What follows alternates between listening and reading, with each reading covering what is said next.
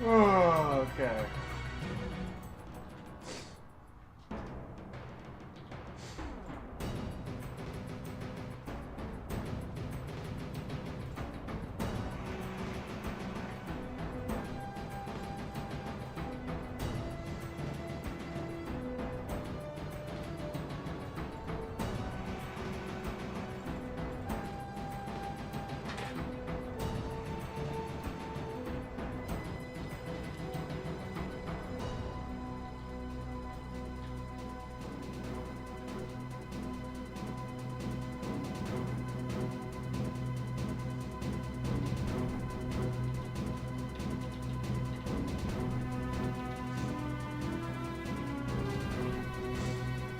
Snap.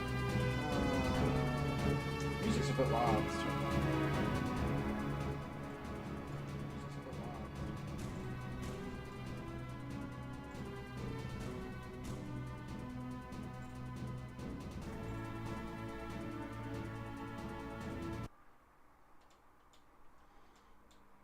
That's stupid.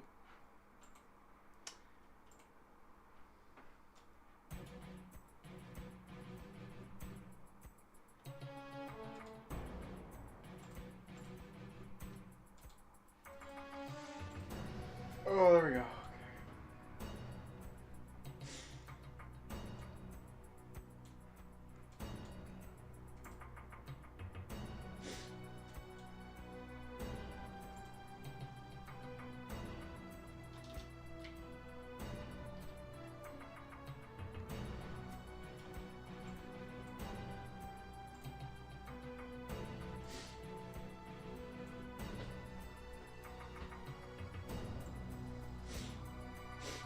Strip that up, put that there.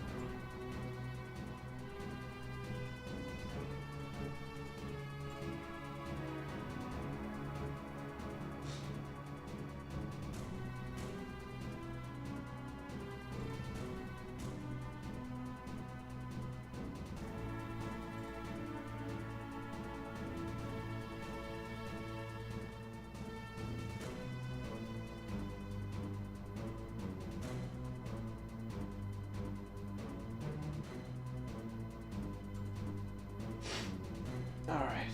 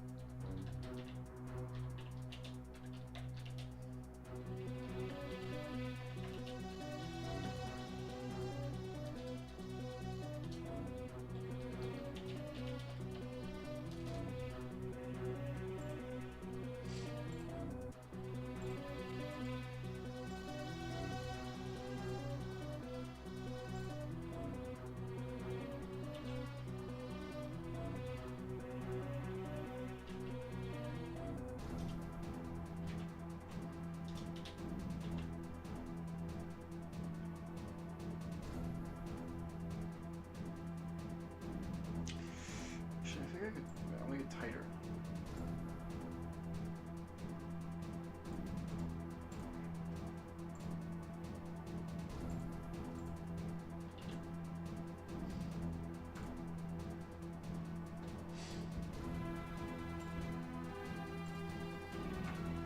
All right.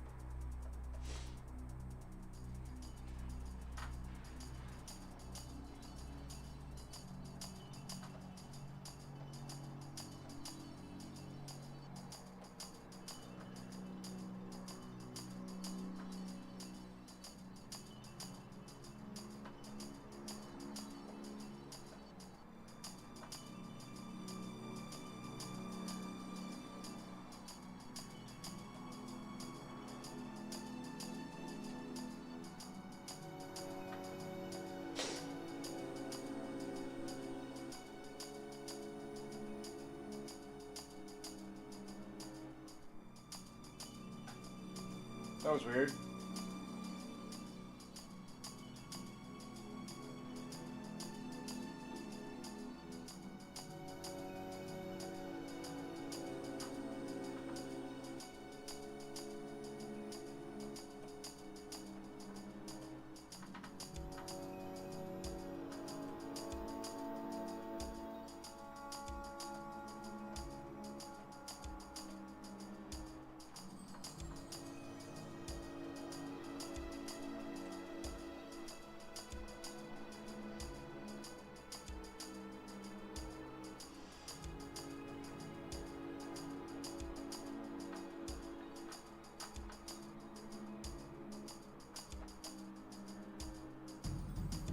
Maybe I should like buy some Gundams. Just to look at them and like study them. I draw so many mechs. I draw so many mechs. And what's crazy is trying to find good reference for mechs is actually hard as shit. To look for anything that isn't another illustration already. It's like, what are you gonna look for? Oh, I'll just type in real mechs. It's like, you're not gonna find anything. Real mech. So the issue there is, as well, is if you're, what you're trying to do is like not anything that's. Well, I mean, it obviously has to have like some grounds. In reality, to like some degree, it has to be made of stuff. But like, if the thing that you're trying to do, there's no. What am I trying to say? Like think of it like this, right? There's like certain aesthetics of mechs where you could look, like if it's effectively like, okay, a walking tank, right? If that's what you're going for, it's a walking tank. Then you can look at a tank. You can look at tanks and say, okay, this is kind of what we're going for. We can take some visual cues from tanks and make the mech. We just gotta like figure out how to give it legs and stuff. And arms, I mean, kind of know what those look like. But then you have something like this, where this is like very Gundam inspired, and Gundam, I gotta be honest here, they're model kits, right? They're model kits, they're toys. So and a lot of mech stuff like is stuff like this. Even with the likes of Power Rangers. So having some reference, on-hand reference, like an actual model, I could see that being pretty useful. I already do it for like figures, and I have like more than one. I have like physical figures, and then like 3D ones.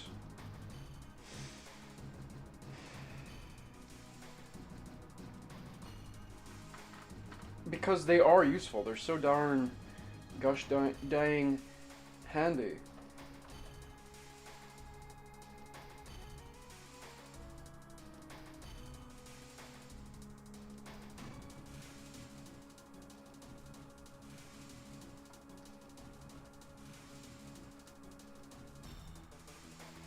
So I'll have to find, I think I will at some point, maybe. I don't know. I am also trying to move away from doing all of this mech stuff at the same time.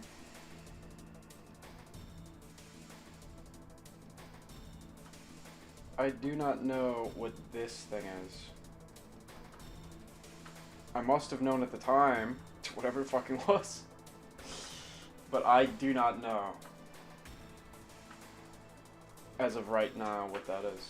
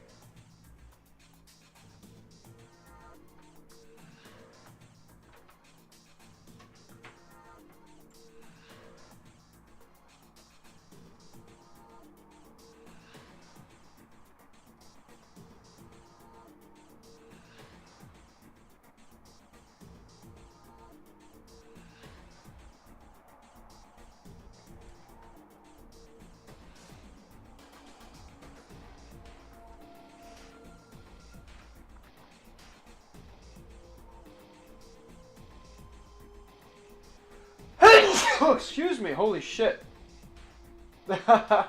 Whoops. That scared me. Man, I'm being so darn quiet. I'm being so quiet. I gotta stop. Also, I should let out my Irish accent more. My true voice. I don't want to be silenced. I want to be heard.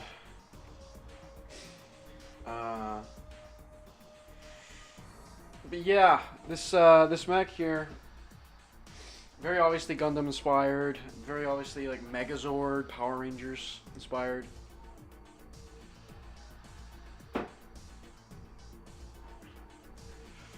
It's what like from the horse's mouth. Like that's what the client was telling me. This one's actually like really overdue, and it saddens me a bit that I've left somebody on like just waiting for so long. Because I guess I'm just bad with money. I guess that's really what it comes down to. Mismanaging things. But of course, you know, life gets in the way too, like unexpected payments. It's hard to have rainy day money these days with everything being so bad. So sometimes it really is just, well, I guess I have to quickly acquire more commissions. And then some jobs get pushed back because other jobs are more time sensitive. And what's nice about them is you can get paid a bit more. What's not so good about them is other people kind of get pushed down the list, even though they've already paid, even though you already started their work. And of course there's general life stuff. Don't have, like, just not having as much time as I'd like to put into this stuff. But you know, that being said, something I've tried to do is I've really tried to make the most of the time I have. And something I guess I don't account for is like, there's also only like so much energy that you have in a day. There really is only so much you can do. Because you don't have like the strength to do more.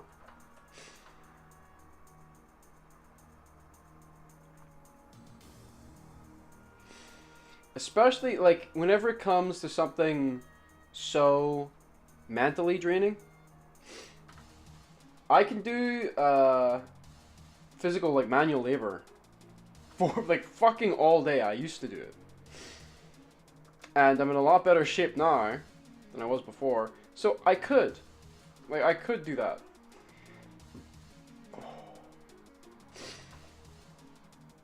But mental tasks are more draining. Because you can give the body a rest, but sleep is the only true rest you can give your mind. Like, you know, you can sit down, you can lie down, and give your body a rest. But you cannot do that with your mind. You cannot somehow just, okay, I'm just gonna like not think. I'm gonna not think.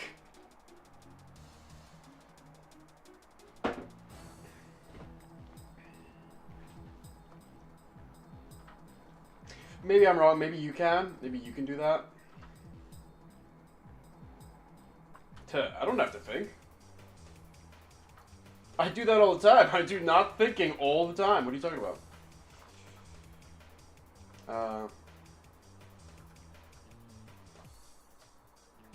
But it's not the case with me. Some people would describe me as an overthinker. And I don't know, somebody else said it. I don't think that's such a thing. Like, the more I think about it, I don't think that is a thing. Overthinking, like, true, there are some things, right? You can it's like this. You can overthink a thing. You can overthink a thing and make a thing more complicated than it actually is, or that there might be more to something than what is on the surface. And by the way, there actually might be. There actually might be. Here's the thing: there might be. The only way you can figure it out is like, well, maybe think about it, right? And so true, you know, you might get a dud every now and then. Actually, there's not that much to whatever it is. Could be something somebody said, or something you saw. However, what about overthinking in general? Like thinking a lot? What does that mean? Like, isn't that what that means? I think a lot. Okay, good. You should. You actually should think a lot. You should be fucking doing it. Oh, I shouldn't swear so much. You should be. You should be thinking as much as you can about everything.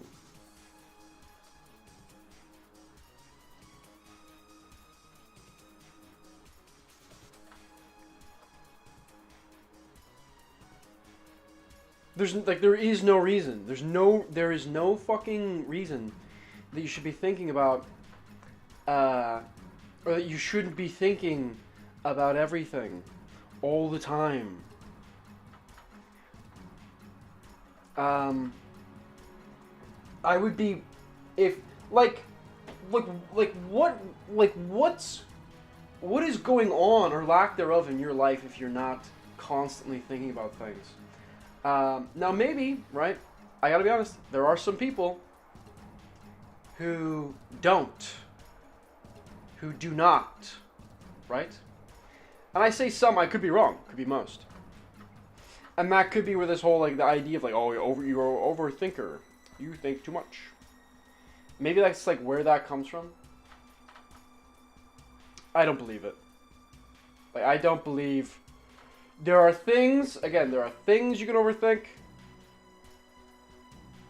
I don't believe that you can be an overthinker.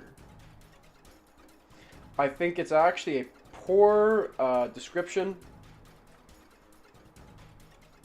of somebody that just thinks a lot. Like, that's what it is. Like, I think a lot. That's what that means. That's what that actually comes down to. You're just somebody that thinks a lot.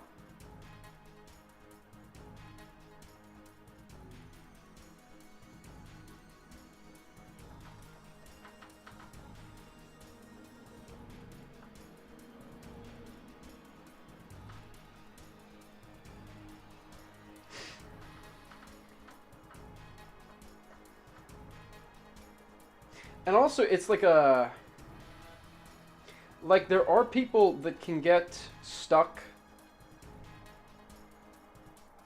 in mental traps in regards to the thinking, right? And they confuse these things with overthinking. And what I mean by mental traps is I mean... like a lot of people call it like doom spiraling or something like that, right? Where like it's just negative thoughts just over and over and over.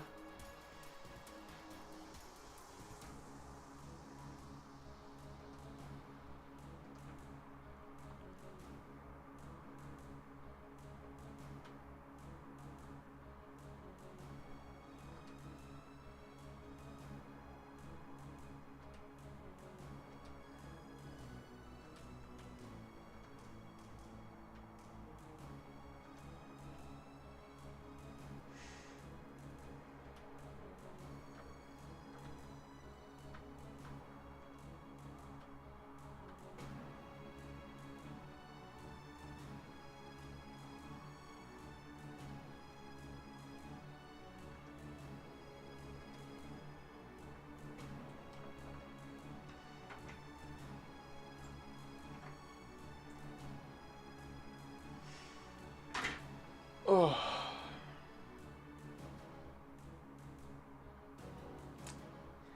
How are you, saint of the sinful affliction?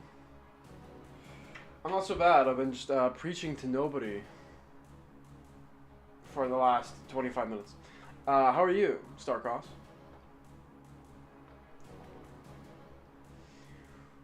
I'm working on this bad boy. I've been sleeping on him for too long. I gotta get this done, like today. I would like to get it done today, but I woke up much later today than really what I would have liked.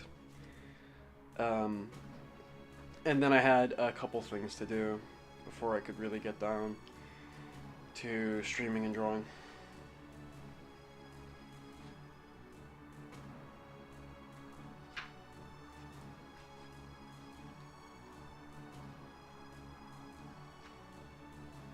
I'm actually looking at some physical reference right now. If you're wondering why I suddenly stopped, it's not because of you. I have like a little book. I have a little book of an artist's, like a toy designer's sketches, and like they're all mechs. And they're actually it's rather useful, because this mech that I'm doing is kind of toy-ish.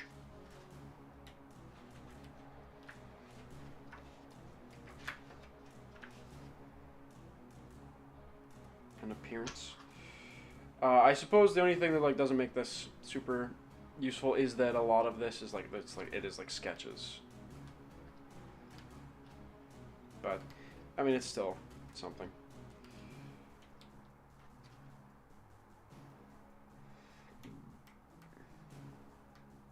Should really be looking at the black and white stuff. This is gonna be a black and white commission.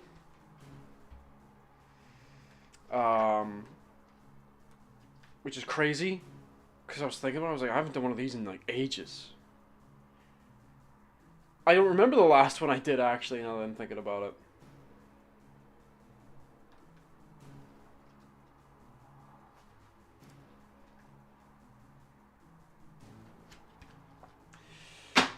Get cracking, a-lackin', then I'm here to listen to your ranting when able or prompted. Oh, cool.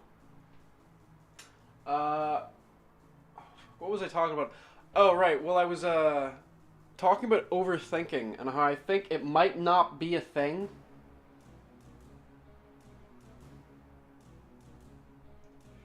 My, you know, I was thinking if somebody paid me, I would probably do a serious one.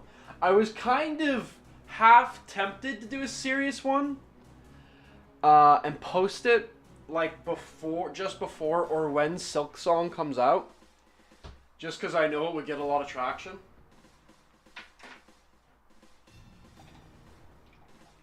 But I also, it's like then it's like, do I do a serious one where it's Hornet just looking cool doing something, or do I do like a Gooner Bait one?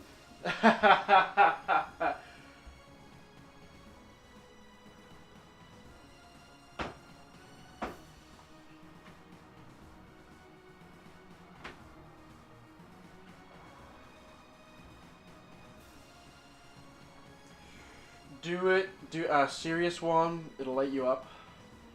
It'll light me on fire! Ah! Yeah.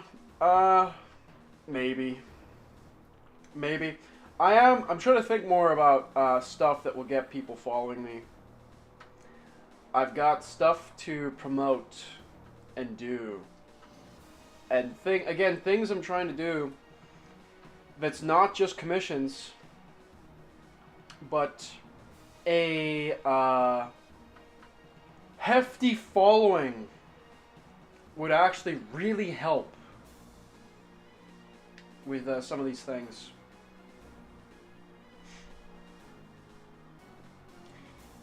But it's kind of also about being selective.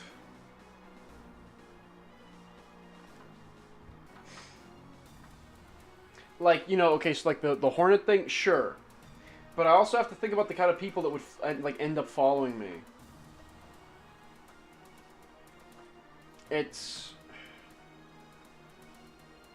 not so much like, I don't want these bug fuckers. I have to be careful. I have to remember I'm on YouTube as well. Also, hello, sus. Hey, I'm a pasta sus. Thank you. This is a commission I'm working on right now. uh, this. This is the client's artwork that they sent me, and I'm trying to make this look real nice. Also, there's a little funny cartoon down here I did, like, some time ago,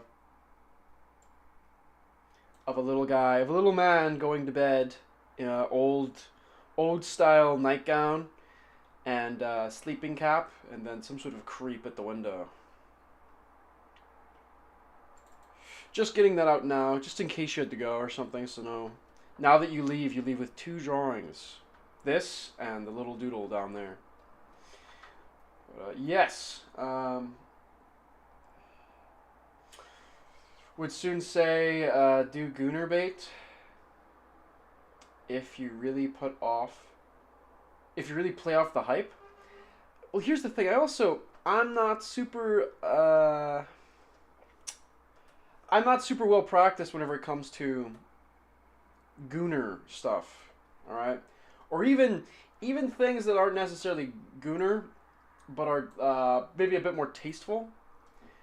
I do have what I was working on yesterday, but I don't think it falls into either categories there. You know? Let's get that music back up and going. There we go. Just in case you're curious, I am streaming on Twitch and on YouTube. So if I'm talking to somebody and you don't know who the hell I'm talking to, that's what that is.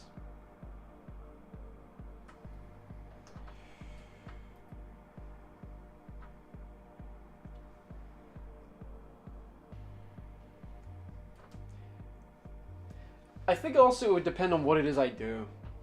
Like, if I was just like, I'm just going to draw my take on Hornet, you know, I don't think that obviously wouldn't do as well as, like, maybe she's fighting a bug. She's fighting another bug. However, that's going to be more work. What if I did it in a sketch kind of way? So, okay, now I get it out sooner. This was something me and Mitch were discussing yesterday. We were talking about, like, how there are certain things that are not even, what's the right word? It's like the presentation, that's what it is.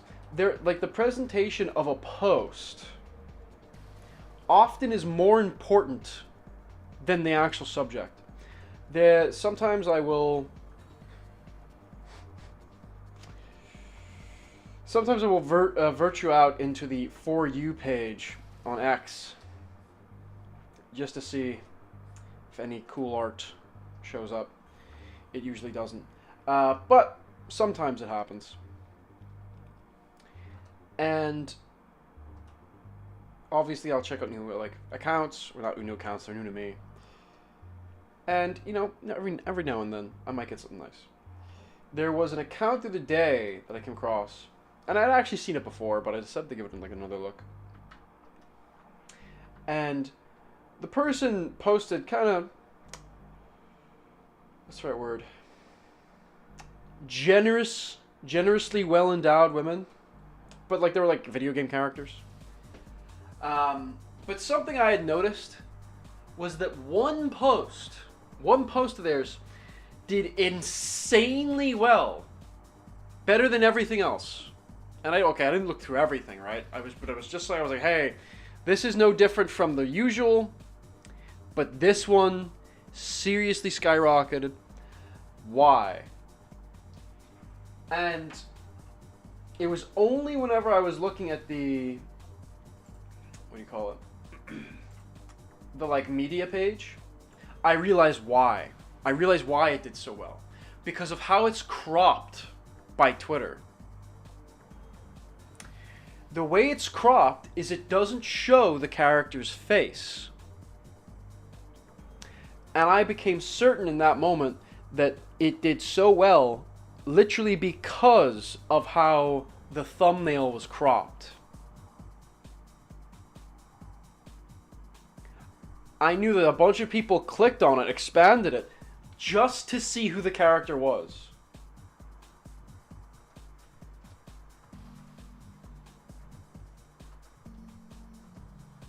And like that kind of stuff has got me thinking, you know, how important that is.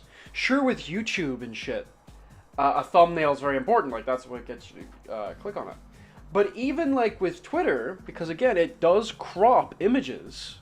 It crops them down to make a thumbnail. And that shit's really important because you're looking at, like a lot of people scroll through it on their phone. So all of these images are like squished down. And you have to like work out what it is before maybe you click on it, if it is even worth tapping on and expanding out. So being aware of that and working with that to get more people to actually look at what it is, to stop for a fucking second, is seriously important. Now, true, you know, if I just drew, like I don't need to do that with a lot of my stuff, but it's something I want to. If again, I'm going to be doing something with the purpose of, hey, I want a lot of people to see this, then I need to factor that in. That genuinely. And because if I can work it in my favor, that's even better. Now, I'm not really, like, clout chasing, that's not really usually my thing. Because most of the work that I do is commissions. So then if I'm taking my time to not do something that pays me money, then I gotta be honest, it's gotta be beneficial to me in some way. And you do have people that are like, oh, but you know, shouldn't you just do it because you want to? Like, shouldn't that be why you make stuff? And it's like, if it wasn't my business, then yes. If it wasn't my business, then yes. But this is my business. So everything I do, everything I put out, in some way, will affect my business. And it will either negatively or positively affect it. So I would want to maximize how many things, the positives. I want more positives. I want bigger positives than negatives. Hello, novice. Ooh, or novice. Good to see you. What else was I talking about? Oh yeah, overthinking might not be a thing. I'm kind of having these thoughts that overthinking might not be a thing, at least in the way that people think it is. I'm kind of going between the idea of mulling over the idea that overthinking is actually just people that think a lot, and that's it. And they're perceived by people that do not think that much to be overthinkers. And usually it's only viewed as in a negative light because of over-analyzing something. Really, because if that's what you were, like, if you had to describe overthinking a bit more, that's kind of closer. That's actually a closer definition to what it actually is, which is overanalyzing. Because that is how it's applied, typically. But overthinking, I don't think it's a thing.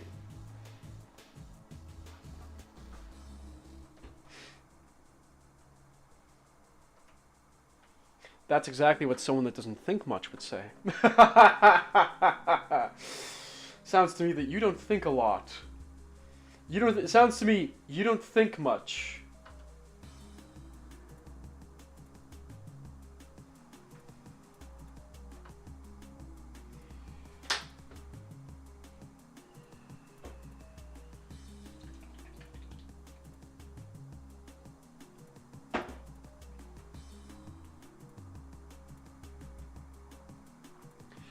Well, you see, that can be different from overanalyzation, right? But what I would say that is usually, if it's a negative thing, right? So let's say, okay, because it's usually those two things. It's you overanalyze something. Could be something that happened or something somebody said. Perhaps trying to see if it has a deeper meaning or a separate meaning from what's on the surface. But then there's the other one, which is having loads and loads of negative thoughts. And the deal is, right, is that negative thoughts are like magnetic to other negative thoughts. They attract. Negativity attracts itself. So, and then this is a common thing, so much so that we actually have a new name for it, which is doom spiraling. That's what that is. Or doom scrolling even. Well, no, not exactly. I suppose they are partially different, but yeah, like doom spiraling. Just over and over, just consuming and thinking about and ruminating more negative thoughts. And this is a psychological thing where even if somebody is in a negative state of mind, they will actively look for negative things and ignore positive things. So, and this that doesn't have anything to do with overthinking. I think those things are different enough that you'd have to classify them as separate things. So then we're right back to the start. Overthinking doesn't exist. It's not a thing. It's a misclassification of other stuff.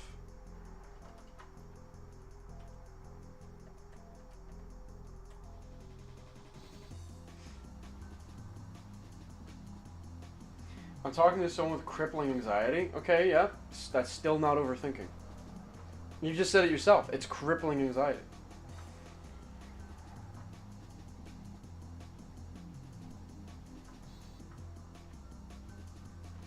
Okay, if it's like this, if those two other things exist, overanalyzing, and then if you want to use the term doom spiraling, then what is overthinking?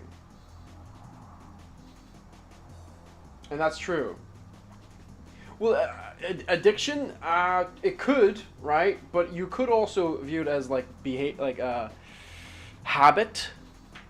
If you do it enough over a short period of time, like a couple of days, you can actually form a habit.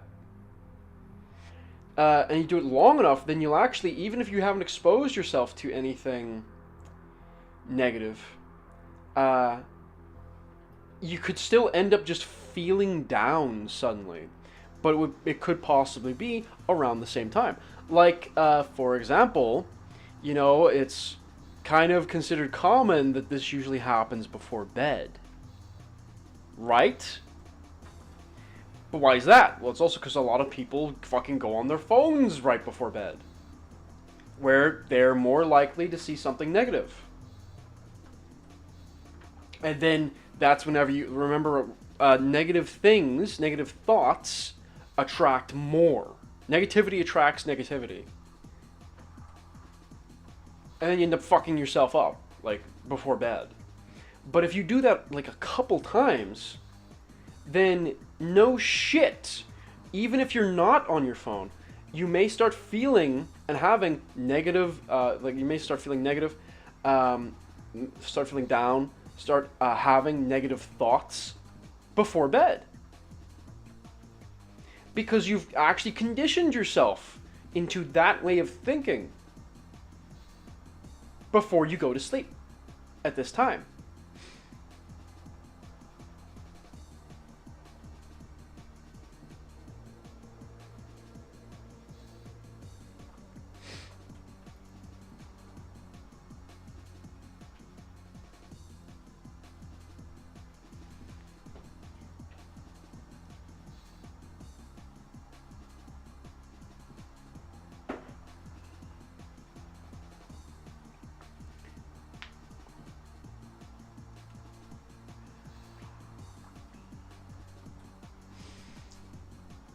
Man, skirts. The skirts on these things. Mechs, I mean. I have such a difficult time drawing these because I get so stupid over it. I get so stupid trying to analyze, like, okay, how exactly does this move? Now, it's kind of okay if the skirt is so big that it effectively wouldn't really get in the way of the legs. However,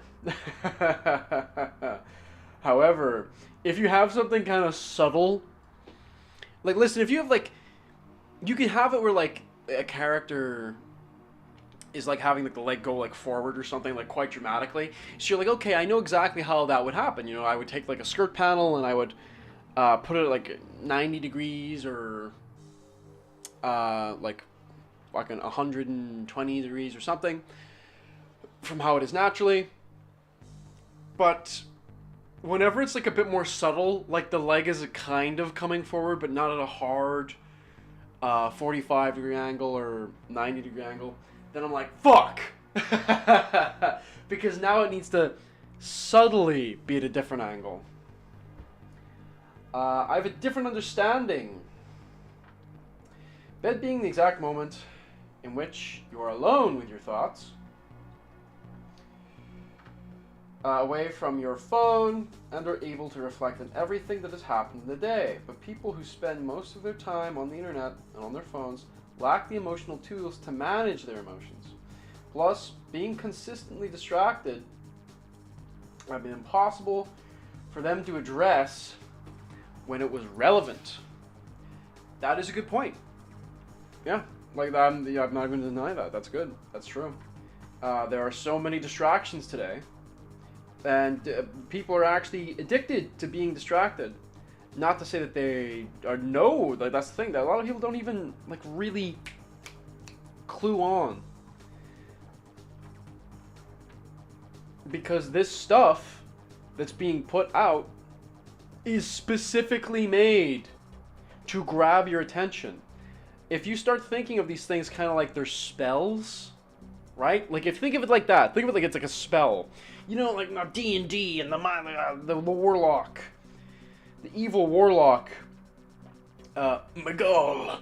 He creates a concoction, you know, a brew that allows him to control, have influence over the minds of the people.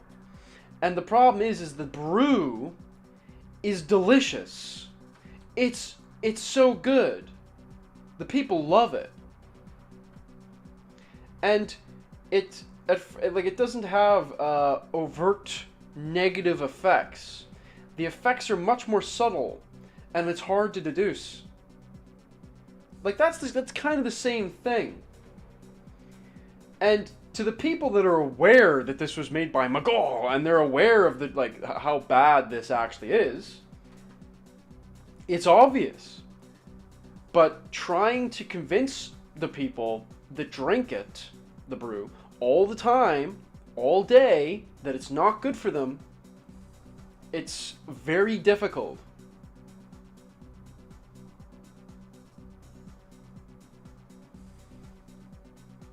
And yes, the whole I'm just not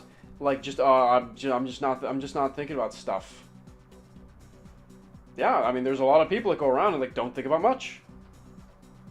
And probably much less than what they would have otherwise if they weren't being bombarded constantly with things that just take up their attention. And, you know, it's not even just like a phone, which a phone is the devil. I gotta be honest. Like, the phones are actual demons. They are, like, that. If everything that could distract you is now on a phone. TV on the phone. Video games on the phone. Like, horrible news. Terrible things that are happening fucking all over the planet. You're literally getting notifications about it in some cases. And then, like, even things that are meaningless. There's so much that's actually meaningless. And the problem is that like, people like, eat it up because of how it's made. Like, everybody knows like stupid tabloids and don't if you've been on the internet long enough, dumb blogs about meaningless things that nobody would care about. However, that never went away. It just changed form. It's now entire videos or shorts. You have stuff where like people just eat food. You have videos where people eat food in like and it's disgusting. It's purposely disgusting. It's got millions and millions of views.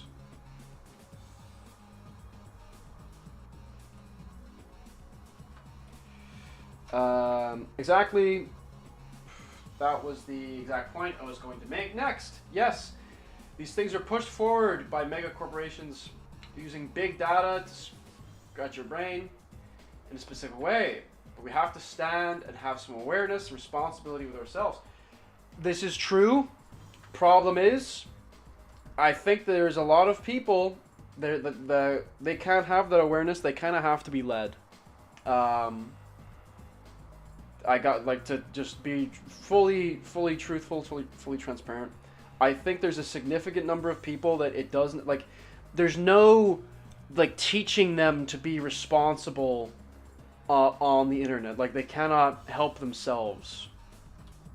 Type deal, and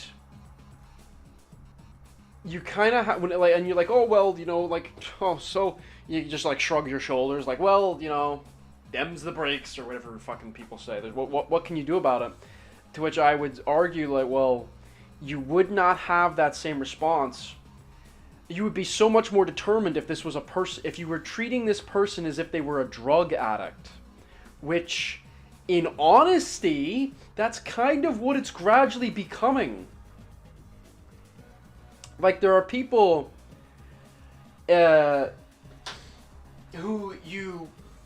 who would freak out if they could not access their phones or, you know, the internet in any way, their favorite YouTube channels, for like a few days.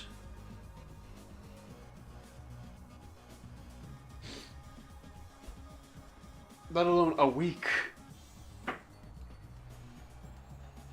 Who would have a very similar crash out to somebody that's like going even like similar effects to people going through withdrawal from an actual drug. Now I'm not saying the same, but it's more so the mental effect.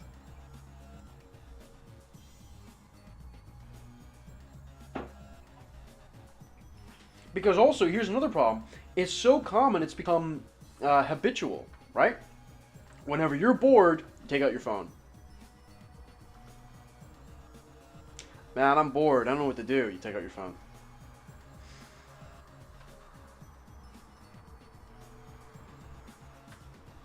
Then you have people that do this for years, and then, like, let's say they don't have their phone.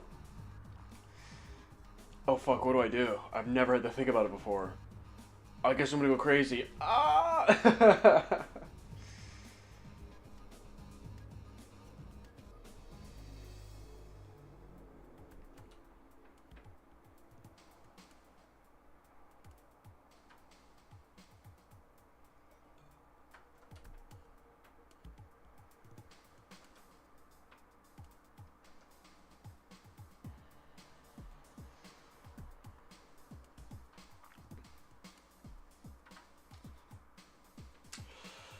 Yeah, I agree. And at least in my case, I will even cut ties with a person if I identify these behaviors and communicate it to them and they don't change. I'm not going to stand around and watch them self-destruct. Well, yeah, because here's the truth. Like, it's the old saying: you can lead a horse to water, you cannot make it drink.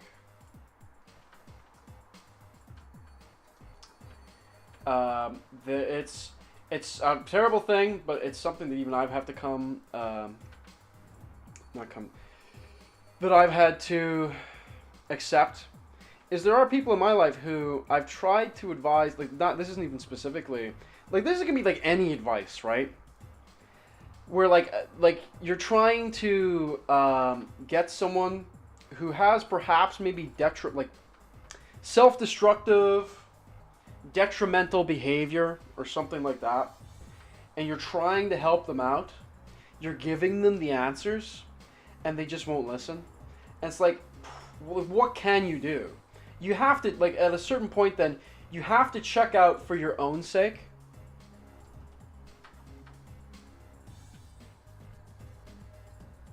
Because you can't make, you can't actually make, you can't truly make, unless you have significant power, right, to force people to do stuff. But in day-to-day life, no, you can't. You don't have that kind of power. Unfortunate!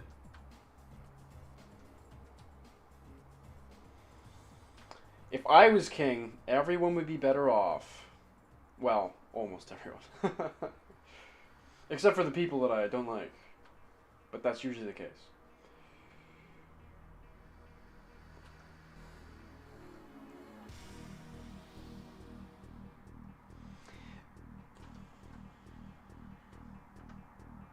But yeah, I mean, especially whenever it's like actual drugs too. It's like, what? Fuck.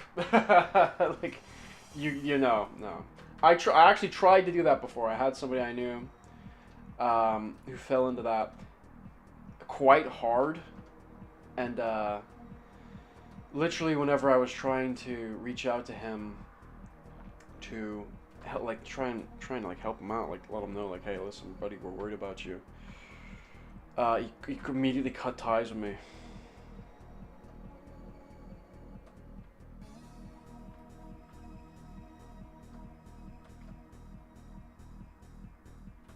And like that would have been a guy that like we would have considered each other like best friends. It's like it sucks to say, and there's not even just stuff. It's not even just drugs. Like there's a lot of stuff like that.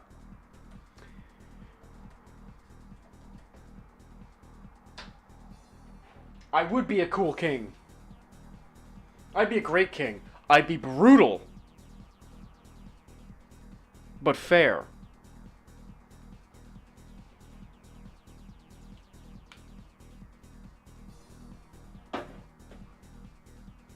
Because, like, think about it. If you don't have a king that can be brutal, then you don't have a king that can make hard decisions.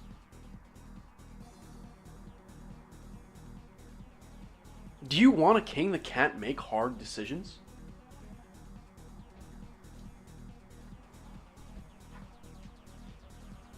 Like, I don't know if there's any ladies in the chat right now. Don't worry, don't reveal yourselves. But if you had a man, right? If you had a man, and you just knew that he could not be dangerous in any situation, would you really be with that guy?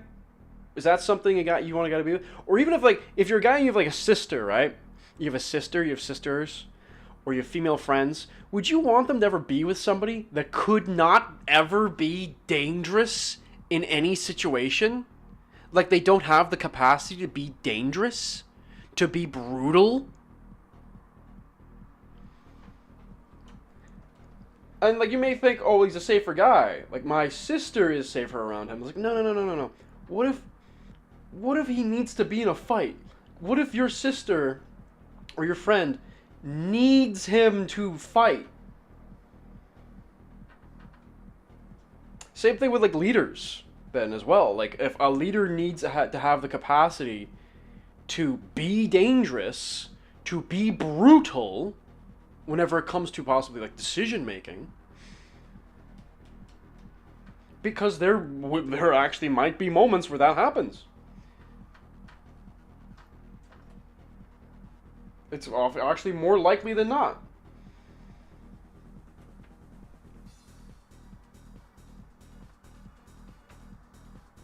Anyway, hello Artfuse. We're talking about being a king, and that I would be brutal but fair.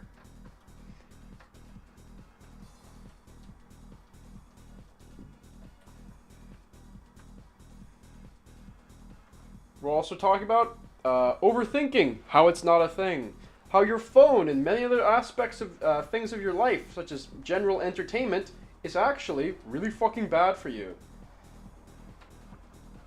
And is built to soak up as much of your attention as possible and pretty much reduce your capacity to think, period. This is a point that I've always defended. And it pains me that I have to share this with Jordan Peterson. Kindness is a choice. If you don't have the capacity for harm, for violence, for lies and manipulation, you are not kind nor good. You are useless and a worm. Kindness comes from choice and constant struggle. No such thing. There's no nuance between brutality and fairness. Wrong. Also, I'm going to go get something to eat. Just cluttering the chat with my long texts. Okay, you go do that. Wrong. No. There's no nuance between brutality and fairness. Yes. No, there is. Being brutal, right? You can do something that is brutal but fair. Like, no, no, you're wrong. No, there isn't. Okay, how am I wrong? Why is that? Why can you not be brutal and fair?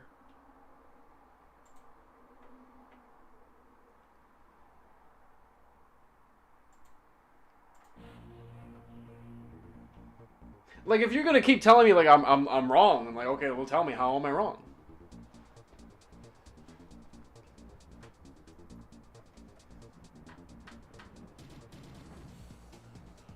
But you can. But you can, right? You cannot be both of those things at the same time. Like, be peaceful and violent in the exact same moment. But you can be generally peaceful and then have moments of violence. And then vice versa. You can be violent like most of the time, but still have moments where you're actually peaceful and not violent.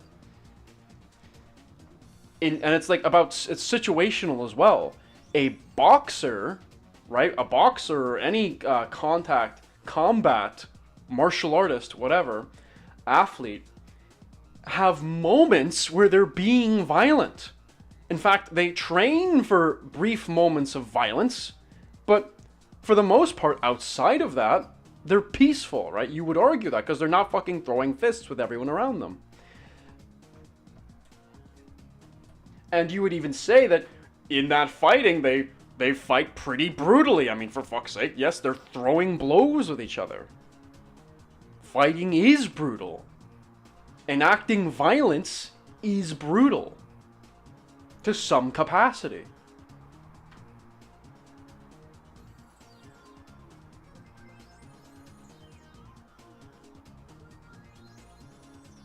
You can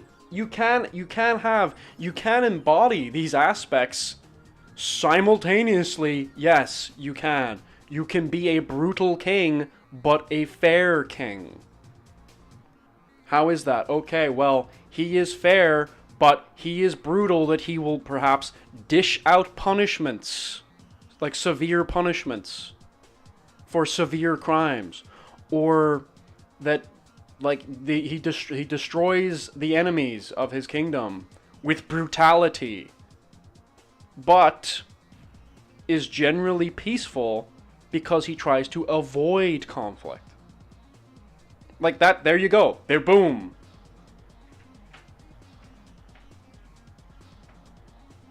No, a punishment can be a fair punishment but still be brutal. If for example, someone was being executed, right? Let's say they commit terrible crimes. They kill a whole family. They burn a whole family alive. They did it on purpose. Or even they attempted to assassinate the king or the king's child or something. A grievous crime. Truly grievous crime. And their punishment is execution. That's brutal. That is brutal. That's a brutal thing. To sentence someone to death and then have it carried out. But that's also fair. The act is brutal. And again, as well, like the king could be brutal towards his enemies. Fair to his people, fair to those who are not his enemies, but brutal towards his enemies.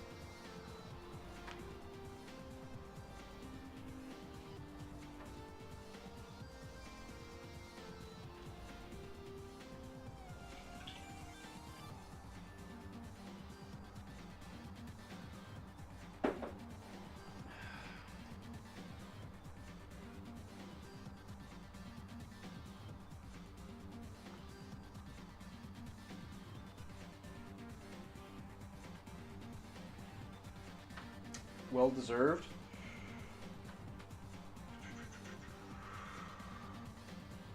Why then don't we still do it?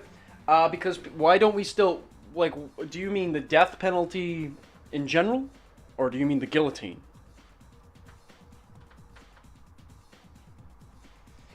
Fairness is not synonymous to you with kindness? No. Kindness and fairness are different things.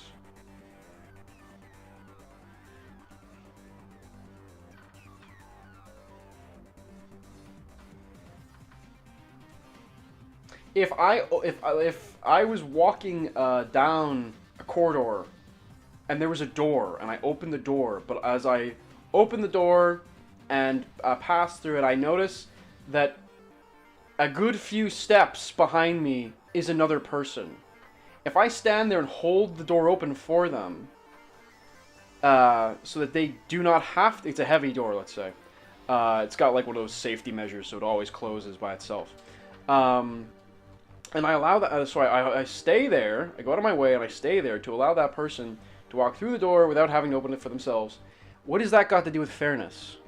You would say that was a kind thing I did, right? I went out of my way to do something for someone else so that they didn't have to, and I got no benefit. But what's that got to do with fairness? Like, no, like fairness and kindness are completely different.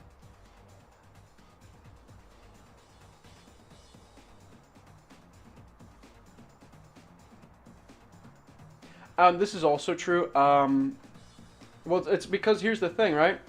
The reason that the guillotine was used, first of all, was for originally executions.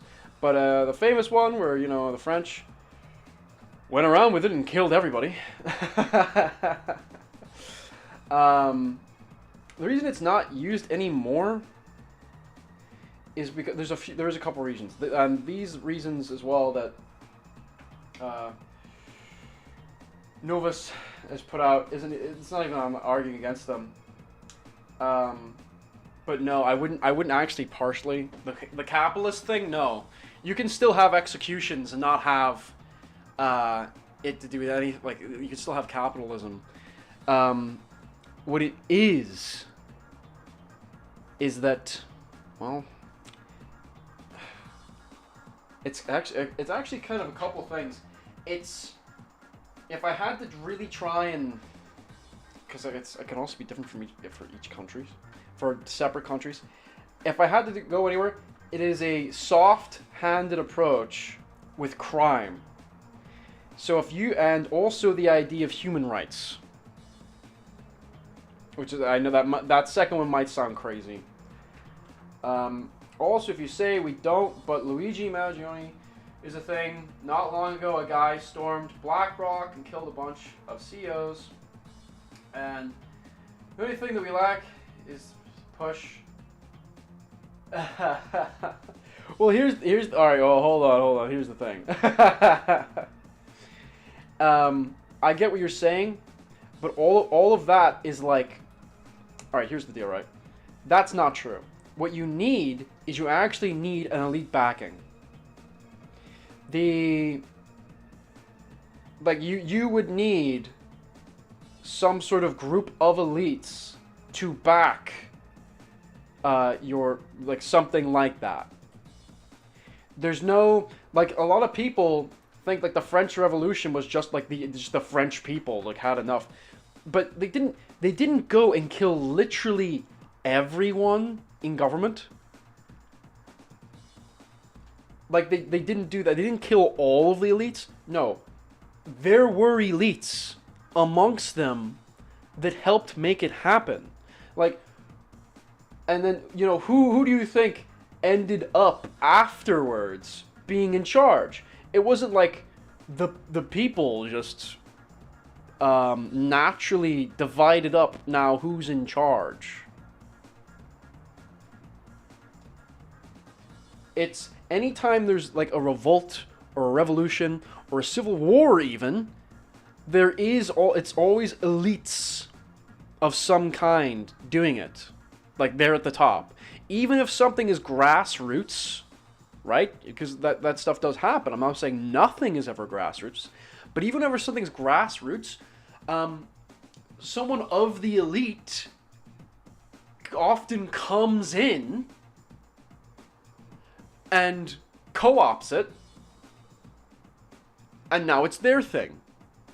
And they use it for their own, for whatever their own motives are, to attain their own goals, whatever it is. Yes, absolutely. Not a peasant one. Mm-hmm. And you know what the other thing is, right? With that, I'll say this much: whenever we moved away, because this is the thing, right? Because Artfuse was asking, like, why did the guillotine go away? Why is it that we weren't, like, basically killing the politicians again? Or as much. Or not even just politicians, like people in government. If you look, that has greatly decreased since we moved away from monarchies. Moved towards, like, basically democratic elections for leaders. And when you think about it like this.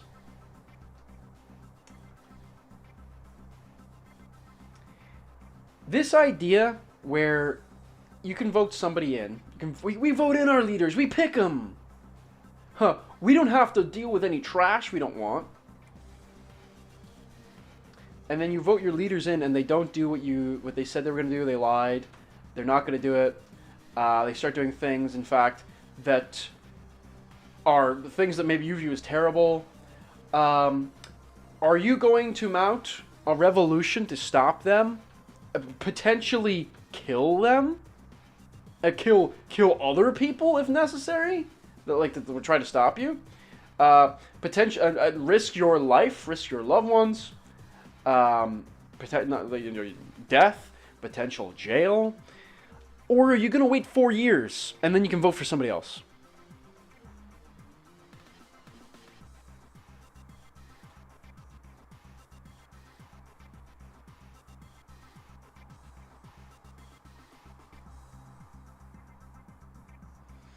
Why is it often said that they lied?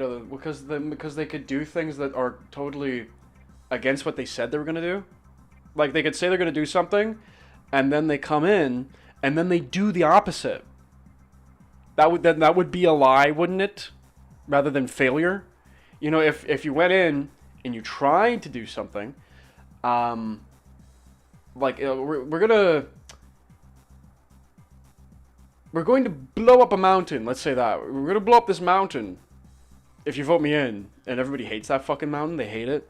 They hate that mountain. You vote him in, and instead of blowing the mountain up, he builds the mountain to be bigger, or he builds a second mountain next to it.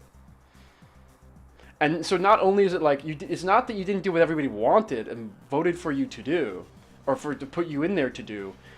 You did something that actually is like the fucking polar opposite, and people hate. And the other thing is that it's intentional. Right?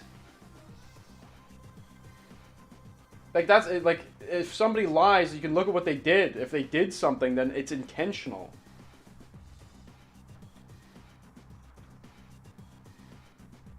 And like, what would be classified as failed to do? Why? They're the government. How do they fail to do something? They're literally the most powerful organization in the country. Oh, what if a company They can change the law.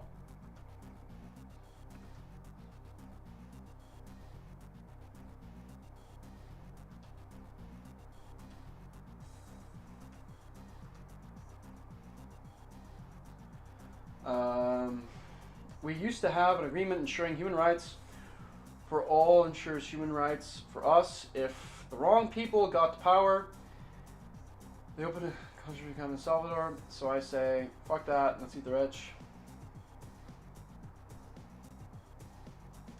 That is not to say. Also, I completely missed what Starcross said. Where does that factor in, though, with the judgment of the... I don't know, because I don't know enough about that. But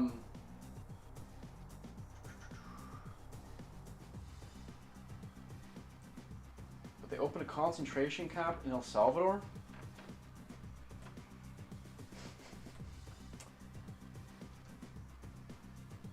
I mean, I don't know, man.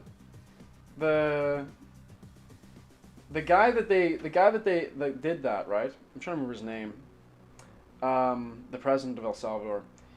He said for years that he would do that. And people voted him in, and he did that. And he has like 95% approval. The countries went from one of the most dangerous countries in all of South America to go to now it's the safest one in all of South America. Like, in that instance, and as well as that, even the people want him to be president for life potentially, but but basically so that he doesn't have there's no term limit. I believe that recently the like High Court of Judges in El Salvador, I don't know if that's exactly what they're called, but removed a term limit for presidents. So even though he can still be voted out, if people don't like what he's doing, well then they don't vote for him. They vote for somebody else. But effectively has no term limit. I only know a bit more about that. I'm not super well versed. But I do know those things. Are you saying you are a bit aware of... I'm aware that it happened. You literally cannot choose your haircut. What? Thank North Korea, and also if... Cap... Wait, what? You literally cannot choose your haircut? Thank North Korea, and also... Are you talking about the prison? Like, is that what you... Are you still talking about the prison? And also, by the way, human rights don't exist. Like, they're a made-up thing. They don't exist. They exist only because the government says that they exist. And if the government doesn't do something, right, to enforce that they exist, then they don't exist. They only exist because a government enforces them. It's the same thing with other, higher concepts that we have. In fact, it's no different from crime. A thing isn't a crime because we all collectively came together, which this isn't what happens. But, magically we all come together and agree this thing is a crime. Don't do this thing. If somebody can do the thing, whatever it is, and there's no punishment at all, then it may as well not be a crime. But it is that you will be punished, right? You will be punished for it. And it doesn't even have anything to do with morals or whether it's right or wrong. Because you can have things that are considered a crime to do, but are not objectively morally wrong. And that's how you can have a tyrannical government. Because again, if it has laws, and that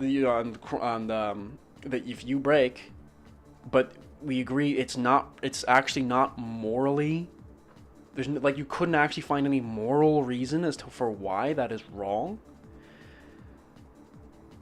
In El Salvador, hold on. In El Salvador, you have a shirt of haircuts to choose, and you'll be fined.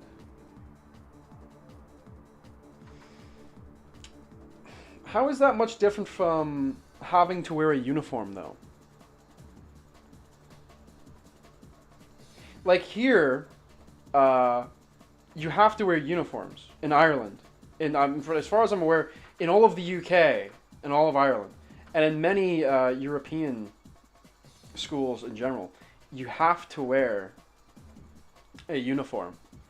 Um, how is that different?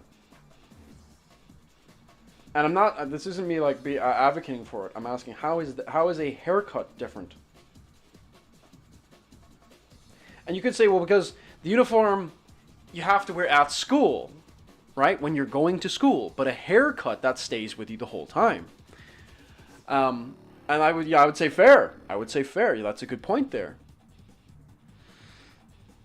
But what it could be, and again, I don't know enough, but if I had to guess, maybe why, it could be, perhaps, to really push home more unity, specifically with the boys. I do know that El Salvador prior had a huge problem with these gangs. What was the most dangerous gang ever? What they call MS-13?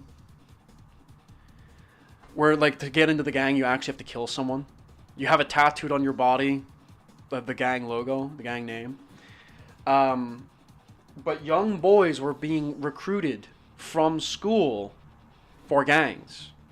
And of course, like that, with particularly dangerous gangs, that's usually the case, is they go for young boys and then they get them to do something, they have them for life. If I had to guess, it could be to try and disincentivize that by making, not just outside of school, making this connection of like, because with uniforms it's like, okay, you represent the school, but also there's this kind of unity. This like same thing with like anything else, like a military or a business, even if it's not like you have a uniform, like everybody wearing suits or something like that, like you understand. Having a haircut could then be an aid because you would go home with that. So there's still kind of this lingering unity. I'm missing the chat because I'm trying to draw and also talk and do so much. And also really think about what I'm saying. It's fucking hard. But again, I don't know the exact reason either. Like, I don't know. This is me just trying to, like, if I had to guess, I don't know, I could be totally wrong. But I genuinely don't know.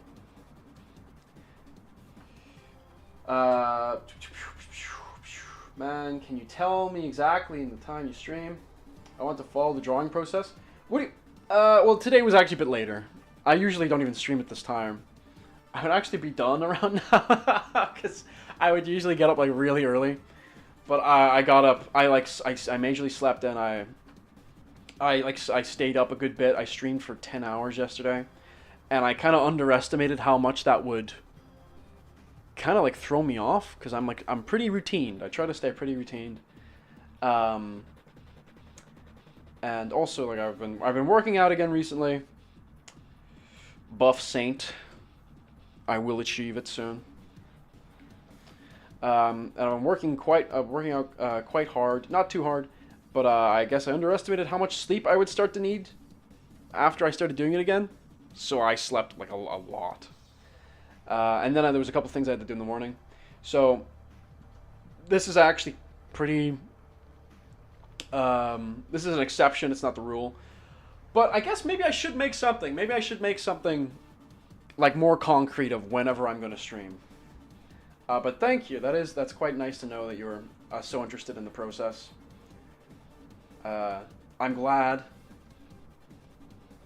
There was a while there with the coat of arms I was doing, the coat of arms commissions, where people just weren't, like, some people were turning up but they weren't staying. And I kind of figured, or I kind of hoped that it was what I was drawing, like the subject matter, and not that, like, you know, I was lame and that's what people thought, and then they left, and then I was like, I guess I suck.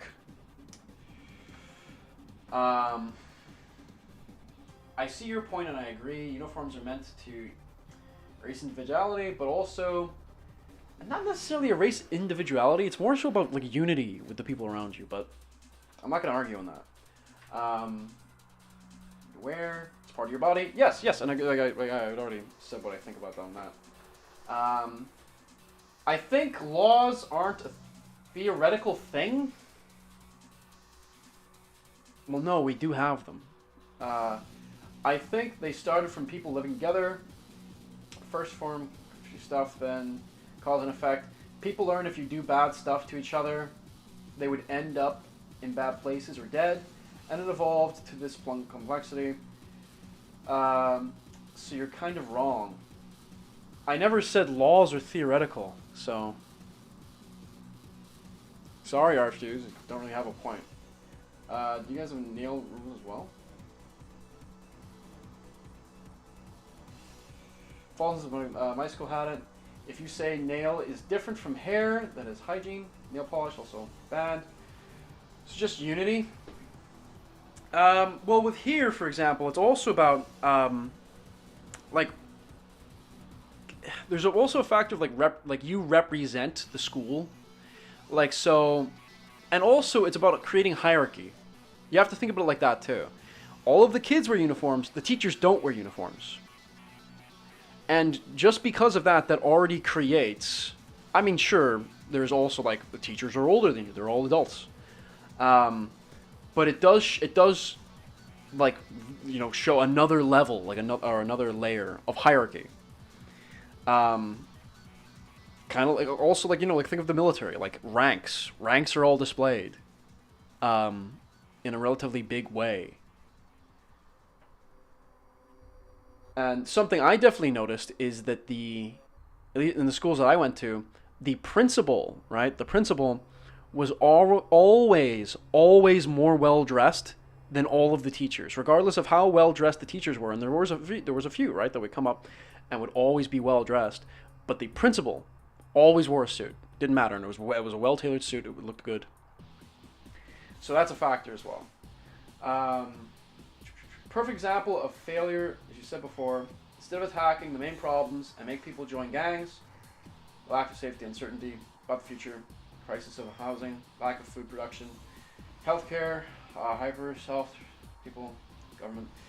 They attack individuality and are working on a sense of culture at home, repression and nationalism, while people still can't get their meds. Okay, I'm gonna be honest. Novice. Do you know how bad it was in El Salvador before this president came along? Like, before he got voted in? It went... Like, what was it? I'm trying to remember. Because I was looking into this stuff whenever it was fresh. Whenever he had just come in. Because I was interested. But it was the murder capital of the world. And again, it was well known for having up for debate, I guess, worst gang in the world. But it wasn't just one gang. There was many gangs. Gang warfare was a common thing. And now it virtually isn't. Now, I can't talk about a lot of that stuff because, again, I don't know, right? But I think if it comes down to gang violence, like gang wars, and having like your youth recruited for gangs, for gang wars, or the meds thing. But I don't know. Like, I don't know. I don't want to talk about it too much because I don't know, and I'm not gonna like what was the fucking point if I don't know, if I haven't even been looking at it.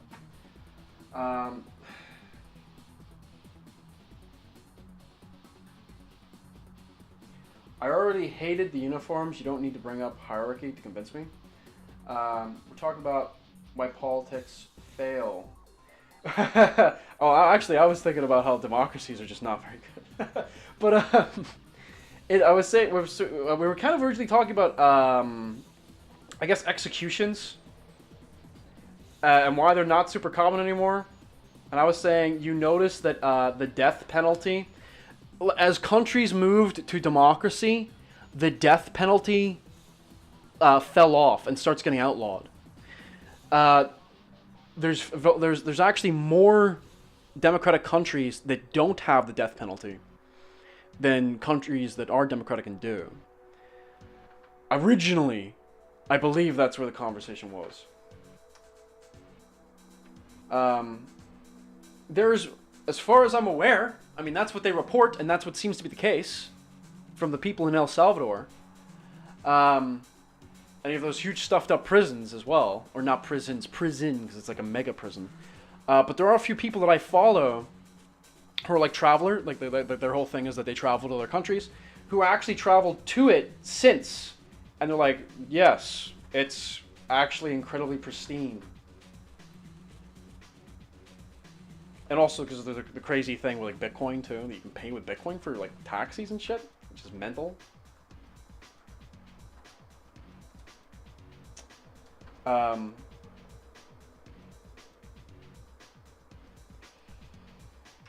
You're neutral on the death penalty. That right there is a very fair point. Here's something, right? Am I in favor of the death penalty? Yes. I think people that do truly, like, things that are not, we're not talking about like committing a crime, right? I don't want somebody to get the death penalty because, like, I don't know, they stole a stick of gum from a shop, or for tax fraud. No. I want the death penalty for things that commit truly evil acts. I don't mean they broke the law. I mean what they did was undeniably evil. And whenever I say things, because I don't think people do evil things. I think like monsters. Like monsters do evil things. Somebody could do something bad that doesn't make them evil. Like, there are evil things. Evil people, not, again, you know, they're not a person if you do evil things. Execution. Can I name them? Or, I mean, we're talking about stuff that I can't, like, I mean, I don't know. I'm on YouTube as well, and I think if I say these things, then I don't know what happens. I might not be able to upload the video. But you know what I'm talking, like, you know, like, evil, right? So, like, if somebody goes on a killing spree and murders multiple people, that's evil. Get rid of them. You know, if somebody, like, takes a truck and just drives it through a market, or drives it, like, just fuck it, I'm just gonna take it up onto the pavement and just run over everybody that's there. That's evil. That person they should be executed. Yes. Like, get rid of them. If somebody like that, and that's undeniable too. Like, that's undeniable. There's no nuance there, anything like that. And but the problem is, I think, is that people come along and they say, "Oh, this guy's mentally ill. He didn't know what he was doing because he's a broken brain." And it's like, well, how is that any different from evil? Like, couldn't you take someone that does something else that you would mark as evil, but then you could just argue, oh, they didn't know what they were doing? How could they? This thing that was so terrible? Because people take the premise that almost everyone to some degree is actually rational. Except for the people they don't like. That's another thing, too. Oh, if somebody I don't like did it, it's evil. If somebody I like did it, they're mentally ill. They had a breakdown. Blah. But that's why I look at acts. I'm looking at the act, like what you did, and the context around it.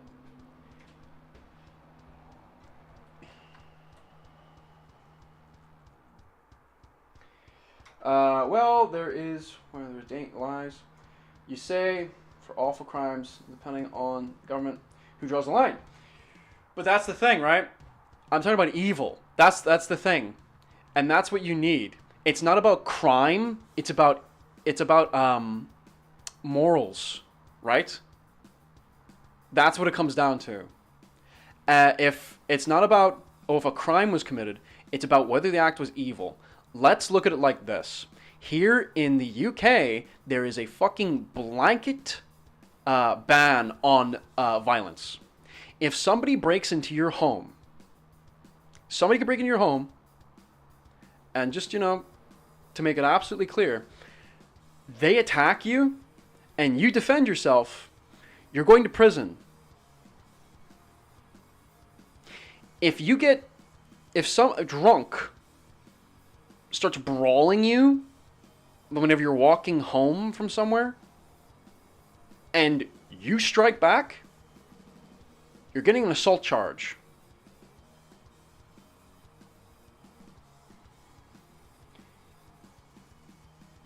And this is the case even in like Ireland, like all of it. There was a terrible case 2 years ago where a 17-year-old was beaten awake from a drunk that broke into his home with his mother, right? Wrestled him to the ground out of his bed. And because whenever that happened, a bunch of stuff got knocked over. The kid picked up scissors that had been on his table next to his bed and had fallen over and stabbed the guy in the neck. The guy bled to death on the scene. He went to jail for 3 years. And because he had to be trialed as a minor, even though the court tried to trial him as an adult, which they would have thrown him for at minimum 7. And the guy I'm making a distinction here, 17-year-old was attacked by a 20-something-year-old. An athlete 20-something-year-old. And it was believed that this happened because he mistook their house for another guy that lived in the same area that he had a grudge against, or they had some sort of bad blood with. But yeah, no. But none of that's got to do with, that's just the basis of all violence. All violence is abhorrent. All death is abhorrent. All killing is abhorrent. That's also why the death penalty is not a thing.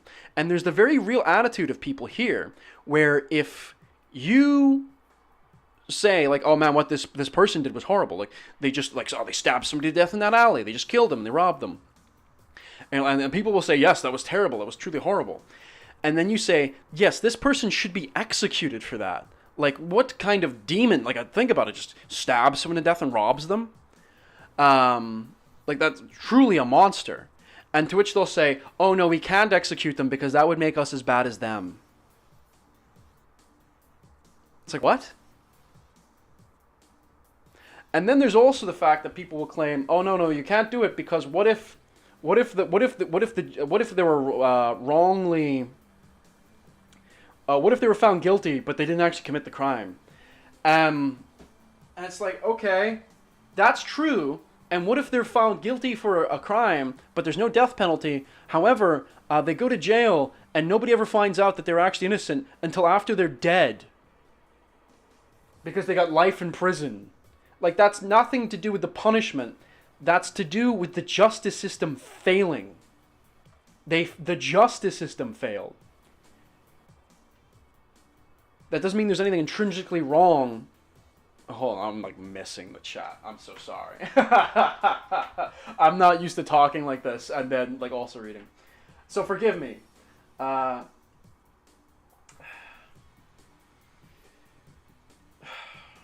People need. By the way, if I start doing that, use the scream at me. Use the scream thing, and it'll remind me to look into the chat. Also, I'm going to save here. So let me read. I'm neutral on death penalty. Guess who's going to try to organize and take things from people in need and will try to run their own fucking funds? This government, when they shut it down, because my understanding, El Salvador government is not going to do anything. Issues I mentioned. Well, okay, maybe that's the case. I don't know. Maybe that is the case. I'm not going to argue with you because I don't know. Right? If I was trying to argue anything, I wouldn't have anything on the base. Would not have anything. No, I have no foundation or no grounds or anything like that. There's nothing I've seen. There's nothing I read to argue against that. So I'm just not going to. I forgot to read that. Sorry about that. I feel like the culture decide this. A bunch of people in Europe would say rape, yes. A bunch of people in some Middle Eastern countries would say kissing a man. That's why we need to ensure human treatment of all prisoners. No, you never know who's sitting on the throne, and if you will end up in their sights. Humane treatment of all prisoners. No, because that would not apply to people that you're going to execute. And the problem with what is humane is interpretable. This is a problem. That word right there, what is humane, is interpretable. Like that, a lot of people would put that up to subjectivity, and like, well, what is actually humane? There are prisoners that in different countries actually have access to TVs and phones because it would be considered like inhumane. It also goes into, well, what was their crime? I do believe that someone who, for example, is in jail possibly for, let's say, reckless driving. Nobody was killed, but the driving was reckless, like what they did. Let's say they did it on a road where nobody was, but what if it had been, so like let's say it's something like that, and maybe they already had a couple of other instances of reckless driving prior to that, okay? They go to jail. I don't think you should put that person in jail in the same, like they should share the same cell with people who are professional, like criminals. They shouldn't share the same space. It doesn't make much sense for them to, and they shouldn't get the same treatment either. And a lot of places do that. Like there is like a separation of people who are in for violent crime, and then people who are in for crimes that are not considered violent. But the idea that they should all be treated humanely, well, again, what does that even mean? And you could of course go to the extreme and say, okay, well, they shouldn't all be like 10 guys to one prison cell. And it's like, yes, okay, but then as you continue along, like, why is 2 in a prison cell? Like, what about 2 guys in a prison cell? Is it not more humane to have somebody have their own private space? Like, do you see what I mean there? But yeah, I do agree, right, that no, we shouldn't have, like, I don't know, like they're shitting on each other, I guess. But then it also comes down to how much money are you willing to pay on like violent criminals? That's another thing too. If what they're in there for is considered violent crimes, then why should you be spending a lot of money on making them feel comfortable? Why? The whole point of this is a punishment. That's the thing. The point of prison is a punishment. And also, to remove those people from society if they are considered too dangerous. Evil is a social construct. Anyone can charge the shape. No, wrong. You just said that rape is a social construct. Like it being an evil thing, that's a social construct. So then, in some places, actually, rape is good. That's what you just said. Like, no, I don't take that stance. I take it that what is good and is evil is actually objective, and I'm not unapologetic about it.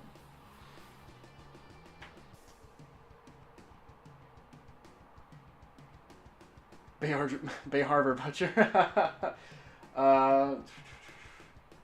My country's self-defense only if damage is sufficient. You could not find an authority in time. That's... well, you know what? It's a lot better than what we have here. It's not the same, at least.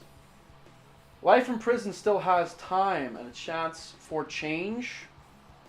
People that do truly evil things cannot change. No.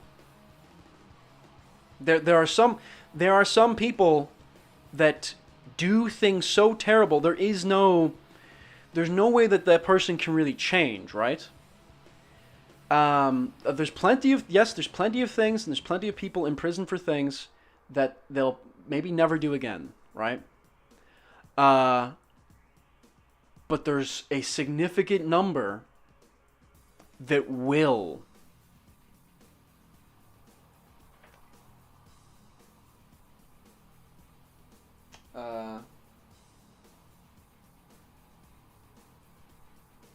I think killing them is a dumb measure. Firstly, because points are pretty made, and because once again, it fails to address the issues that cause the crime to happen. So what, you believe that everything everyone does is like, oh, okay, I take it. Everything's society's fault. Is that the idea? Everything is society's fault? But you also see the problem that if you do not punish, like, here's the thing, right? If the government doesn't punish somebody for something they say is a crime, then that's legal. It's not a crime. It is a crime only on paper. If the government like willfully does not punish people, right? Now, and then there's the other thing. If a government punishes somebody for doing something, let's say it's stealing, right? Stealing like cash, valuables, it doesn't matter. However, the punishment does not outweigh the potential gains, then it's actually still incentivized to do it. Or for example, here in the UK, 95% of all burglaries are not investigated. And what that means is that the police will show up, they will somebody reports that they've been burgled, they will take note of it, and that it happened, they'll put it in the system, and then that's it. They're not going to do any investigating, they're not going to do anything like that. No, they don't. In fact, it's such a fucking terrible thing that almost every police department across the UK is being investigated for the fact that there are many other crimes just like this. Big ones. Burglary is pretty fucking big. Having somebody break into your home and take shit, potentially at the point of a weapon, which actually has happened here even as well. This is a big thing. But think about it like that. If you were a burglar and you knew that 95% of the time it's like the police aren't even going to pursue it, then there's no distance. And people have been basically trained to think I shouldn't fight you. Then really you should do it. But if the police did their job, and then if they caught you each time, but the courts gave you like a fine or something, then the punishment isn't harsh enough to get a lot of people to stop. So obviously, yes, the police need to do their job, but also the punishment actually needs to match the crime. It needs to. Otherwise, like, why not? Because there are people that are not rational, and they'll do it again. Even if they've been caught many times, they'll do it again anyway. And the argument of, oh, it's not their fault, it's society's fault in some way, or society has failed you in a way, then that leads to a soft-handed approach on punishment and crime. And that leads to more crime.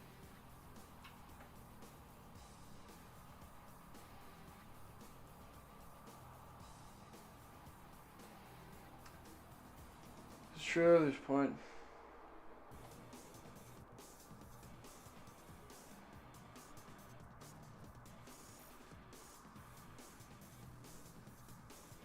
Yes, but then, like, okay, what do those... No, but that's not true, though. That's not really true, and those people that came and decided that don't believe that.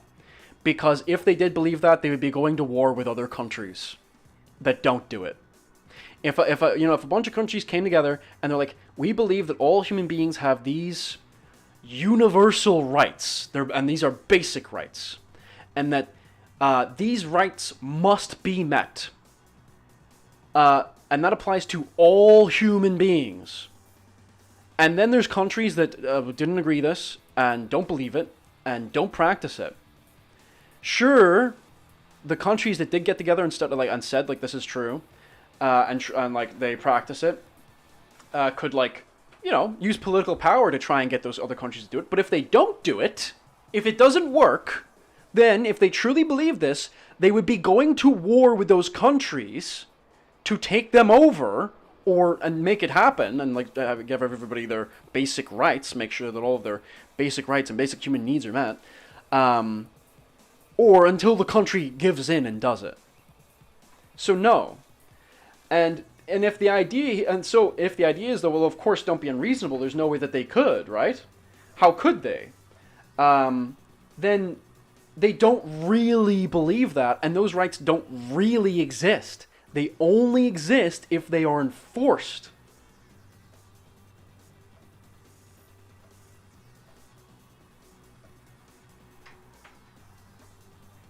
It doesn't matter though. Just take a look at India. Take a look at China. Are you going to tell me that everybody in those countries are having their human rights are not being infringed? Why isn't the United Nations going over and beating the shit out of those governments? I mean, for fuck's sake, that's not even true. Like, even here.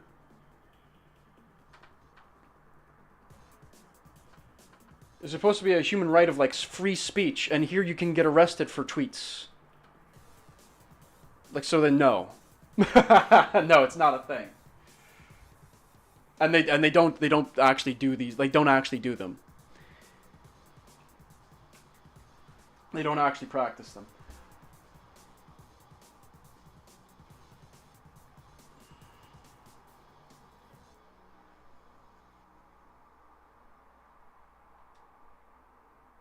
You might change Art Fuse, and you also might not.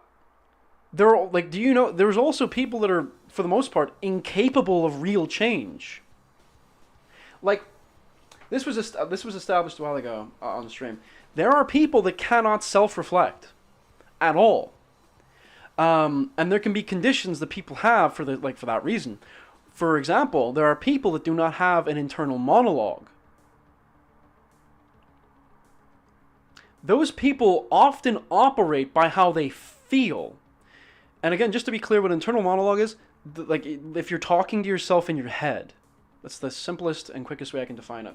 Literally just talking to yourself in your head. And if you don't talk to yourself in your head, you don't talk to yourself out loud. Like, you can talk to yourself in your head, but not necessarily talk to yourself out loud. But if you don't talk in your own head, if you don't have an internal monologue in your head, very, very unlikely you will ever talk out loud to yourself. If you ask these people, how do you self-reflect?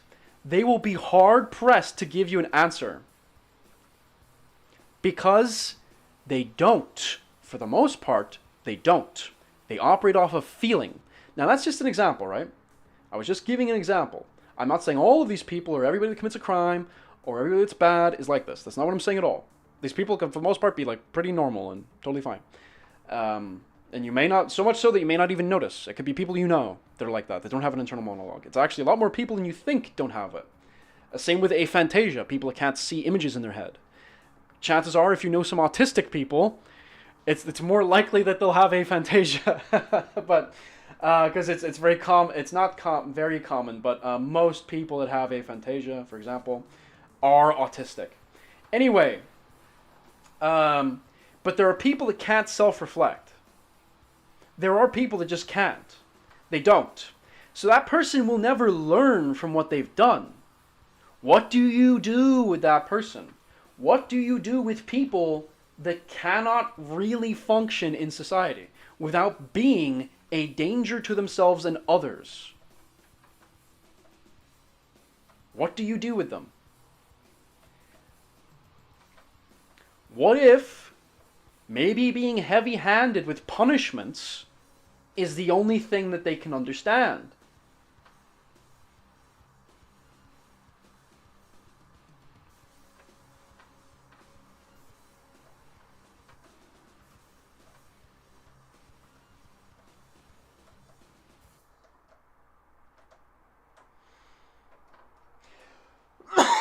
Man, even whenever a gun's huge and like a big cannon, I really don't like designing them.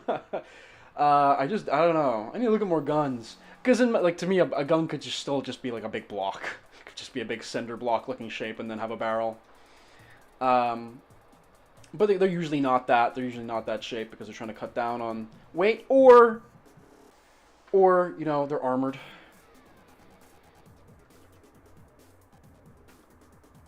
But you can also you can just keep adding to them. You can just give them loads of stuff, and just endlessly go on and on about with little details. Because like they're like guns are like hands, right? Or it's something I heard before, and I'm like, gosh, that makes so much sense. Is that whenever you're doing hands, because there's so many parts to hands, and hands can have so many joints, that it's almost like you're drawing a whole person again. Like you're doing another pose usually if you're drawing a person, on another pose of a person. And then guns are kind of like that too, because there can be so many intricate details and parts and mechanisms that actually are out on the surface. And the other thing is just like with like a person or like a person's hands, is that guns are expected to work in a certain way. So if you are drawing those parts, they also have to look like they work. If a gun has a moving part, it would need to look like it can move. Unless you make it up and it looks like a weird abstract weapon, like future weapon or something, then you're like, I don't fucking know. Oh, this is all future shit. Doesn't matter.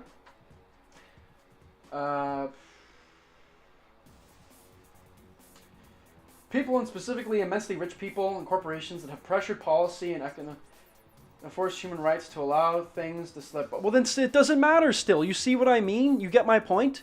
Is that these, like, for human rights to exist, the people that have access to the greatest amount of force are the ones that make them exist. Those people actually have to believe in them to their core, and to the point where they would actually risk death and or kill people to make sure that those things happen. For fuck's sake, like, the same way, right? For the same way that even if you didn't like death and killing, you would kill, like, you know, if let's say you're like a police officer or something, you would kill someone to prevent that person from killing someone else. Because that, like, what right does that person have to take another person's life, right? Like they just start attacking people, let's say, and trying to kill them. And they've already killed people. And you could stop them with a gun or something, or I don't know, a fucking claymore. A claymore on a stick. Not the sword, the bomb. But even if, like, people have, like, a right not to be killed or something like that, you're willing to let that slip by because that person has infringed on that person's right to not be killed.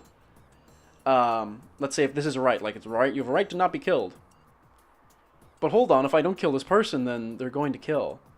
But then, of course, that person has basically given up their rights because they have infringed on the rights of others. And that's kind of what you already do with prison, right? That's already a thing. Like, hey, you did a bad thing, so we're going to punish you and take away loads of your stuff by putting you in a place which is far away from your home, and you've lost your job, etc., etc. I'm sorry, but what sounds like a rash? But what you're saying sounds like a rationale that can very much be applied to something that a beating parent would say. I agree. You can't fit a system to fit a small demographic, not much else. They feel stuff? Yeah. Because think about it like this. Someone with aphantasia can't see memories. You know, if you were thinking back on something, it would most likely be visual. You would sooner remember what it looked like than maybe what the temperature was that day. But with someone with aphantasia, they're more, their other senses, right, are more acute, and more so the memory of them. Like, they would remember how hot or cold something was, or texture. That's another thing too, is they can be a lot more sensitive to those things. And that's how they would remember those things. Because they can't store visual, or they don't have access to, like, visual memories. I'm not saying that this is what you're saying. Let's give a moment to catch up. Yeah, thanks. That's horrifying. Imagine a nightmare where you dream a slimy monster. I think this is why the courts and justice systems have regulations for the irregulars. True. Like, there are, like obviously there are, like, things are also contextual. And this is also why I was saying that the death penalty should be for things that are evil. If you killed someone, I do not believe by default that you should be punished. You need additional context for, like, why that happened, the environment, what actually was the situation.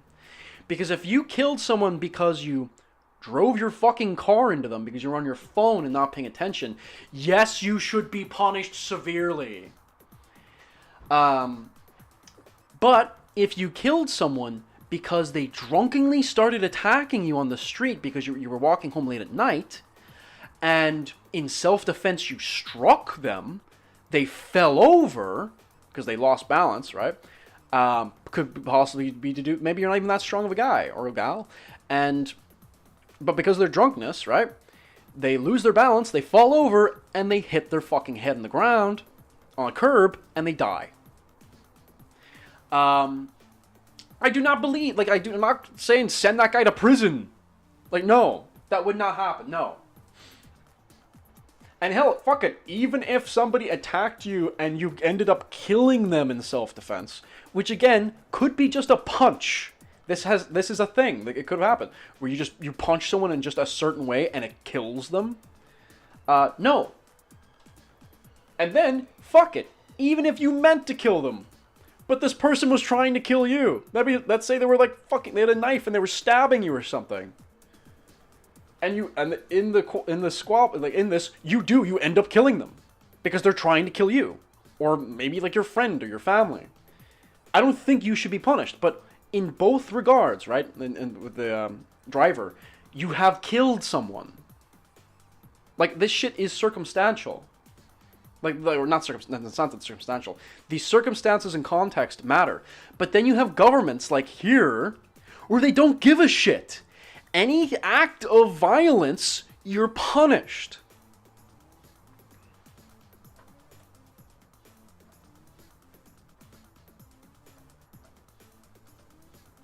Have you seen the One Punch Man interview? Isn't there there is like a documentary or something like that is like does go over people, like instances where people like, yeah, they threw a punch and they killed someone. If that's what you're talking about. If that's not what you're talking about, I don't know what the fuck that is, no.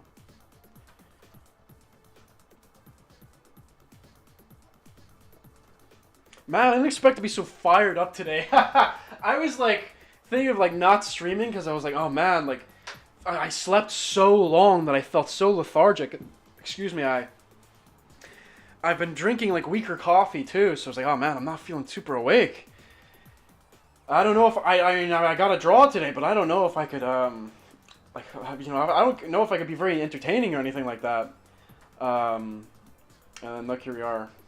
Well, I mean, I hope I have a hope in some way this is at least entertaining or somewhat interesting. And if it isn't, I don't give a shit. Fuck you. If it's not, well, it doesn't matter. I don't care. I don't care that much. I'm cool. I don't care. That's how you make a character cool. You wanna know how, hey, that guy's cool. How do you know? Watch this. I hurt my thumb. I don't care. I wasn't talking to you. I don't care. See? Whoa, they're so cool.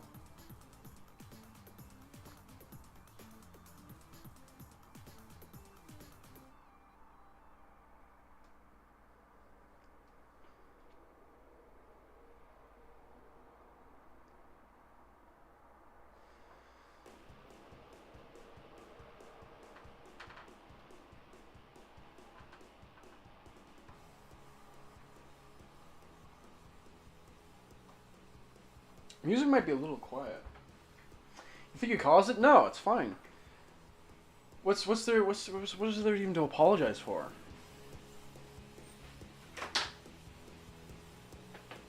Would you like to move on to a lighter topic? I mean, I don't mind. I mean, well, maybe just because I noticed there like there was a period, I don't know how long, but like there was a good few minutes there. I was like, wait a minute, I have not drawn at all.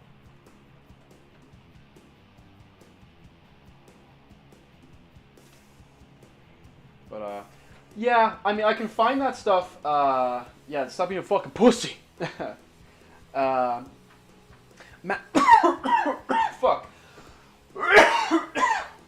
I do think that's something, though. Not apologizing makes you a pussy. Not that. I think that apologies are used too often that they start to lose their, power. I think you should, like, when you apologize, it should really be for whenever you fuck up. and I mean whenever you fuck up, right? People apologize for a lot more things that really justifiably they should apologize for. Um, I was once with a personal trainer, actually. Like, the idea kind of formed in my head. I was with a personal trainer who, I was like, I don't know. I did something wrong. Like, he was showing me to do something. I did it wrong, and I apologized for doing it wrong. And he said, like, well, you don't need to apologize for that, right? So you don't apologize for that. In fact, don't apologize ever. And, of course, like, what he probably meant was like, well, of course, like, he's showing me to do a bunch of stuff I've never done before. So I don't really, like, he's saying I shouldn't have the expectation that I should apologize if I do this new thing and I don't get it exactly right. And, like, that's incredibly fair. But that got me thinking some more. Maybe I should never apologize. No, maybe I should never apologize and become an incredibly toxic person and do lots of shit. Just terrible shit. No, wait, no! No! Oh no!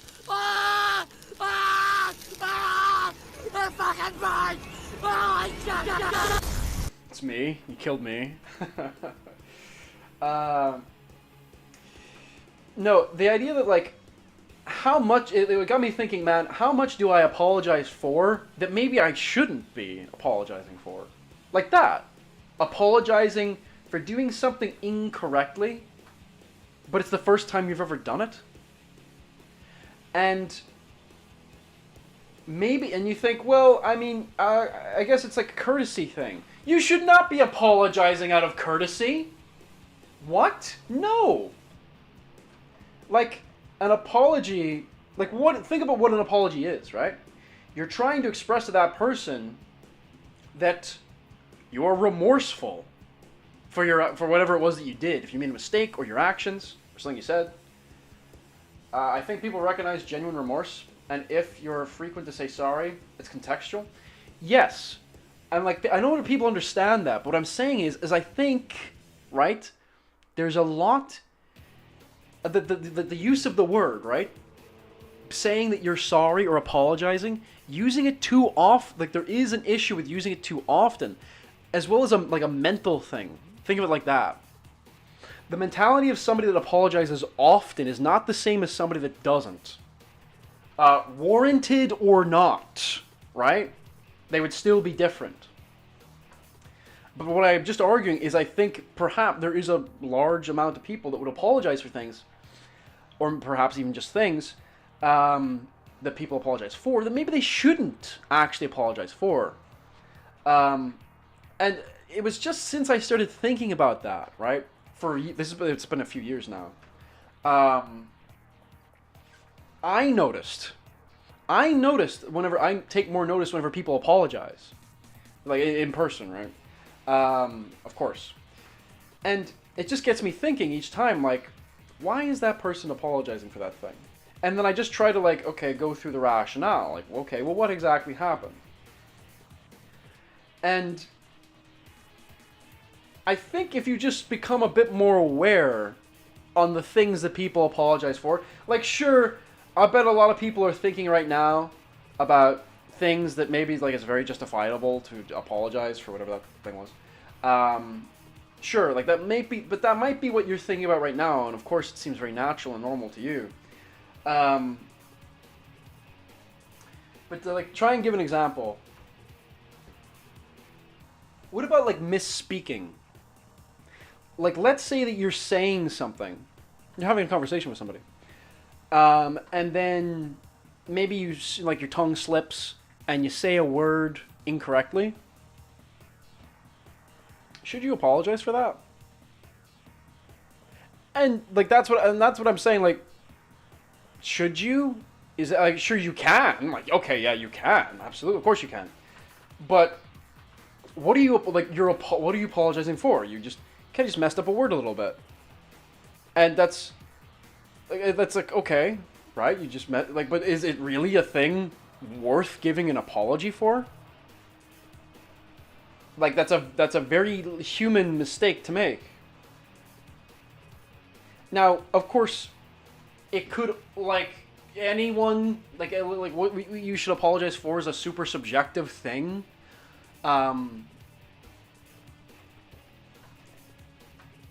Unless, of course, like, it's a culture, right? You know, unless there's, like, cultural rules. Unlike, hey, you fucked up, buddy. I don't know, because I don't know, it could be in some cultures that, yes, if you misspeak, you should apologize. But I guess what I'm saying is, right, is like, where would something like that come from, right? Like, why? Why, like, if you think you should, then why should you? And then where does that come from? Like, because if it's not a cultural thing, why apologize? Nah, man, when someone regrets something, you'll know. There's a difference to, like, bumping into someone and casually saying sorry because you didn't mean to. That doesn't take any weight from someone you hurt real bad. Along the lines of, okay, right, wrong, sorry, I hurt you. Okay, yeah, but that's not what I'm talking about. I'm saying that there are things. I'm not talking about that. I'm not saying the more you say sorry, the more you water it down and it has, like, less meaning. I'm saying the act of apologizing for things that do not warrant an apology. Like, really. Like, if you're saying you should apologize for, like, for example, you didn't mean to do something. Let's say you bump into someone. You've inconvenienced them. Yeah, okay, you bumped into them. Maybe you hurt them a little bit. To say sorry is to let them know that not only was that accidental, or, like, that was not your intent. That's more so that's more accurate. But that you're remorseful. Okay, yeah. But what about, like what I said, like, misspeaking? You don't really inconvenience someone, and you don't hurt them by misspeaking if you, like, mess up a word. I'm saying there are things like that people, like, I've seen, will apologize for, but what is the rationale for apologizing for something like that? The same way where a guy was showing, like, a personal trainer, a guy I'm paying, he shows me how to do something, I try to do it, I have a hard time doing it, and I apologizing for not doing it like he did it. He's not hurt, his time's not wasted. It's very understandable that I couldn't do it. He's really fit and I wasn't. But I apologized for not doing it correctly. And and it was only after he pointed out, like, you don't need to apologize for that ever. And it was only after I thought, well, he's right. Why did I even apologize? I guess the rationale was, I'm sorry I didn't do it correctly. But it makes no sense for me to do it to him. It doesn't make, he's not any worse off in any way because I didn't do it correctly. If I could do it correctly, I probably wouldn't have been fucking going to a personal trainer to show me how to do it. Like, there you go. I've already given 2 examples.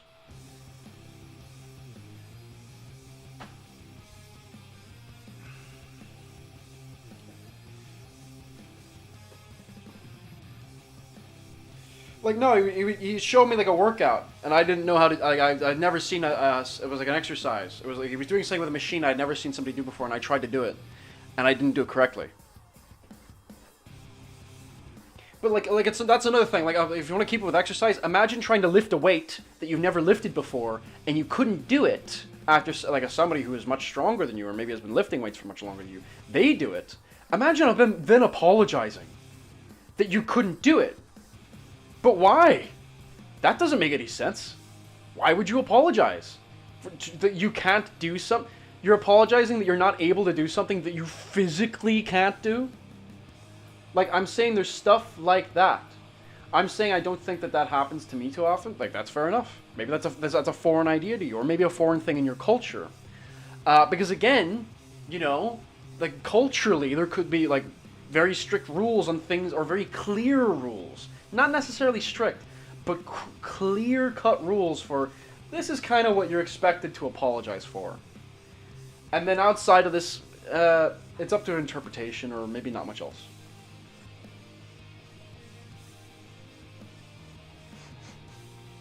The moment that my commentary becomes more interesting than the drawing, and then maybe I can make money off of it, then I'll stop drawing. Because I realize I can't do both at the same time. So I suppose that's what matters more. The moment that I start, if I started making more money from people just joining in to listen to me talk, then I'm like, well, I can't do both at the same time. Not even necessarily that I would want to. I can find talking about this kind of stuff for great lengths really tiresome.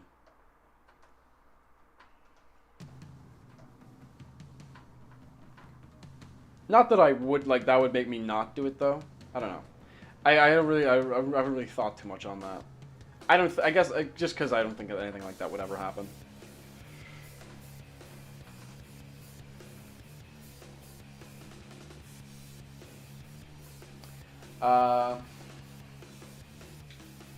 And it's not an individual trait. Could be.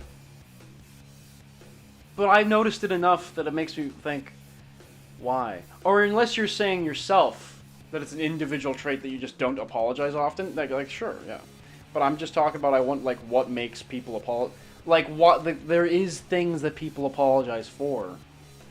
That if you think rationally, it doesn't make, there's no real logic or sound logic for why they apologize.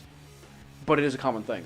So I think it could be that a lot of people are kind of conditioned to apologize if they just don't do things correctly. It could be they project that you have expectations of them. And you didn't meet that expectation, so you're apologizing for not meeting that expectation. But these are, in truth, these are like fabricated things, like they exist in your head. No, I'm asking about you. What about me? What's an individual trait? The apology thing? Or the talking for a long time?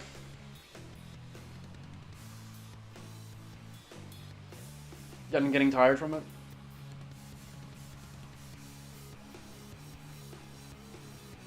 If you're wondering what I'm doing, by the way, this guy's like orb shoulders. If you see, oops. He's got like big orbs.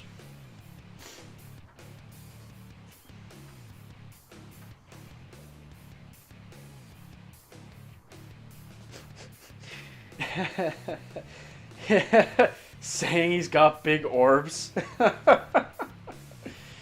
Yeah, he's got huge orbs.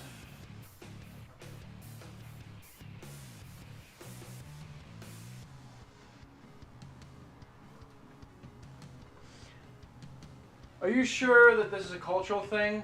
The need for apologizing for things that need not apology? Do you experience it as a cultural thing or maybe an individual thing? Oh, okay, right. Well, that's a good question.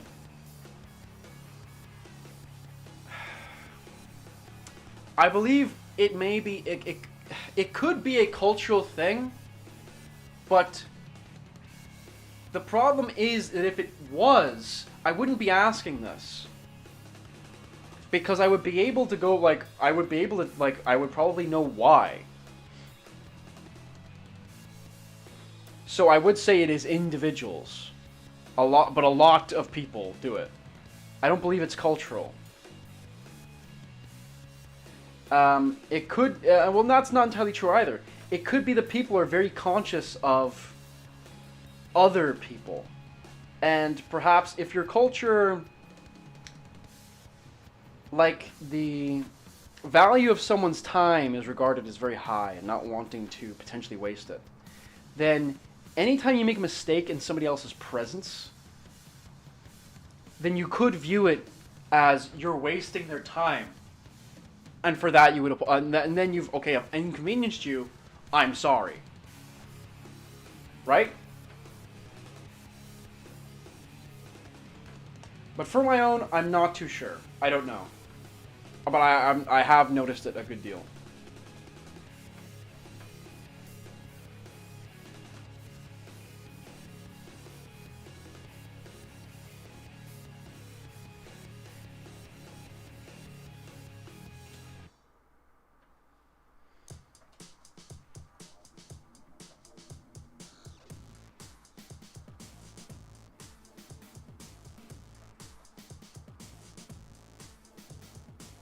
Should I? Okay, here's the thing, right? So I've been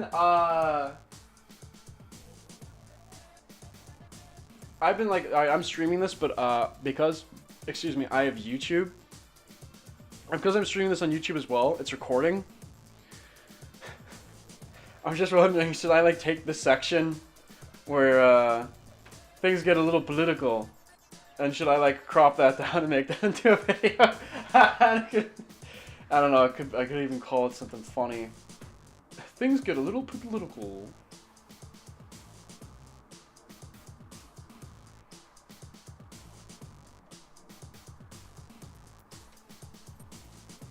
Oh, you guys are distracting me. You're all distractions. I could have been great if it wasn't for you.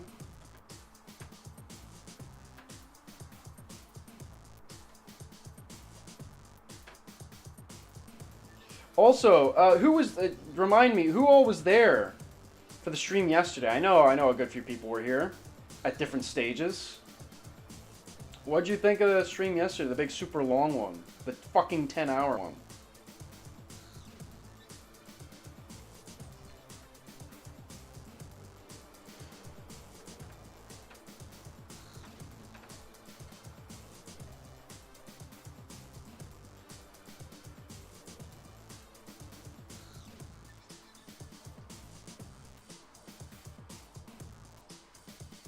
And me not drawing mechs or anything like that, and drawing space ladies. And also, of course, having Mitch on. Mitch, the creator of Store Spinner.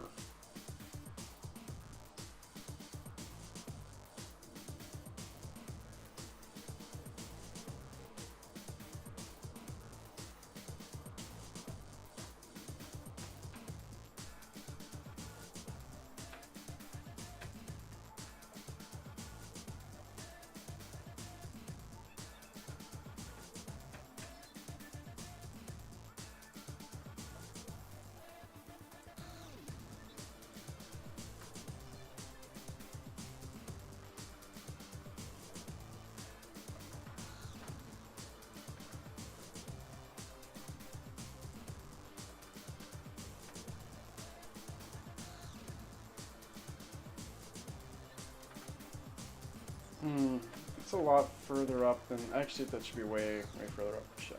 Okay.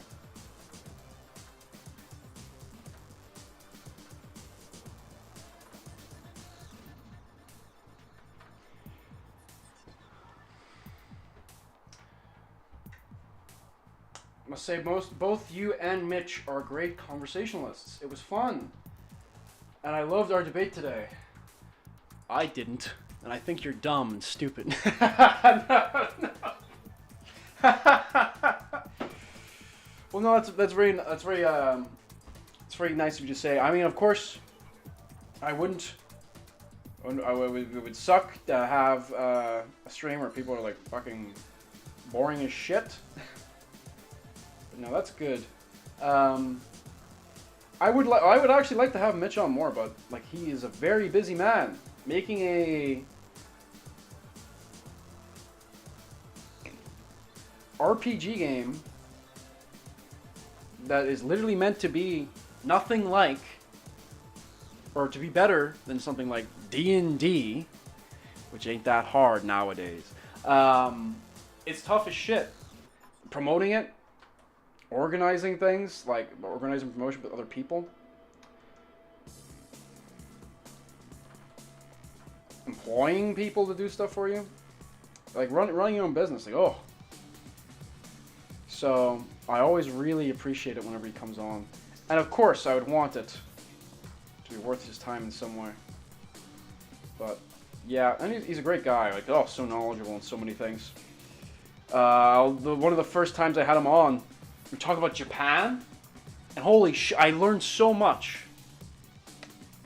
I mean, I'm not even like, I mean, like, sure, I learned a lot because I don't know that much about Japan, really, but especially historically, I don't know much, and finding out about like how it makes sense that they, because I was like, why was their armor the way it was, and then finding out that actually like Japan didn't have access to a lot of metals, so of course they're not going to go hard into heavy armor and thick blades. The blades are going to be thin. They didn't have a lot of metal, so it's like, oh, holy shit. They didn't have an abundant access to like metal, like a fuckload of metal. Finding out about how the introduction of guns changed things up. Like, oh man. Actually, like anytime I think about having him on, I'm like, man, I'd love to talk to him some more about like Japanese shit, or even he knows a good bit about like Chinese history too. And I would be so interested to like hear more about that. But every time I always forget.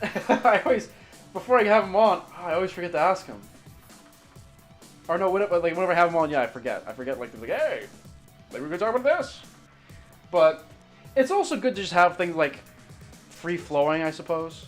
I should next time maybe have it like penciled in. We're talking about the fucking Chinese today, Mitch. Oh, well, I don't really feel like doing that today. Too bad. Too bad. No, it would be like, okay. Okay, whatever you say. Oh.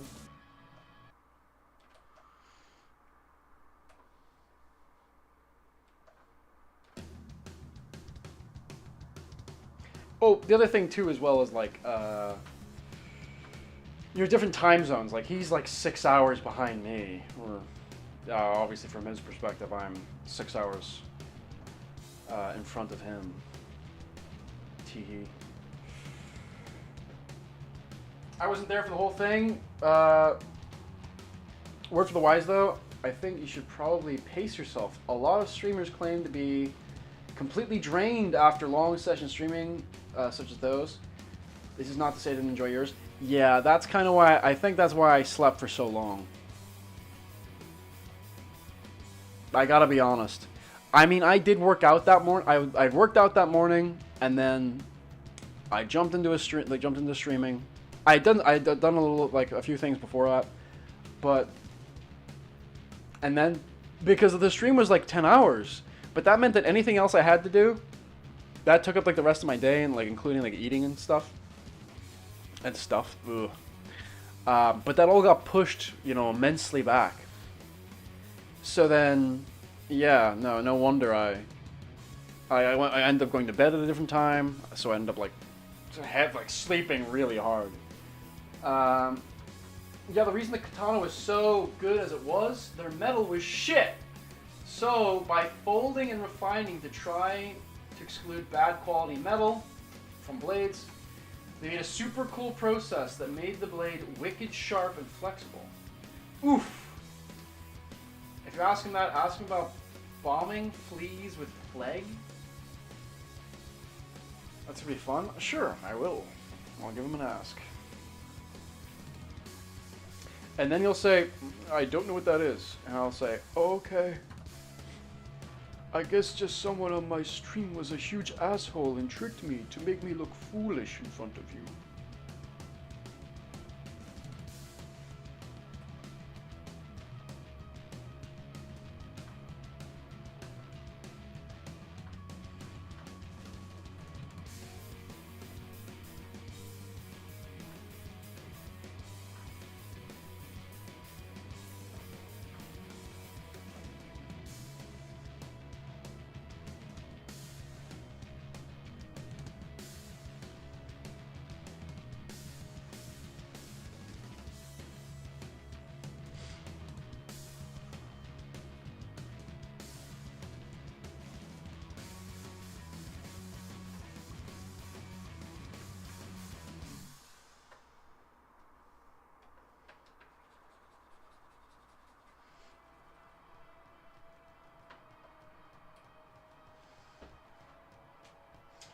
One moment, I'm gonna get some more water.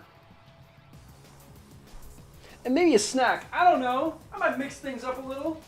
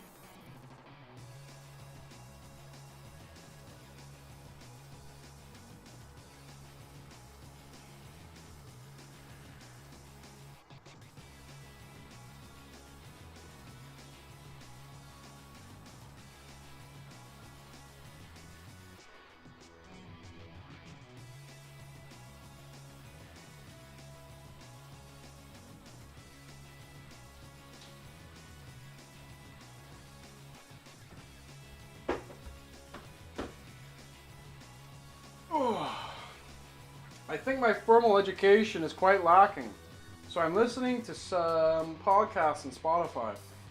They have good ones in classical history. I am, at the very beginning, ancient Greece. But I don't think that particular podcast touches almost at all on Asia, though. But I bet there is a lot of material about them, too. Sure, probably. There's also like books and shit. Maybe a read.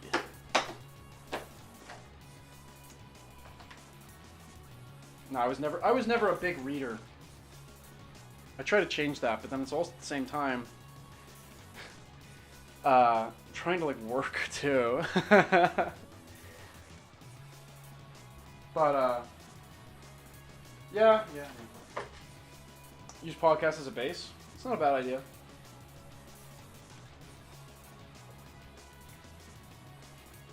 I'm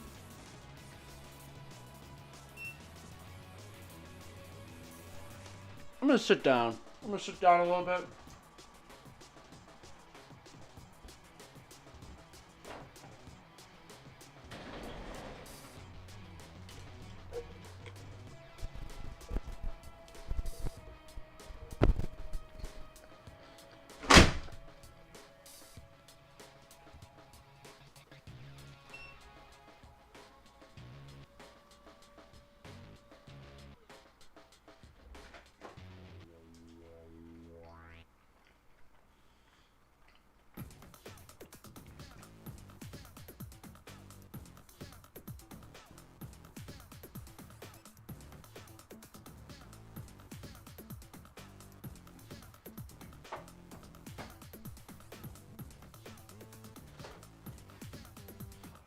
But fuck.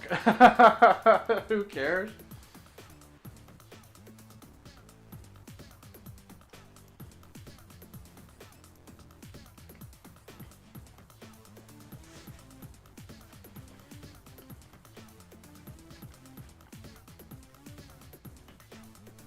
That's kind of understandable.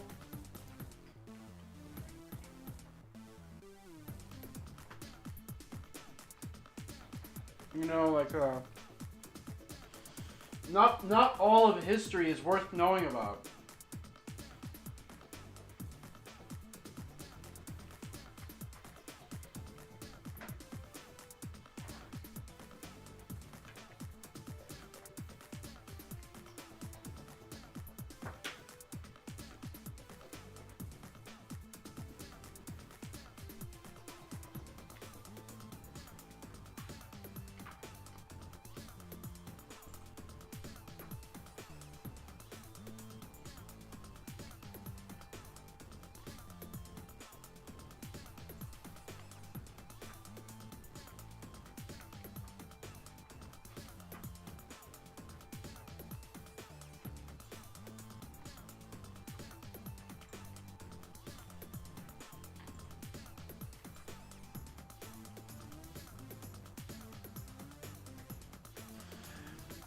Art Fuse, I know you draw. Novus, I know you draw. What have you guys been drawing lately? Or if not drawing, what has been the eye of your interest? The eye of your interest? The interest of your eye. That's what I meant to say. The eye of your interest. That's some Yoda shit. Eye of your interest, that is.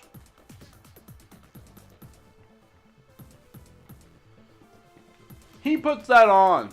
Everybody knows he puts that on. He doesn't fucking really talk like that when he's alone. He puts that on around other people to make him think that, oh, he's so wise. He's so wise and like mystical that he talks in a like strange way. No, that little green booger does that on purpose. Just that he has that kind, just that he comes off that way. Little fucker.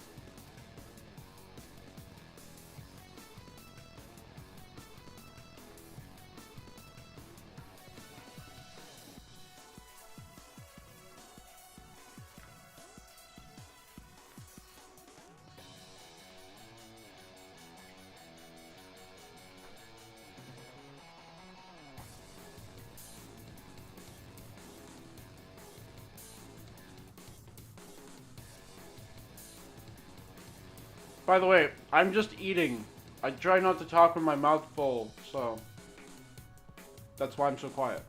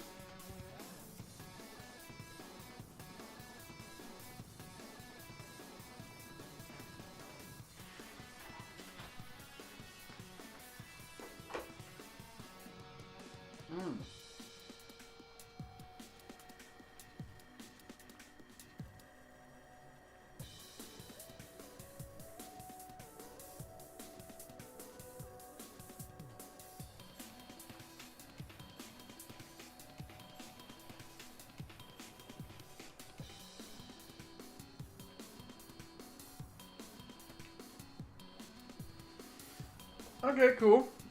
Antagonist with a mech. Whoa.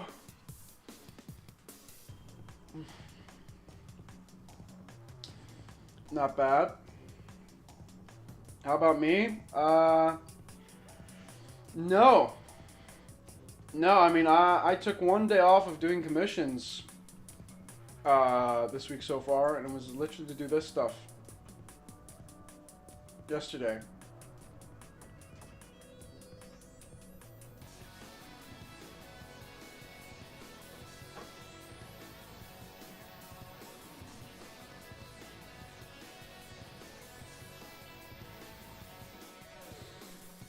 So, personal project wise,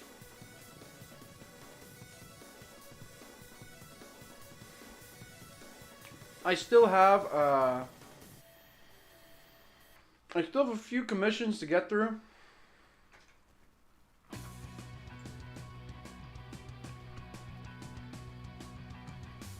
I have this one, another one, started from a while back. And then another one starting next week.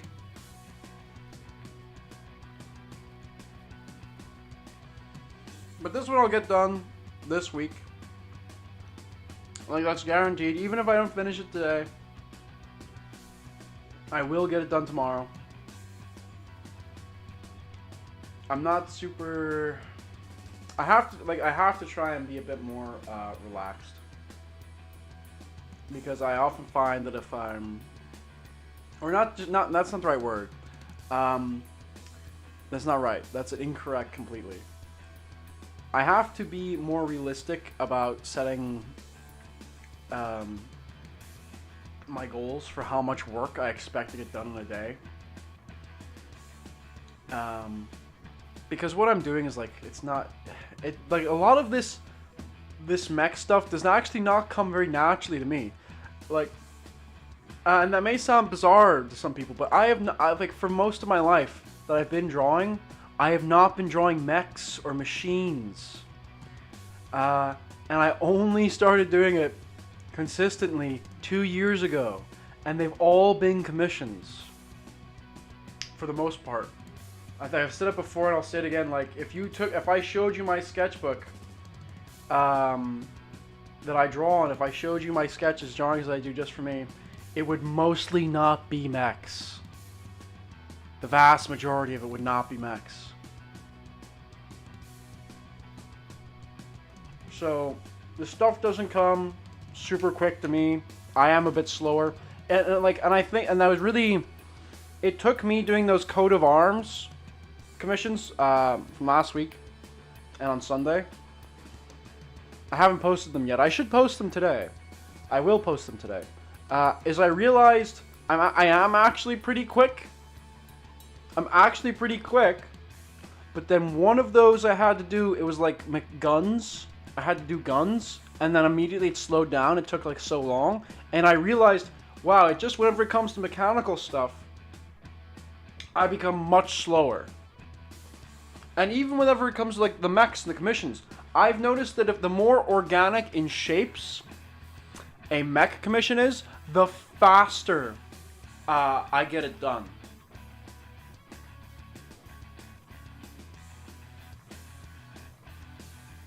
So yeah. I'm kind of sketching. I really need to practice my perspective. So I've been drawing mainly the city I live in. I haven't any socials to share. I'm not close to being anywhere. I'm like really far away from the microphone, so I don't know if you guys heard anything. Whoops, I know you heard that. Sorry. Blew your fucking ears out. Sorry.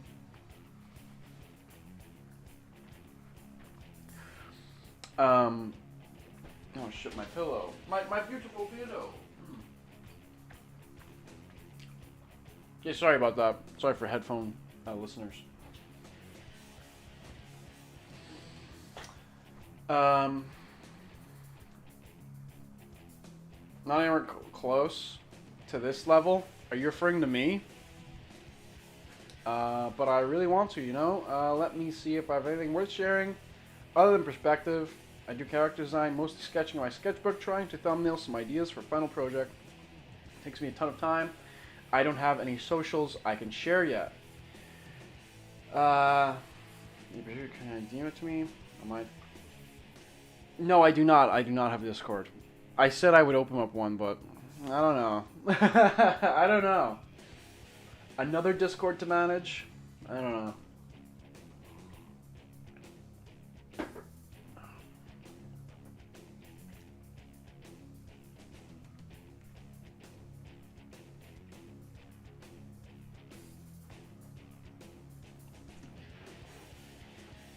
Did you not notice how condescending my sorry was?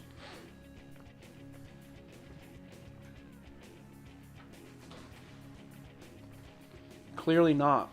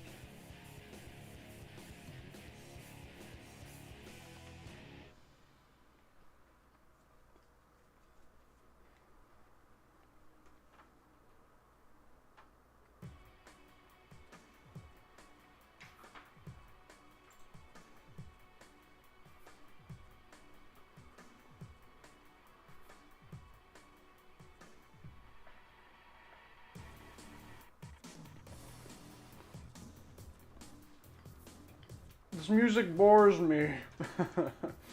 I'm going to change it.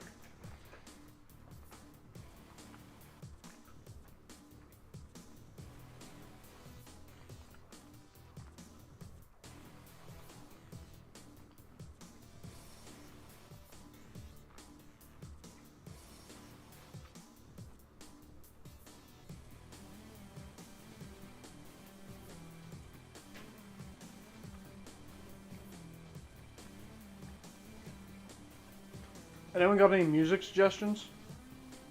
I prefer if it's from a video game.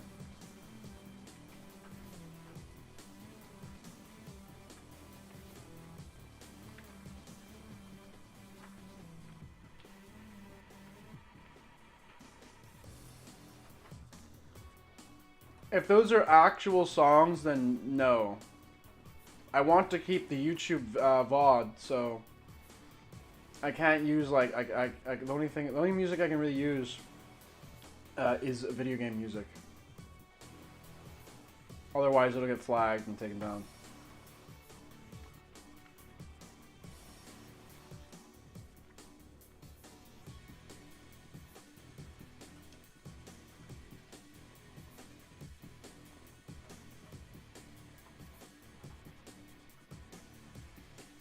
If I wasn't, otherwise I would.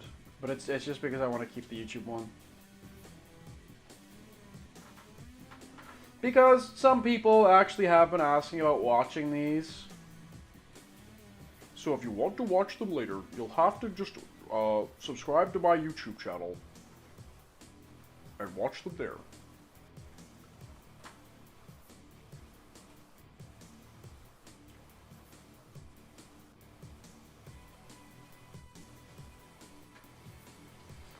Maybe the Ratchet and Clank, it's funky. It is fun. That's true, it is funky.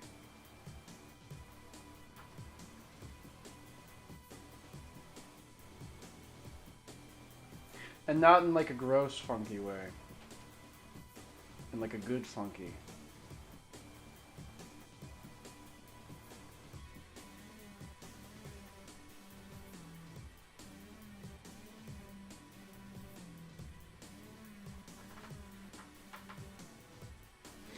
Yeah. Yeah.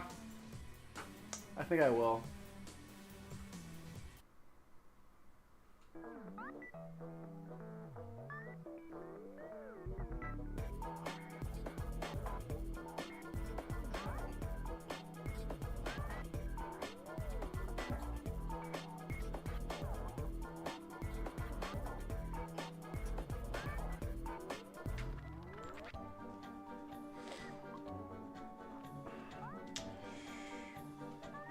Novice, were you the one going, go? Yeah, you were. You were the one going bananas. You were the one going bananas over the Ratchet and Clank I did. You were going gaga.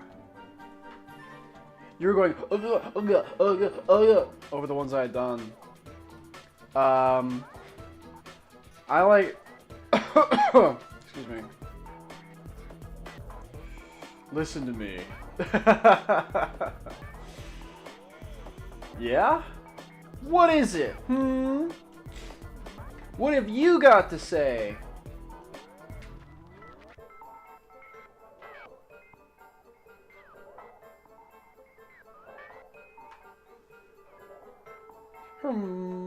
Yes. Nothing it seems. Give him a moment, I'm sure he just is a slow typer. Oh.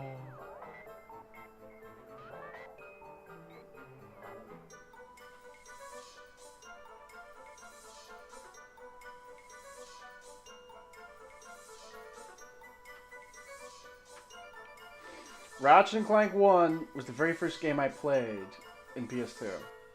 And the very first game I bought with my money. It is an important step in a man's journey. Also, Ratchet made me a furry. Huh? What? You're not... You're... I didn't know you were one of them. Banned.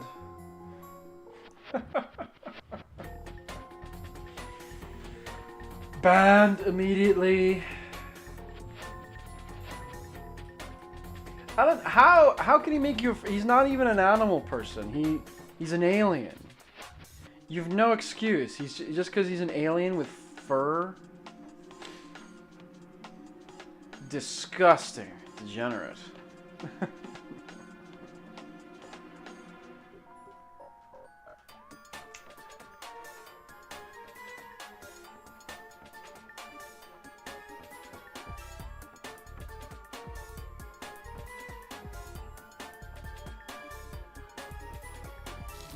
Yeah, get him! Get him! Oh no! This is you! They're fucking mine! Oh, shit!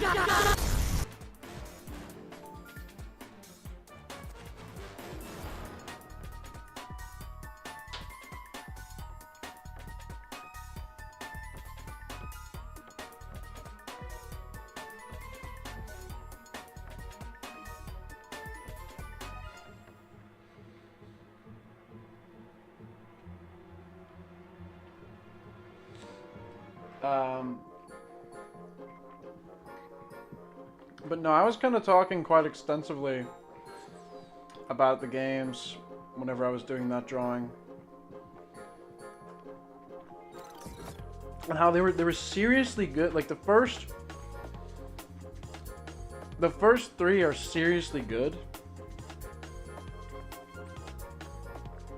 2 might have almost actually been perfect.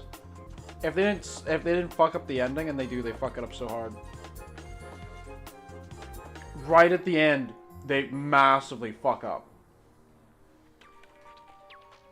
And honestly, it kind of ruins, it nearly ruins the story of the entire, it nearly does. It's so bad.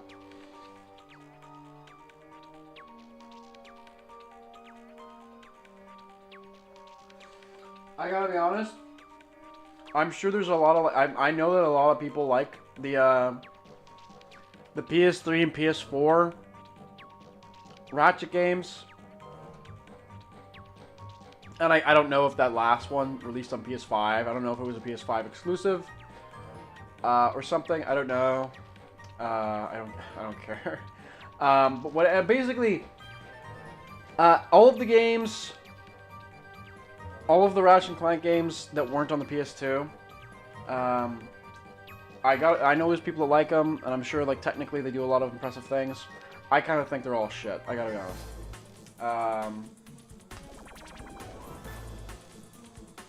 Especially because of what came before. I think by comparison, they are actually shit. And like on their own, like no, okay, yeah, like sure, whatever. By comparison, they actually might be garbage. Because none of them have the things that made the PS2 games so damn good. And the fact that the PS2 games were so damn good. And it's not even to do with like technical things. I'm not saying like, oh, the PS2 games had better graphics or mechanics or... No. Tone and story.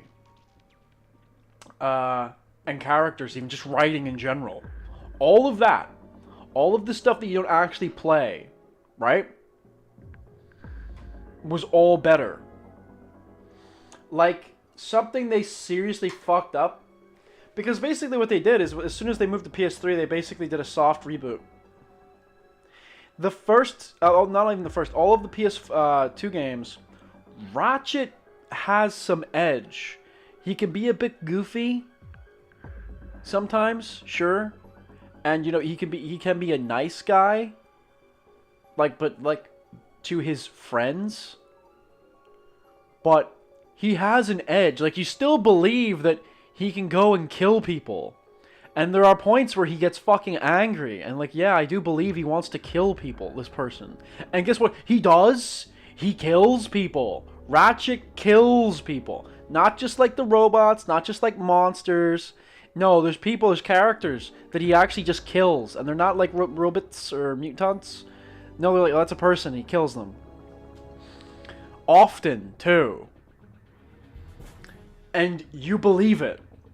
He also has like a story arc. Not just one time, but more than once. The first game he has one with Clank, and they become closer friends. The second game, he gets duped, and he realizes just how easy it is to basically unintentionally work for the bad guy. Oh, my neck. And then in 3, well, he doesn't really have... There isn't really enough in 3, to be honest. But the games, like, that's the thing, the games had edge. Also, like, come on, there was a lot of social commentary in those games, if you go back, especially about companies. Like, it is literally no accident that the first 2 games, the main villain is a businessman. And then they skip out on the 3rd game, right? But if I had to argue, that's because they had to make that game quick. However, once they were then given a little more time, they make the Gladiator game, or also known as Ratchet, what was it, like Dread Zone or Dreadlock or something like that. But basically the game where you play as Ratchet forced into this gladiatorial, like underground gladiator combat show. And guess what? The main villain is once again a businessman. And it wasn't just always like, oh, businessman bad. It was kind of like, it said a lot. There was consumerism. There was like the mentality like of how consumerism is not very good. What it does to people. How in the first game, pretty much like even though you have Drac doing terrible shit, worlds actively under attack, nobody wants to help you unless they get some sort of monetary gain out of it. Clank is the only character doing something that does not benefit him and is for the good of everyone else. And even Ratchet only helps Clank because initially in some way it benefits him. It helps him get off of his planet. Ratchet was no different.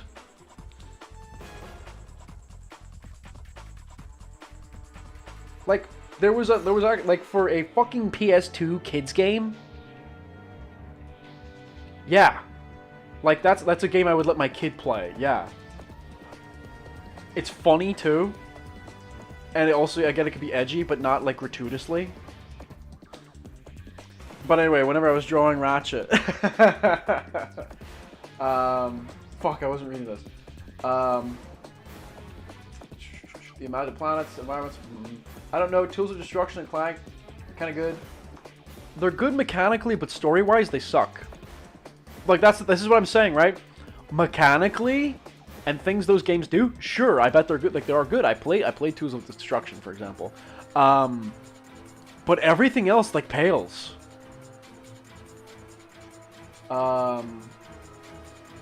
Ratchet does not come off like a guy that could kill in those games. In none of those games, Ratchet comes off like a guy that could kill. In each game, they make him, like, softer and softer and softer.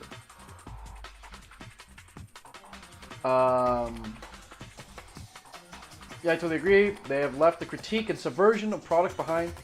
Yep, exact thing. Is the Shadow to Clank's Sonic? Holy shit. I don't know.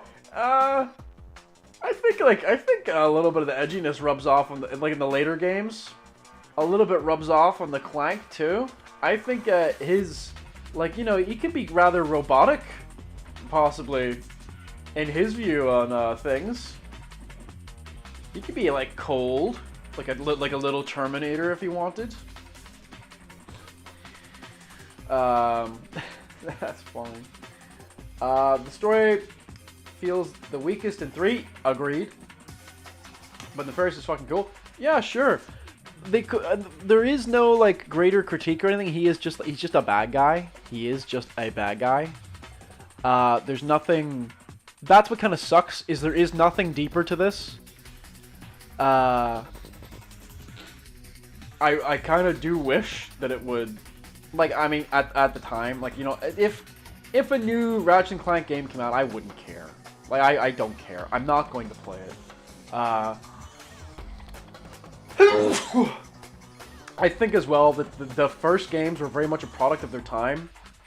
I feel like in the early 2000s, in the late 90s, the early 2000s to mid 2000s, that was the best time to be a video game studio, because you could almost do whatever you want.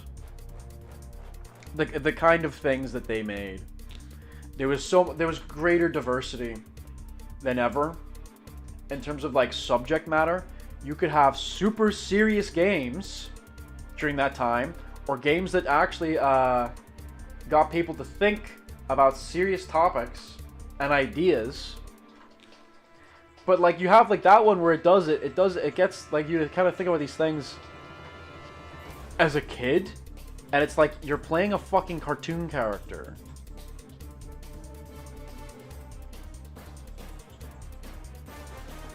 I don't want to hold it up like it was this amazing thing and everyone should play it or anything like that.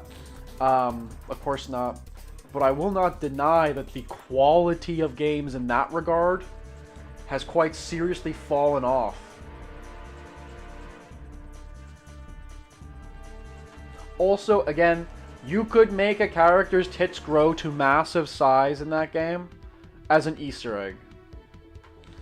If anybody did that now, people would be calling for their jobs.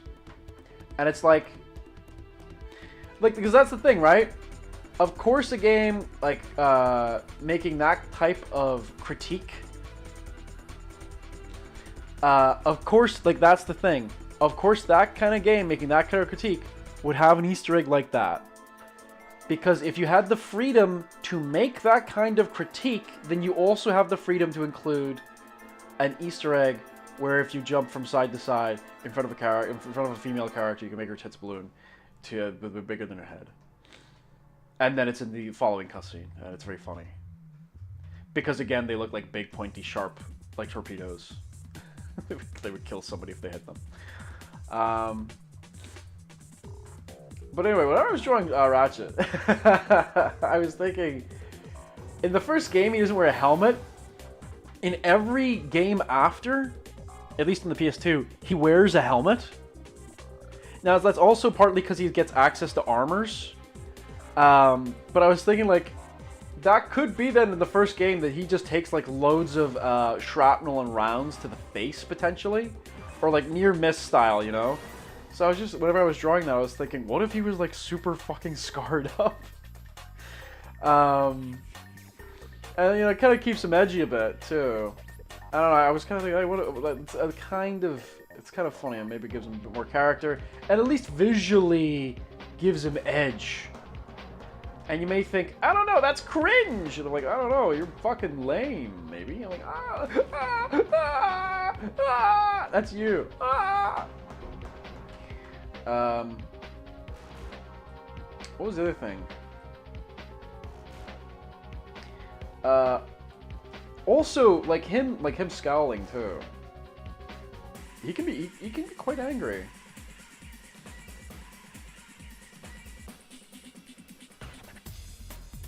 A lot of people like this is the other thing, because him being so soft, like that's how a lot of people remember him. Like how he is now, like the recentness of him, right? Being pretty friendly looking.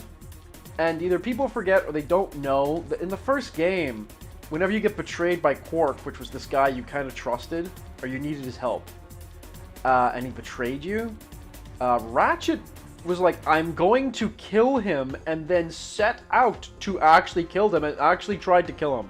It is only by like luck or chance that he lived. And then is in such a pathetic state when Ratchet finds him that like and sees like just how pathetic he is. He's like, well, there's no need. And also, it was only after Ratchet did that Clank could get him to see his way, and that they should help people. So literally only after his bloodlust was sated. So yes, he could be like an angry, scary guy, and he could be, because again, he kills like hundreds of people. I do think though that also makes it kind of funny because he's another character trait where he kind of fumbles with women. Like any ladies in the games, like he always like he likes the ladies. He's a ladies' man, but he's also like kind of a nerd, and like he clearly doesn't know exactly how to talk to women. But it doesn't matter. Like, it doesn't matter because women like him so much, because of course they do. He saved the fucking galaxy twice. He saved 2 different galaxies. And he saved one galaxy twice. So that's technically like 3 galaxies saved, alright? So like they don't care. It was weird that they took her out, but you know what? I would chalk it up to they didn't have enough time. That's what I would chalk it up to. Because again, the 3rd game was rushed. People actually thought that they were going to lose their jobs the day it was coming out. There's like there's like you can do like the developer commentary, and they literally say the day before the game was coming out, the people were crying in the studio because they thought because to them the game was in an unfinished state. And it was. It lacks a serious amount of polish the other games had. On top of that as well, there was, like a lot of people don't even know, there was some major sections cut out for time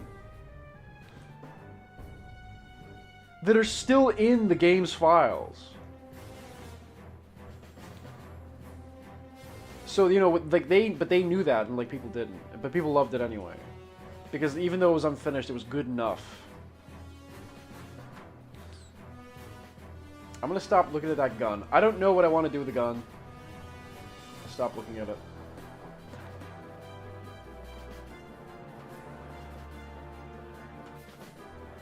You had no idea? Well, yeah, there is the developer commentary. You could have a little listen. But yeah, he's too good. He's too cool. All the women want to fuck him, or want to be fucked by him. Of course they do. Because even though he's a little nerdy and comes off a little awkward, he's a killer. He is a fucking killer. And women love killers. And also, I just gave him Needler just because I wanted to. I was like, yeah, cool. Needler. Needlore. Needlore for you, Ratchet. What was the other thing? Oh yeah, I remember I was talking about like what sex, like there are characters like that know what sex is, and you know like Ratchet, he knows. He knows what sex is.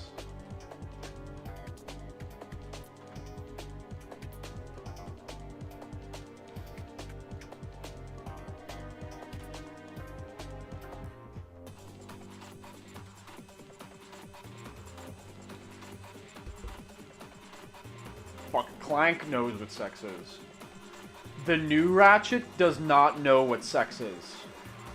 That's why he can never fuck his female counterpart in that new game. He does not know what sex is. And then Talwyn comes in and meh, not a fan of her. Was that the one from the third game? The one the one you work with? He's like head of the Galactic Rangers. Actually, do you remember at the end of 2? Do I remember at the end of 2? It's a bit, memory's a bit fuzzy.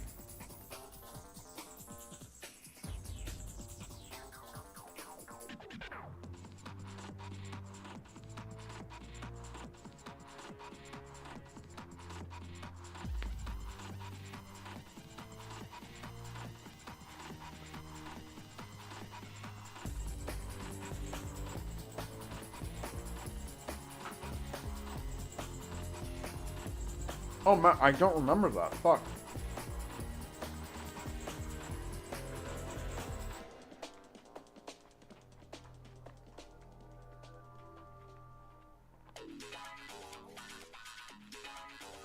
I should look at that. That's the other thing. Because those games could be a bit more edgy, they could also be a bit more funny. I mean, not that they could be a bit more funny, but like the potential to be funny, there was more of it. Whenever you have like basically the newer games, which are like for kids and they're very soft and they're very kiddie, because they are, let's face it, they are. They're also less funny. There are less jokes. Like, for fuck's sake, like, even with the remake one that was a tie-in with the movie, which is, like, and again, it's a remake of the first game, effectively. Oh, excuse me. They do the plumber thing, where you meet the plumber. And you know, the first time Ratchet sees him, he's like, oh, look, plumber's crack. And it's because they're showing his like big fat ass. But then in the remake one, they show his big fat ass, but there's no comment or anything like that. And also it's funny because the guy like turns around and is like, "What'd you say?" And oh, the plumber's back. And like that's also kind of like a bit more characterization, like or that like yeah, of Ratchet. Like he can make fun of people. Like, he'll make fun of people at other people's expense. And that doesn't exist, that does not exist with, like, the newer one. And it's not that it's like, oh, it's just a different kind of Ratchet or something like that. I'd say it's, like, detrimental, because he literally has less character. Like, he just wants to do good things. He's like, I just want to do good things, and I just want to help people, and me and Clank are like best friends now. Whereas, they have fucking fights in their games. In both 1 and 2, both of the characters fight and have serious disagreements. And again, Ratchet started out as totally self-centered and did not care about anyone else, and only pairs up with Clank because he needs Clank to help fly the ships to get away.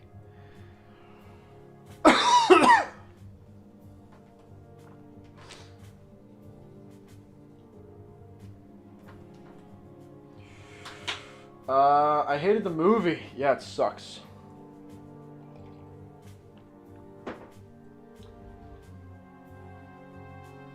I'll open up the cinematic now. Alright. May as well. Today's kind of a write-off. The fact that I got this much done today is a rather impressive.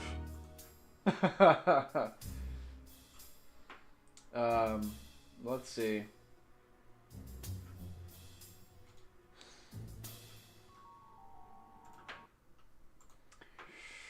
Ratchet and Clank 2. What? Would it be post credits?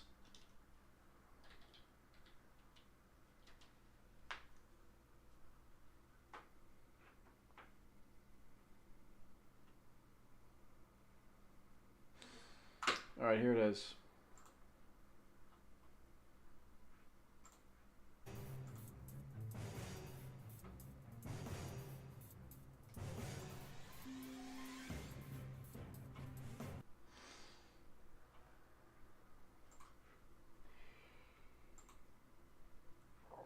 Whoops, I closed it. Whoopsie. Whoopsie doodle, I closed it. Oops.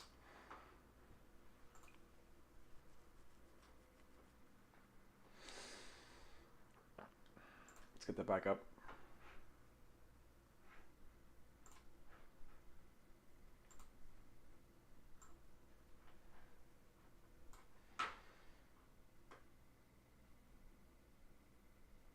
But yeah, they had some great chances with the next one. No jokes, but edginess with the new Nefarious, like in the last one, Nefarious kills like 50 people within the first minute of being on screen, and then he is useless for the remaining of the game. Yeah. Because they're going to set up the next one, which they didn't. Because they didn't make a next one that had anything to do with the total reboot.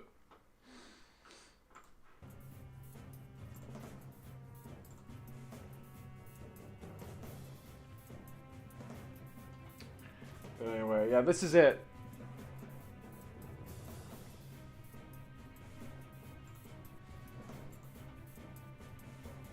Cock and ball torture, Quark.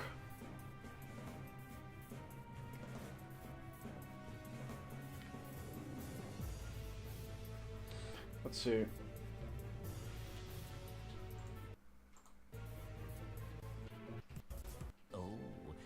What?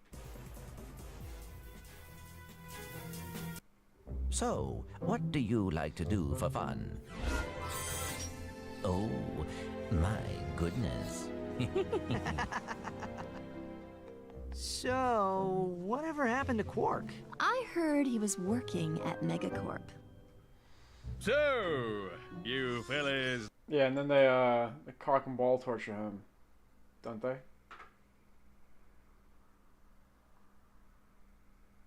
Yeah. It's like there. So you tested this, right? Oh, wait, that's why I'm here. Oh, one more thing.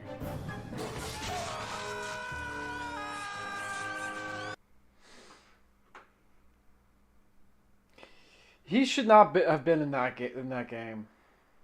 That just shouldn't have been a thing. It should have just been Fizzwidget, and you like he gets tested because like that's the thing. Like Fizzwidget was not Quark, and Quark was not Fizzwidget. Like no. The idea that Quark went off to another galaxy and killed. I guess he killed him, or no, he captured him and did this. It doesn't undo like what the game was building up to. That Megacorp is actually evil. It is evil. Only Ratchet has been basically duped into working for a guy that's not that different from executive, whatever his fucking name was. I don't know. The guy from the first one. I forget what he's called. That's what the game was meant to be about, right? And in the end, you realize, oh yeah, he is evil. Megacorp is evil. Throughout the game, they've been showing like fucking terrible things that Megacorp has done. And then just for the end, to be like, actually no, it was this guy all along. What? Terrible, terrible decision. And then it would have been like ironic. It would have been ironic justice to make Fizzwidget the head of Megacorp, and all of the, and you know, like the direct reason that Megacorp does all the things it does, including the terrible things, must now undergo like the tests and the experiments. Like that would have been like what is it, poetic irony or something? I forget what it's called. It would have made sense. It would have made more sense. They don't do that though, because they fuck it up, and that's what prevents that game from being like almost perfect. At least story-wise. But yeah, haha, sex. Fun fact. For Quark, it's the same on for Darth Vader.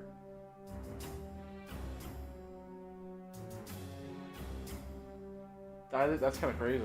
That is kind of crazy. I didn't know that.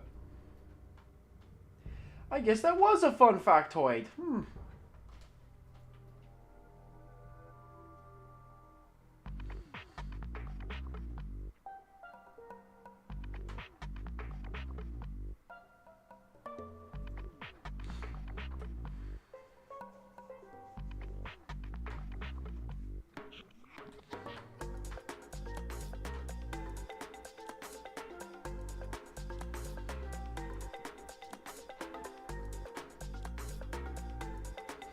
I don't know what this is.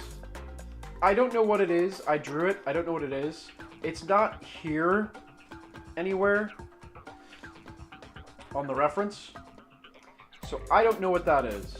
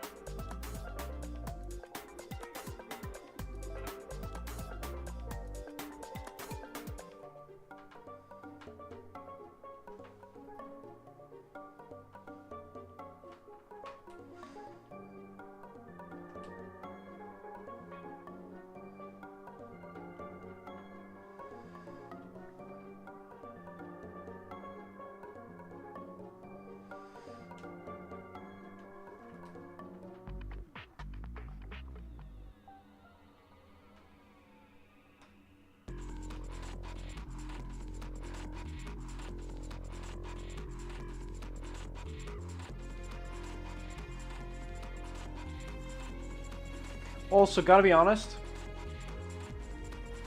as far as I'm aware, the music from the PS2 games absolutely demolishes anything that came out after.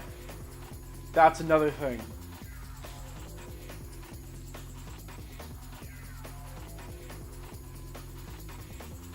Like, it's no contest.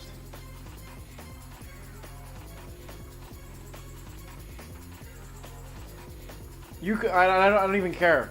I haven't even listened to them all. I don't give a shit. You could be like, oh, but this is pretty good, and show it to me, and I'm like, oh, no, it's garbage. And I don't like, you can't say that if you don't know. It's like, I don't know, I just know. I just know. Shut up. I just know. I just know it's not gonna be good.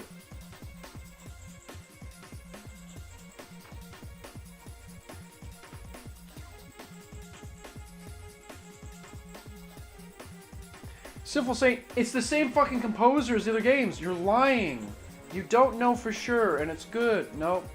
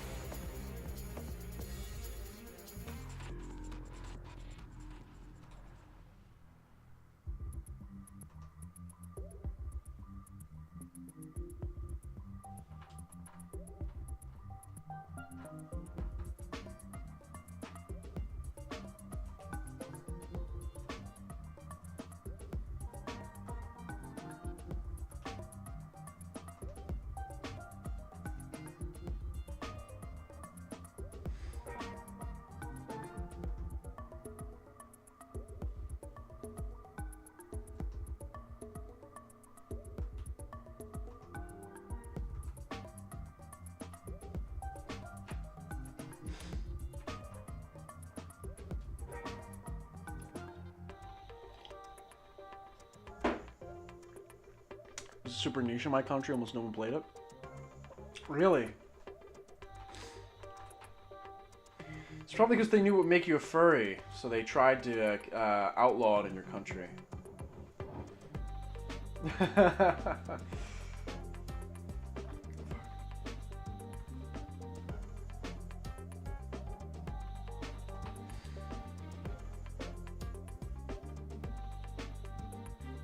They knew. They were like, oh no, this shit will make kids want to fuck him. Who? The character. We cannot let this happen.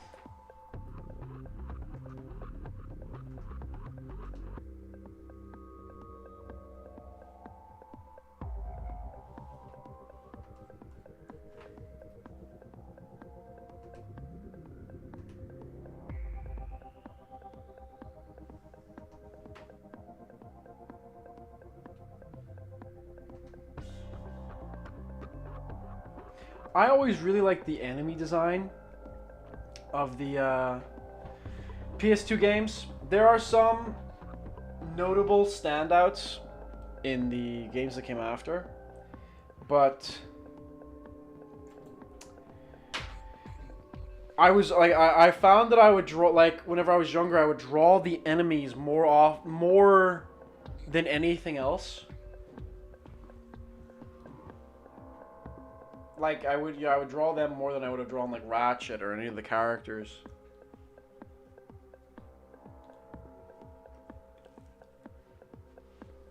I thought they were so cool. And in the second game, something I particularly liked was that, like with certain enemies, as you damage them, parts come off of them. Usually it was just armor. But then there was like the Megacorp troopers where you could blow off their heads or arms and then eventually their torso entirely. I was like, that is cool as fuck. Because I had never played a game where like it had anything like that. So seeing like parts of the model come off was super cool to me. Of course, you know, if I had played like a different game, like, because that's not to say like it was the first one to do that or anything, but it was the first time I had played a game that did something like that.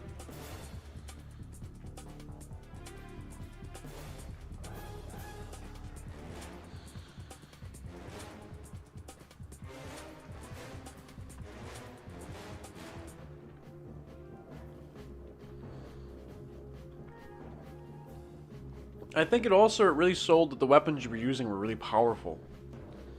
You know, the gun you're firing is strong if it blows the guy's clothes off of him.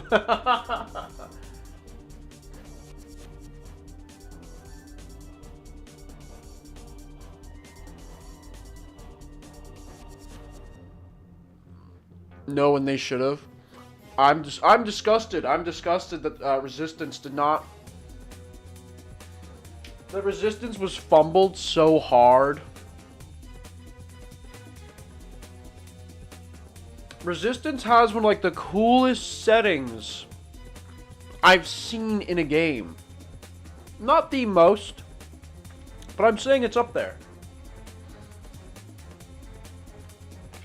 And like, there was things where you could shoot the Chimera hybrids in their packs. And the tubes, like the tubes would like break and go, you know, and like would flail around. But I believe it was only until the third game that they made their cooling tanks a weak point, a weak spot. But something that they do that's retarded is that if you destroyed them, they would blow up shortly after, and that doesn't make any sense. They shouldn't blow up. The idea is that like those things are to cool them down. So it should have been something like maybe they start to like yeah, they freak out. But they shouldn't die right away. But like having them like freaking out and stuff, like I get it game mechanically, hitting a weak point and then like an enemy dying instantly. But contextually it didn't make any sense. Like, why would they blow up? But that was only added in like the third game. The first game did well enough that it got a sequel, and then they fumbled the sequel so hard that it took ages for a third game to get made. But at that point, like, they just messed up too much. Too much damage had been done with the second game. It didn't matter how good the third game was. And it also didn't matter how bad it was. It didn't matter.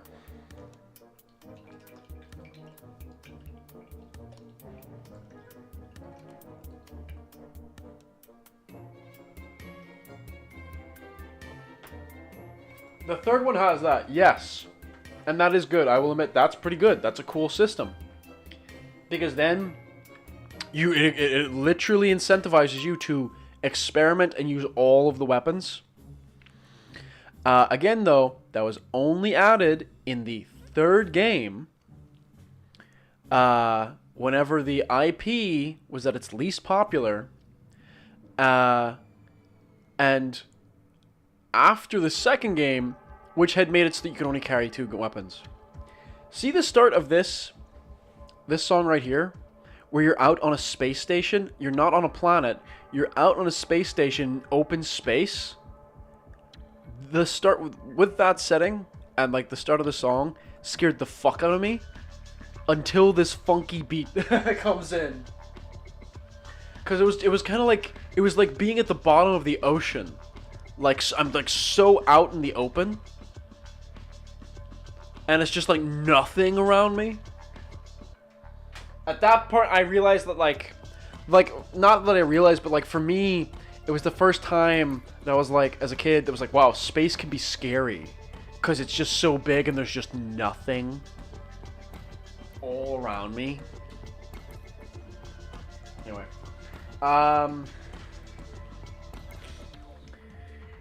but yeah, no, Resistance could have been genuinely a really cool series, but and they from what I've heard, from what I've read, they tried really hard to get a Resistance 4 made, but it's not. It's, as far as I'm aware, it's not happening.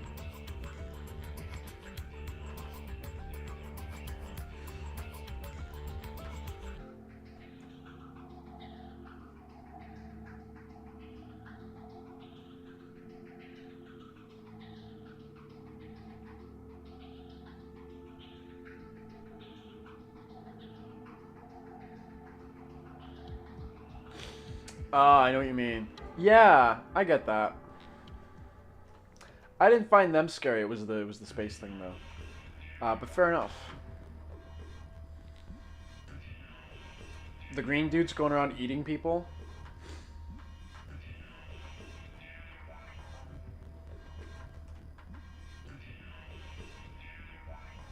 Also, whenever you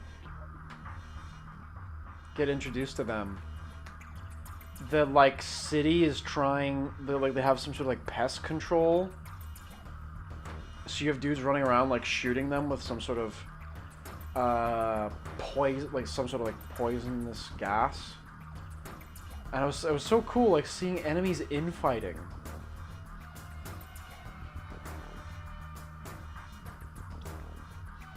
Like that was a totally new thing for me. I hadn't seen that in games before.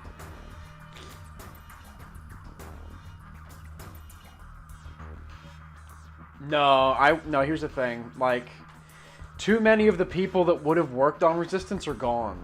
That's what you have to think about.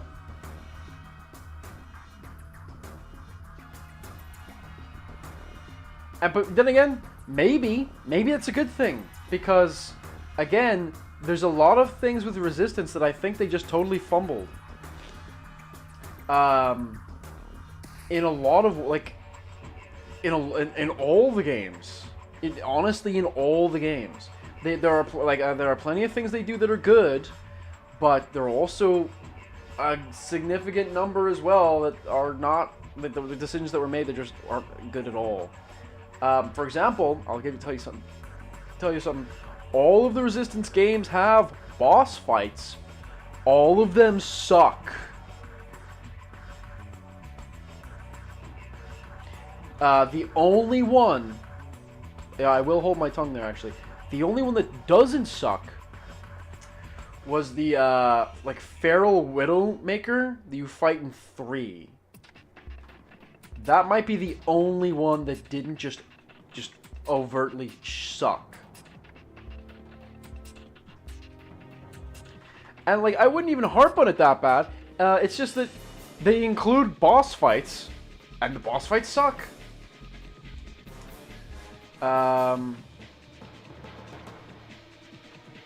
The Chimera are genuinely an interesting enemy to fight, but they don't make enough. Not that they don't make enough. They don't do enough with them to make them What's the right... How do I properly explain what I'm trying to say?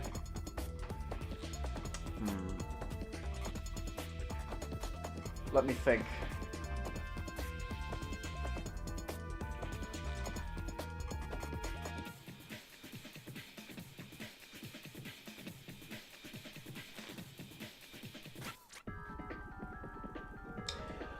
It's kind of like the Chimera lack what the Covenant has.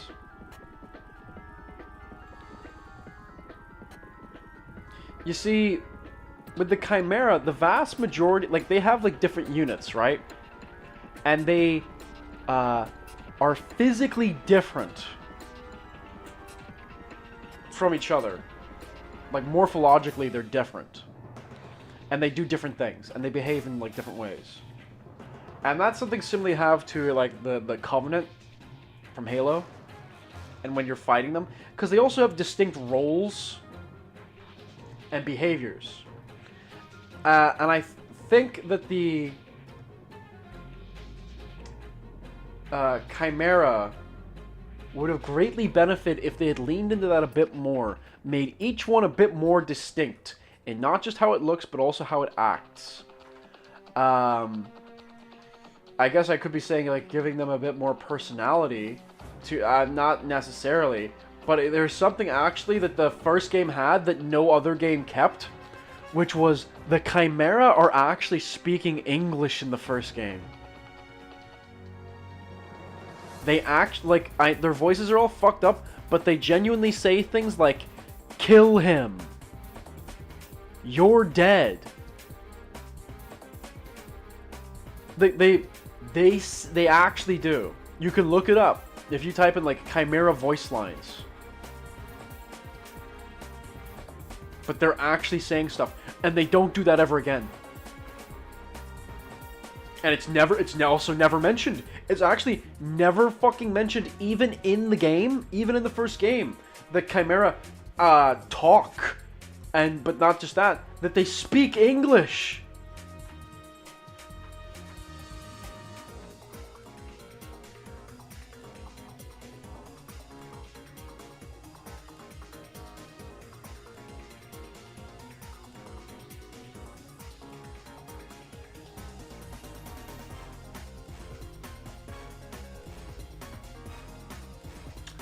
It depends on, like, how, like, well, I mean, it would be a lot of money, but let's, you know, let's play around with this.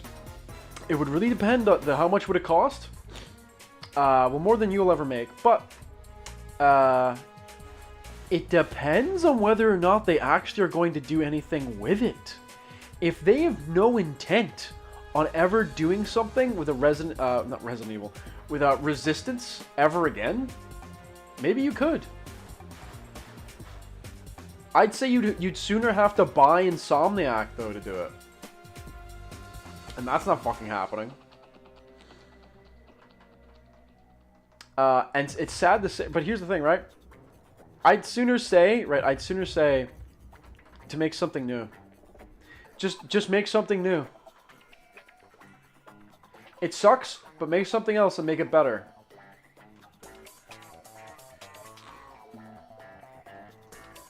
Like, yeah, there was a lot of cool ideas too. Like, the first game had asymmetrical multiplayer, where a lot of people don't even know that, because a lot of people didn't play it.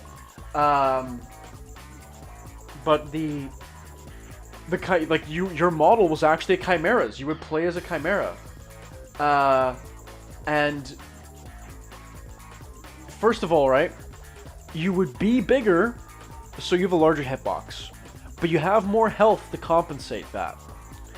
But also, you can, like, activate you have an ability that lets you, I guess the idea is, like, it's heightening your senses. Or something like that. That lets you see where enemy players are, to a certain degree. However, if you do it for, like, too long, you, like, lose health. Or you can't heal. You can't, like, the idea is, like, the Chimera naturally heal. You can't naturally heal or something while you do it. I forget exactly. But, like, that's kind of like okay, that's kind of interesting. Like having asymmetrical multiplayer. I like that. I like that idea. I liked that with Halo. Yeah, you could be an elite, and a lot of people don't know this, but elites actually like have faster movement speed than Spartans. And whenever their shields go down, they have a little more health as well. But you wouldn't fucking know that, because the last time you could play as an elite on Halo multiplayer was in Halo 2 Anniversary, which is exclusive to the Master Chief Collection.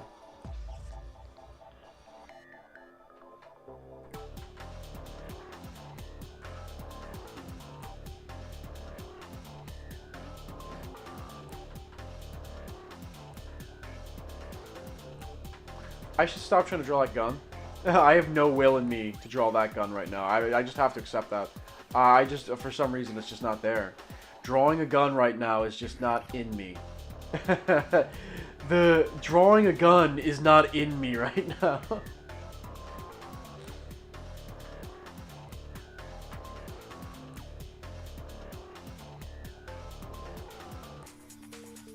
Oh, Halo Infinite is atrocious. Here's the truth. Like, people don't. I'm gonna be honest. In terms of the games, nobody really cares or should care. Sure, I can't say nobody really cares. Yeah, there's some people that care. Nobody should care about Halo games, new ones, anymore. They're not going to be good. And even at this point, I don't want there to be more Halo games. Like, the time to have good Halo games, for good Halo games to be new Halo games to be coming out, is gone. It's over. I'm more interested in the fan-made stuff. I'm more interested in mods that people are making. I'm more interested in comics and series set in the Halo universe that people are making as fans, because officially, like to any official capacity, like Halo being made by the people that, you know, they're like, we're the people that make Halo. I have no trust in them to make anything good. Ever. Because they fundamentally don't know what Halo is. And especially at this point, I don't blame them. Because they have literally muddied up what Halo actually is, to the point where current, like, newer fans don't really know what Halo is anymore. The idea of Halo that they have is so abstractly, like, it's so abstract and so also completely different from older fans. That's also why there's, like, so much conflict, I should say, because that's kind of what it is. Within, like, sure, there's always conflict in fandoms, but I mean, like, Halo's is particularly bad. Because, again, as well, the newer stuff changes, just flat out changes shit. I've seen so many times, I'm not even part of it. I usually don't give a fuck. I don't care. I'm not really part of any fandoms. I'm not.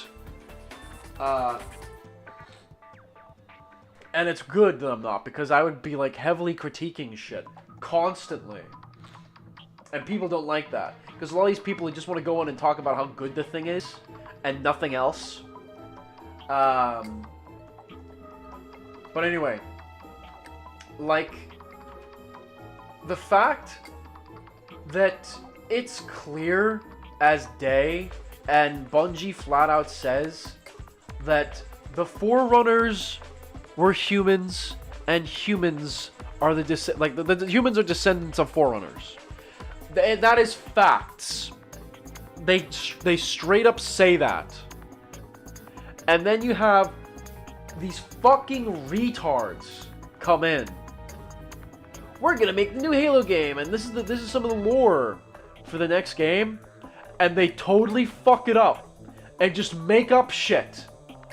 They just completely make up shit and think that somehow it works. Like it doesn't, like it's not a retcon. Like that's the thing, you have people trying to justify it and say it's not a retcon, when first of all, it is, but also, like have you seen this? Before I get into this anymore, do you know what I'm talking about? This lore change? That humans are not the descendants of Forerunners? Because this is seriously important.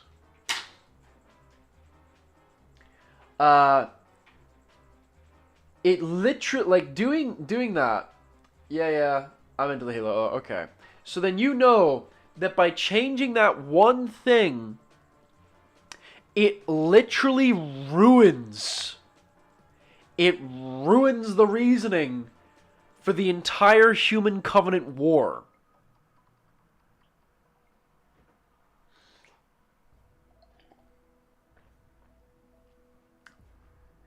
You see, what they did is they actually changed it and made it that there was ancient humans and also the Forerunners at the same time. That's what the lore change was. And that fundamentally makes it so that the Human Covenant War makes no sense. The whole reason that the Human Covenant War happens is because the existence of humans threatens the hierarchy of the Covenant. Literally because the ancient aliens that they've been worshipping, dead aliens that they've been worshipping, right? The bedrock of what their religion is, the worship of these aliens, you have their living descendants. They're here, they're alive. And that threatens the power that the Covenant hierarchy has. Because if the living descendants of your gods are actually alive and here, then guess what that means? That means you're not in charge anymore. It threatened everything. So that is why they were like, oh, well, we can't let anybody know, and we have to wipe out the human beings so completely. It's also the main reason that, like, fucking so much, like, that humans are actually needed to fire the rings. That's why. It is because humans are needed to do it. Because they are the descendants. There is a reason that the portal to the Ark, the thing that makes the fucking rings, is on Earth. It's not coincidental.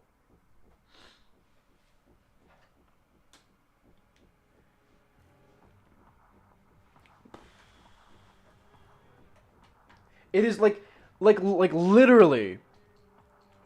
And what sucks is that, like, if you grab somebody who is like a fan of the change,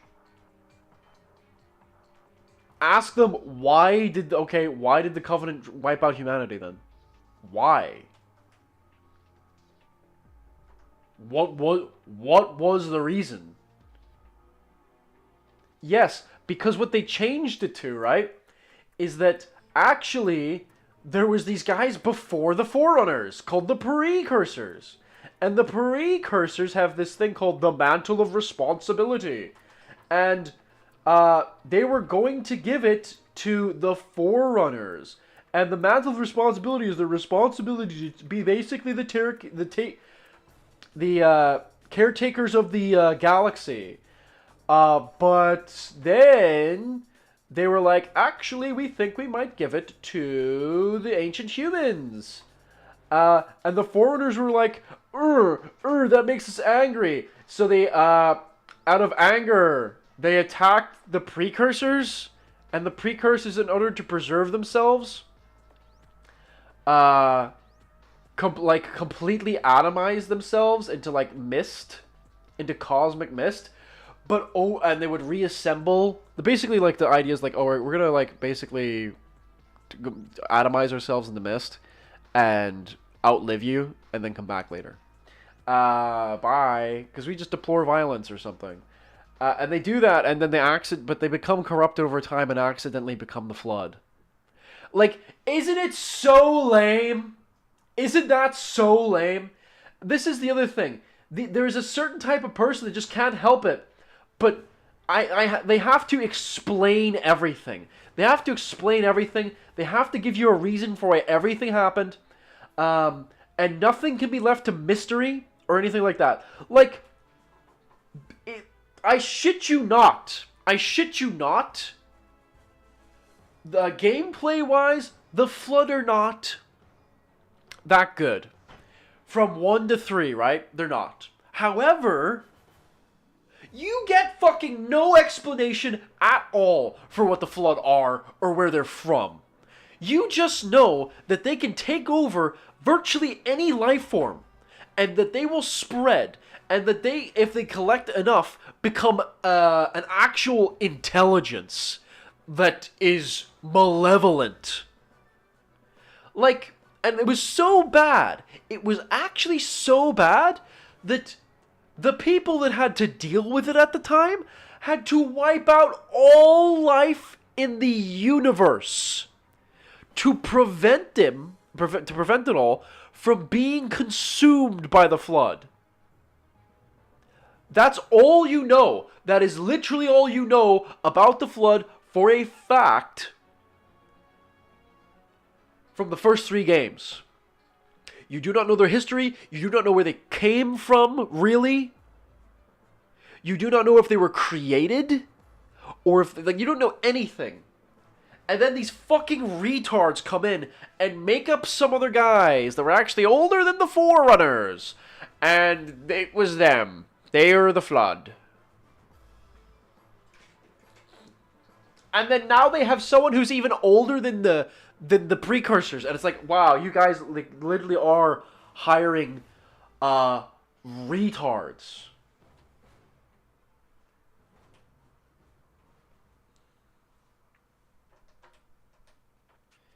This is the other thing, right? This is what sucks.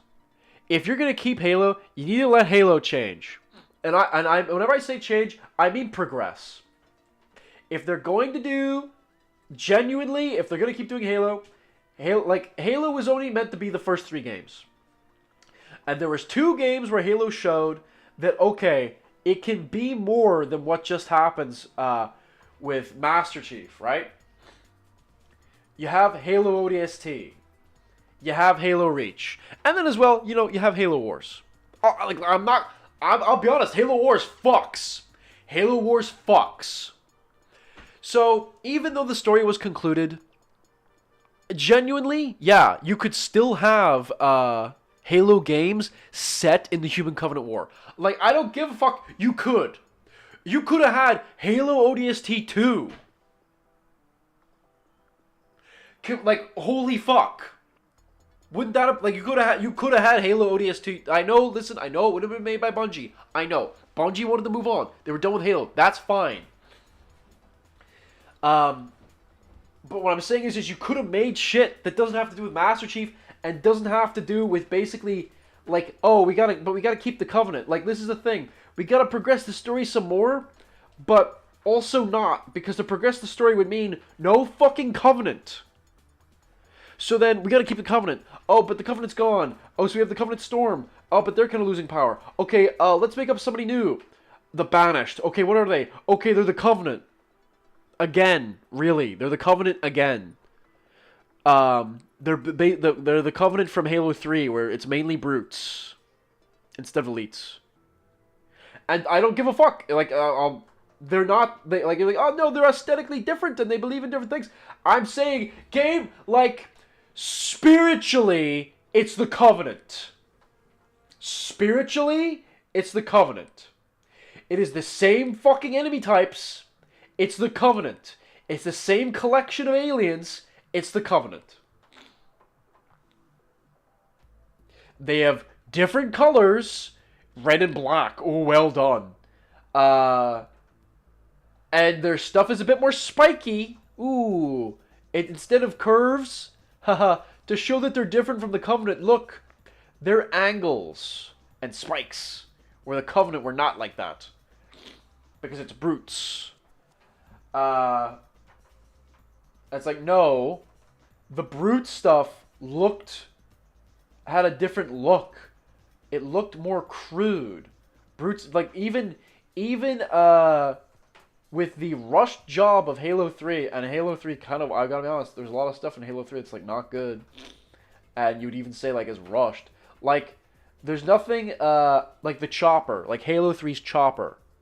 It stands out right away. Like, it doesn't appear at first like a Covenant vehicle. Same with the Prowler. There's nothing about the Banish that screams like Brute in that same way. Anyway. Wait, that they've introduced time travel? What? Wait, seriously? There's time travel? What does it matter? You know what? I don't care. I do not give a shit. Whatever, I don't care. Fuck it.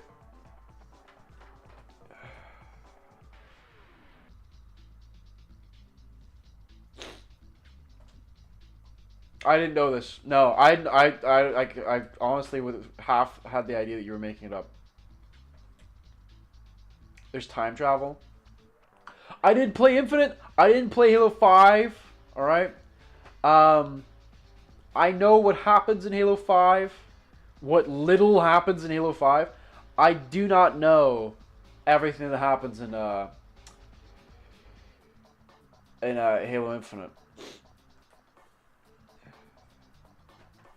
So no, I did not know there was time travel. Is there really? Do you time travel? Like, do you time travel in it?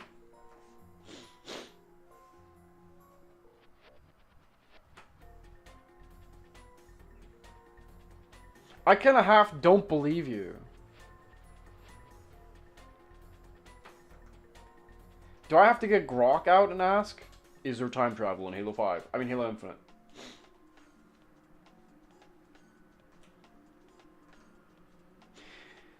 They also, like, fuck up the Forerunner aesthetic. I gotta be honest, that's another thing. The, 343 absolutely ruined, and I do mean ruined, the aesthetics of Halo. For everyone. For the UNSC, for the Covenant, for the Forerunners. They ruin it. And it all looks worse. Not because of, like, quality or anything. Like, no. They fuck up the aesthetics so hard. It's insane. It's insane that it happened. It's insane that it continued to happen. And it's so bad that you have... The fact that you have people now being like, oh, now it looks good. And it's like, no. It just doesn't look as shit. Learn the difference.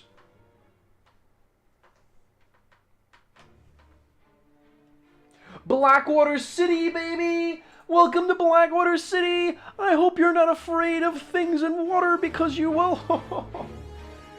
You're gonna be pissing your pants here on this level.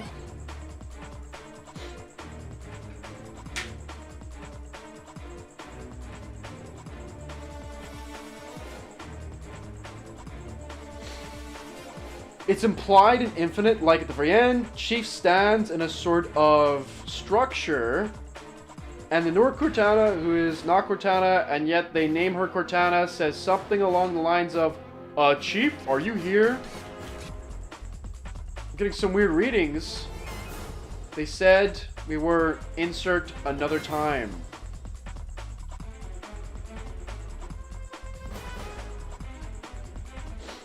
It's like pretty not intense isn't the right word, but kind of with like the orchestra, the violins. Yeah. Also, like, where you start, too. You just start out, like, in the water. You don't start out in the city. You start out outside the city in the, kind of in the ocean.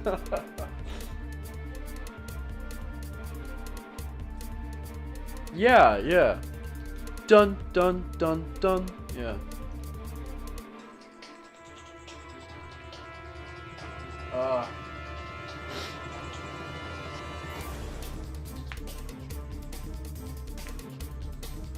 I'm gonna open a window. It's getting a little stuffy in here. But you didn't drown. You were always, if you went in the water, you got eaten. Oh, but no, you could. There was sections where yes, you had to dive underwater and swim, and yeah, you could run out of air and drown. That's true. Yeah.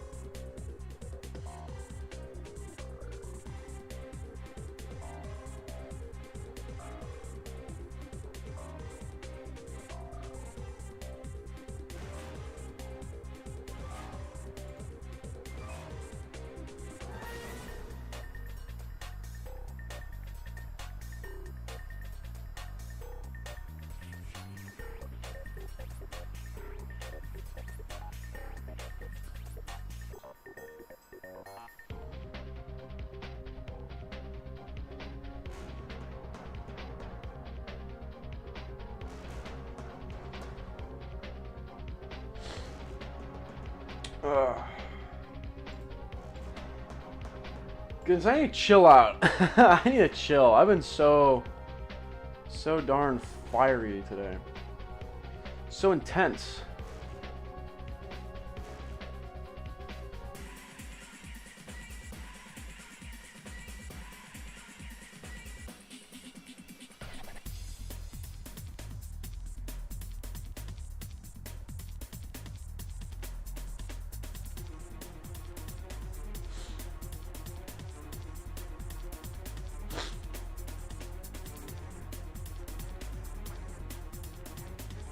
Yeah, because he really does struggle, doesn't he? He goes, he actually makes like a sound like, oh fuck, he's drowning. Oh fuck, Ratchet's dead.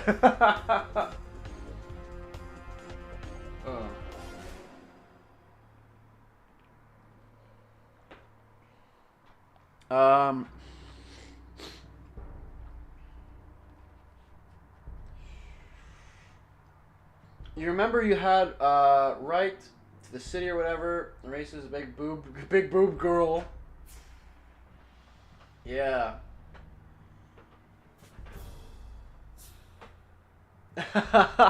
yeah, because I was thinking like, yeah. That's how he goes. That's how he dies.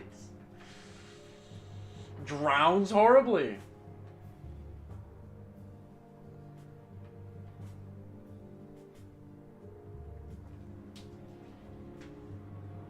Oh shit, the nib just fell out and rolled under my desk with all of the millions of fucking cables and wires. There it is. And you get new nibs. Then I just lost all my money to bills. The nib is the tip of the stylus. I don't know. It just falls out very easily on this pen. I don't know if it's just like from use. Maybe I need a new pen. I mean, I definitely need new nibs, but I borrowed someone else's pen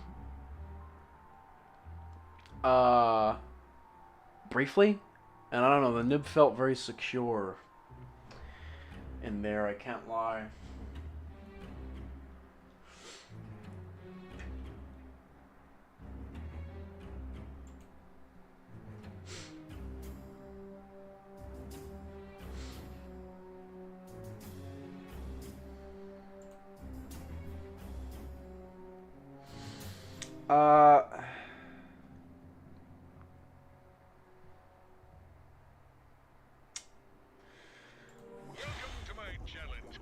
Oh yeah. Chance to prove yourself strong and brave, like me. Conquer it, and you'll join in my fight against evil. Haven't we done enough already? What? I can't hear you. I said, haven't we done Sorry, still having trouble. Tell me later. later? We might be dead by then.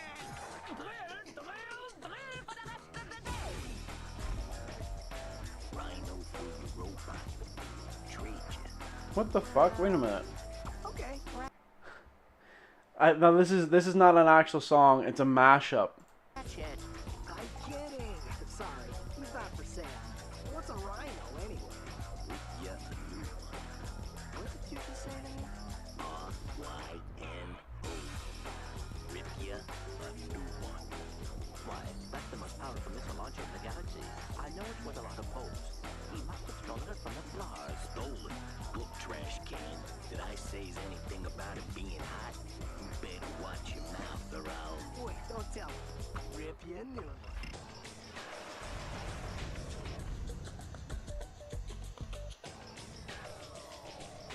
We're here. Now where's that fight? Right there in that locked garage. One tourist crashes a jet and wham! Lost it. That lock is unlike any I... Alright, here's what I'm gonna do. I'm gonna stop waiting around. I'm gonna go to the bathroom. A little break just for me. So we have a little problem. I just want the O2 mask. So if you can't open up the lock, And when I get back, I think cough up the mask. Well, I can see that you really therefore I am. so I'll tell you. I think I'm gonna call a commission for today, but I still want to draw.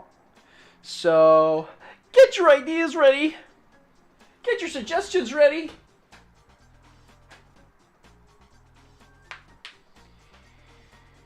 Because I might just give them a shot, whatever they are. So yeah, BRB. Do I have a BRB? No. Do I have one up here?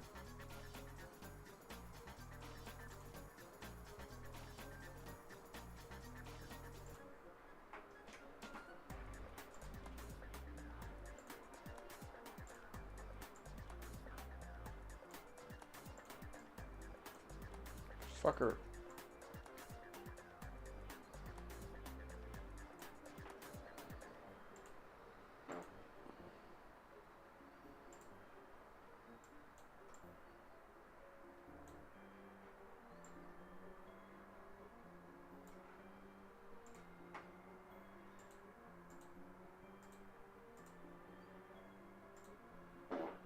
All right.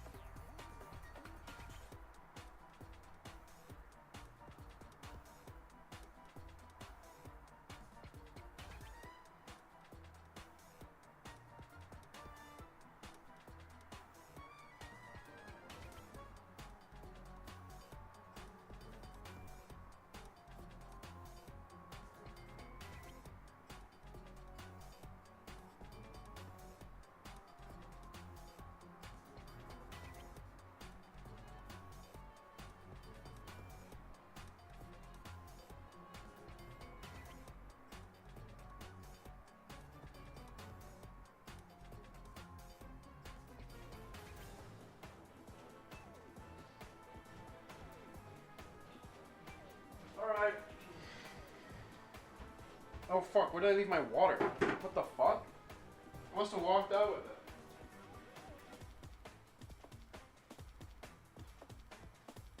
Where the hell did I put it? There it is. Okay. Excuse me. Pardon me. I'm gonna raise the table. The desk, I mean.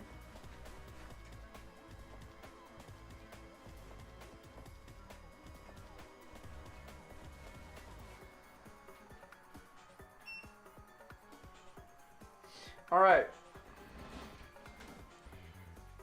Yes, yes, hello. It's me. Yay! All right. All right, after all that chit-chatting, there is a few things I have to do. I'm still gonna be here. I'm still gonna be reading chat. I'm also gonna throw on some different music. I don't know what.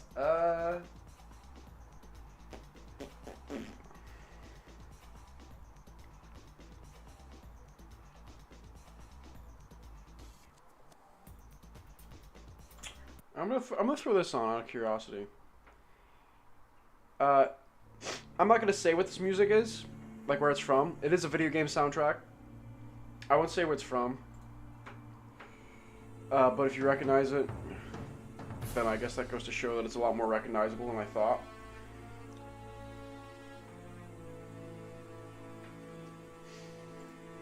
But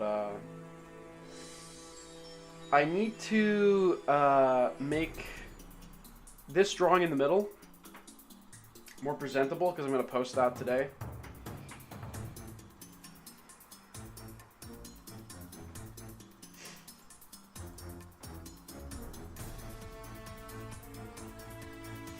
I'm not really going to, like, I'm not going to, like, finish it up. Like, I'm not going to, like, do a bunch of drawing. More drawing than what I've already done. I want to include that music's a little loud. I want to include is it an old game? Yes. It's a PS2 era game. Excuse me.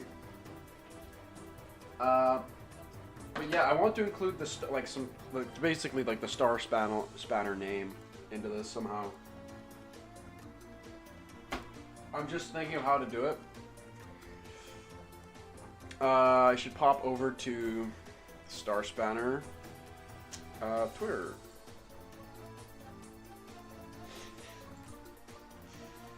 Let me see.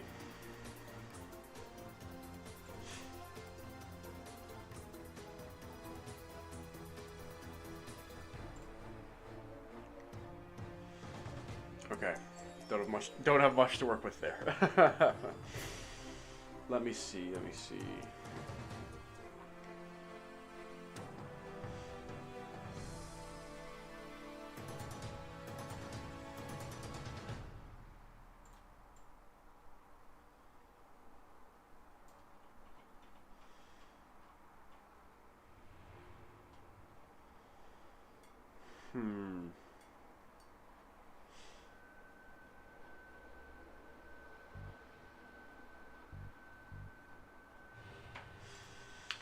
I guess I could get the. Okay, maybe I could get the starspanner.net. Hold on. I gotta send something to somebody.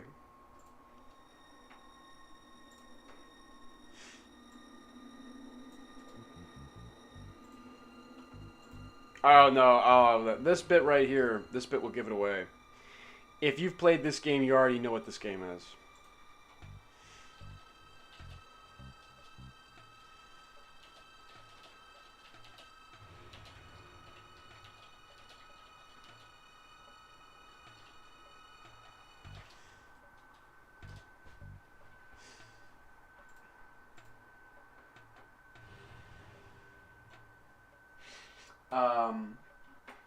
I'm actually going to get something off of somebody first. So until then, until they get back to me with it, BRB again.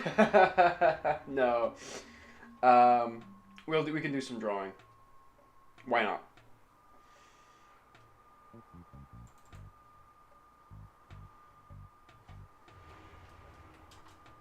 Is reminiscent of something, but I have no clue. I think you'll be angry. You'll go, "Urgh!" That's what you'll go like. You'll be like, ugh, once you find out what it is.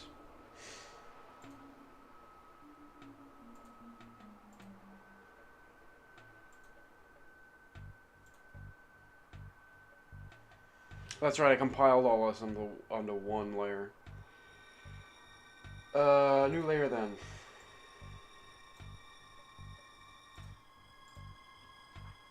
Gosh, what to draw? What to draw? What to draw? What to draw?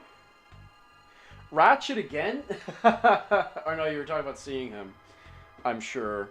You're not telling me to draw Ratchet once more, are you?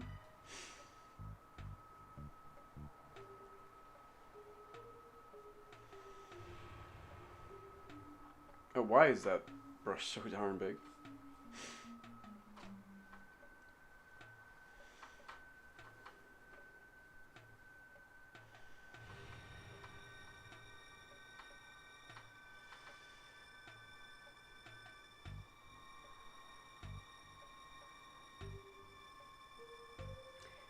Sent the Ratchet via Twitter? Well, here's the thing, man.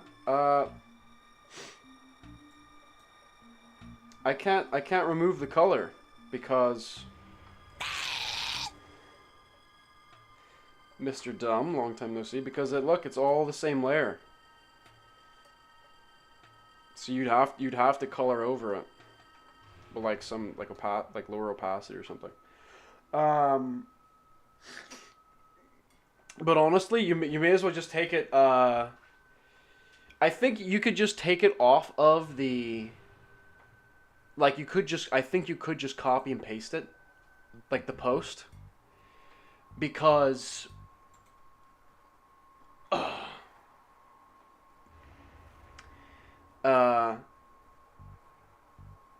What should we call it? Because it's not a big image, so it shouldn't be compressed that much. Oh, okay. Don't know why you messaged me. Oh my... You didn't message me? What? Your message just got flagged. Do you want to know why that message just got flagged? Because it said erase white.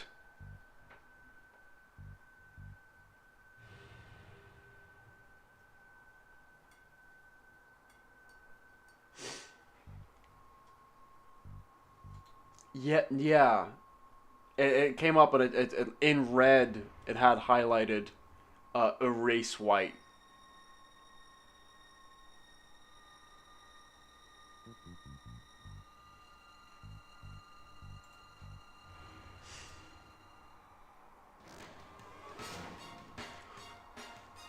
Come on, you have to know. At this stage, you have to know what this game is.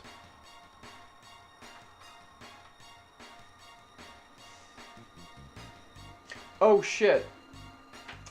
Whenever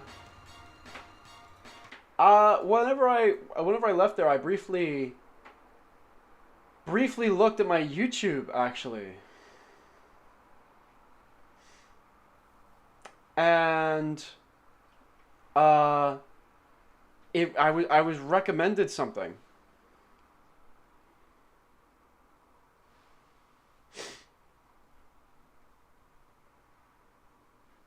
Let me show you what it was. I've never seen this before. I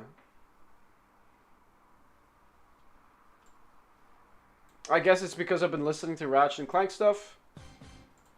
Hold on. I mean, you already know what it is now. Well, kind of. Yeah, what's up, people? It's Carney.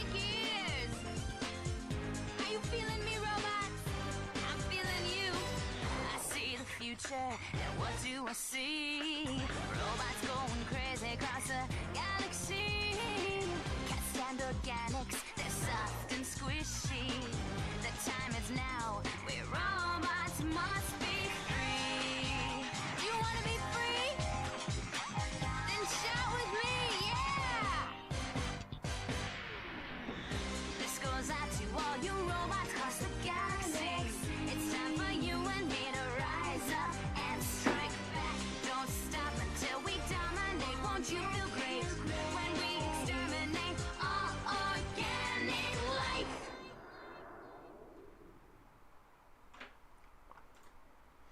Yep. So no, it's just a remake. It's just a remake somebody made in Blender. Is it what like isn't that kind of a coincidence? We were chatting away about it, and then I mean it's not really a coincidence. It's because I was checking out Ratchet and Clank songs. But yeah, no, that's kind of cool. They only have 2 videos. And the other one's like a Teen Titans fan animation, so I don't know. I'll give it a little. I'll give it a little subscribe. I don't know. I'm like trying to get more interested in Blender and trying it out. There's a lot. I've used it. I've used Blender to make maquettes for commissions before. So, using it for other stuff too. I'd like to try some 3D stuff, maybe even some animation one day. Who knows?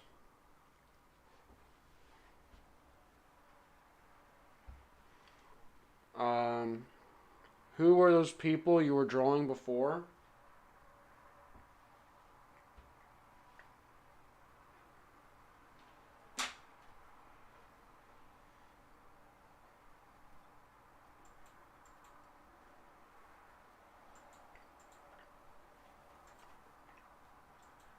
Do you mean these?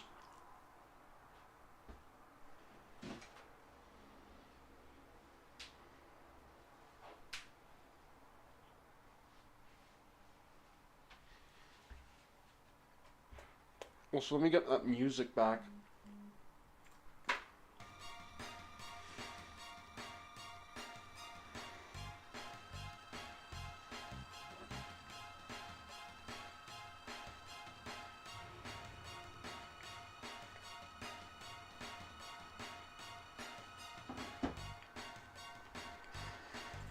Let me,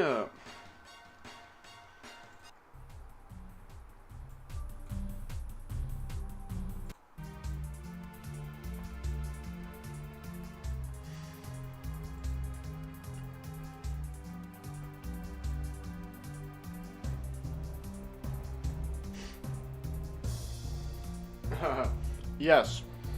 These are enemies from Star Spanner. I was drawing them yesterday in like a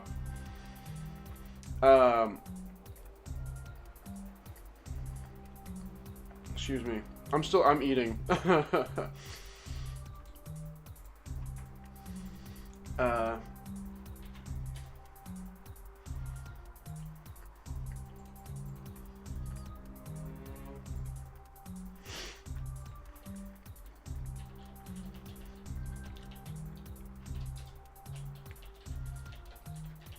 Hold on, just sending a message. I did like a 10-hour stream yesterday drawing these with Mitch, the creator of Star Spanner, as a guest host. The game is Jack 2.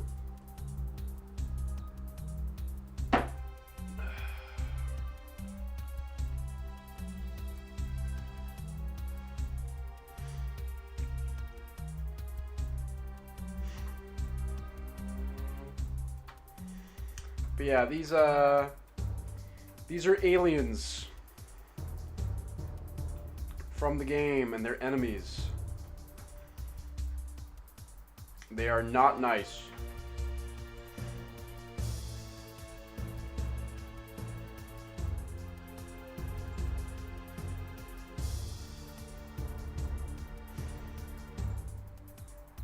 the one you played the least? Aww. Well, now you don't get to request any game. You do not get to suggest or request any subject for me to draw. Oopsie doodle.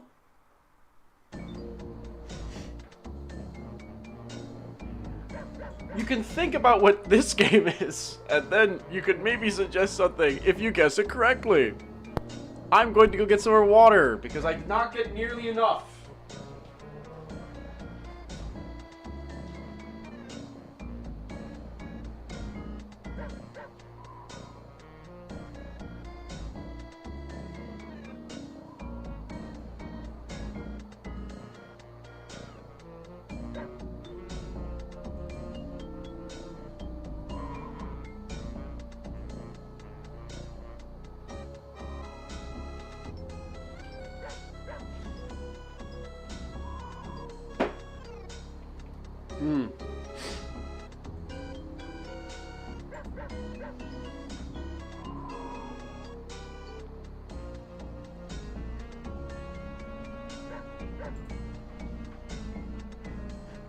The game was Sly Cooper. No.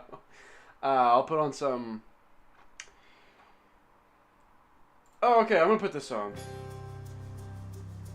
And I'll listen to this. And then draw.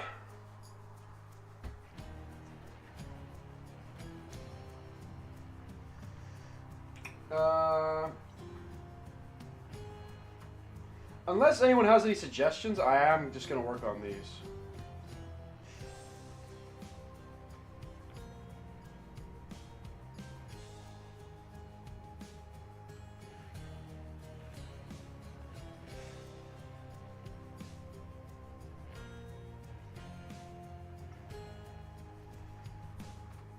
They're gonna become a gory mess in the end? Maybe. Or it might be you.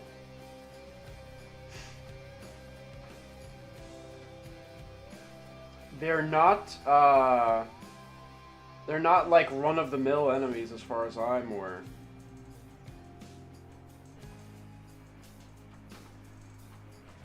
Wrong. This is actually not Hades. This is Blaeblees.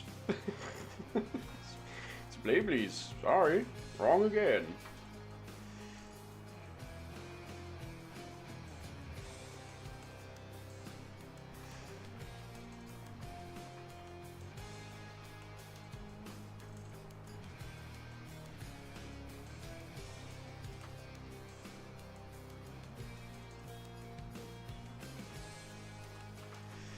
Alright, you got it. Well, what would you like me to draw? Or what would you like to suggest for me to draw?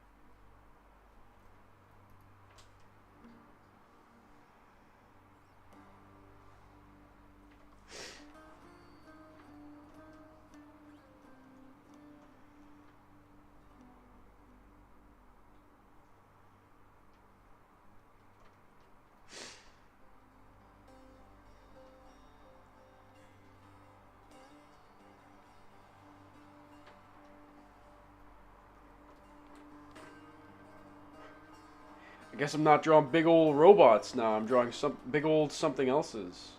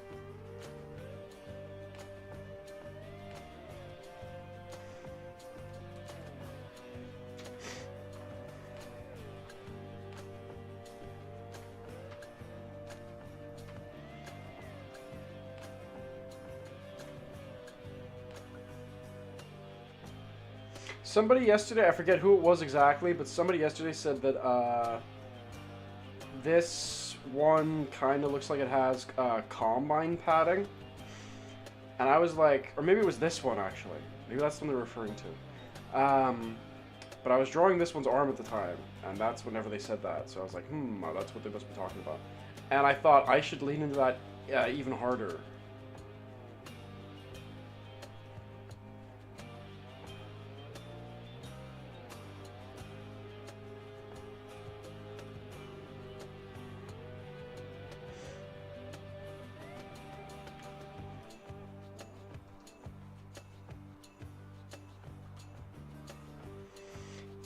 Because them having soft armor, like, makes a lot of sense in some regards.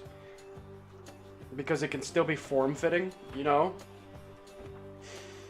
Armor that's, like, harder can't be as form-fitting, and they still have hard armor, right? Like, inflexible armor is what I mean whenever I say that. But that being said, of course, right? It would be good to have a mix of hard armor and soft.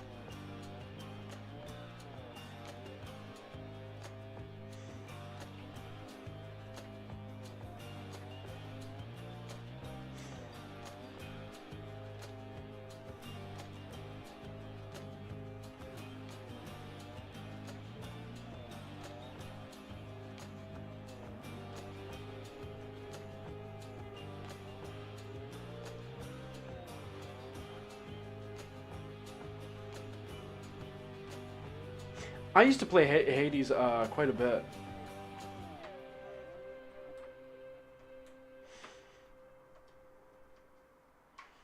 Like, I could get up stream and see like how much I actually played Hades.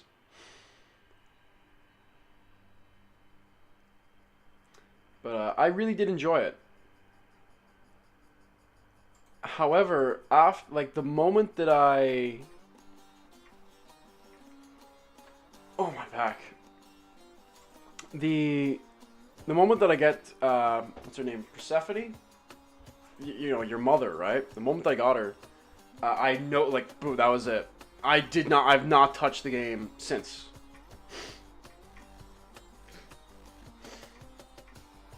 I have not touched. What did I say? I have not touched the game since.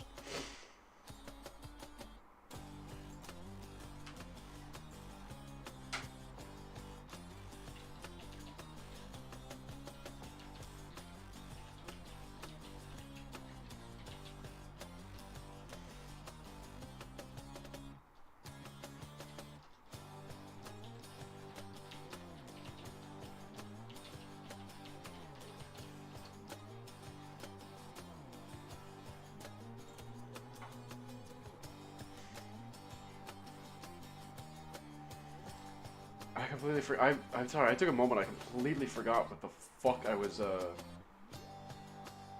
saying.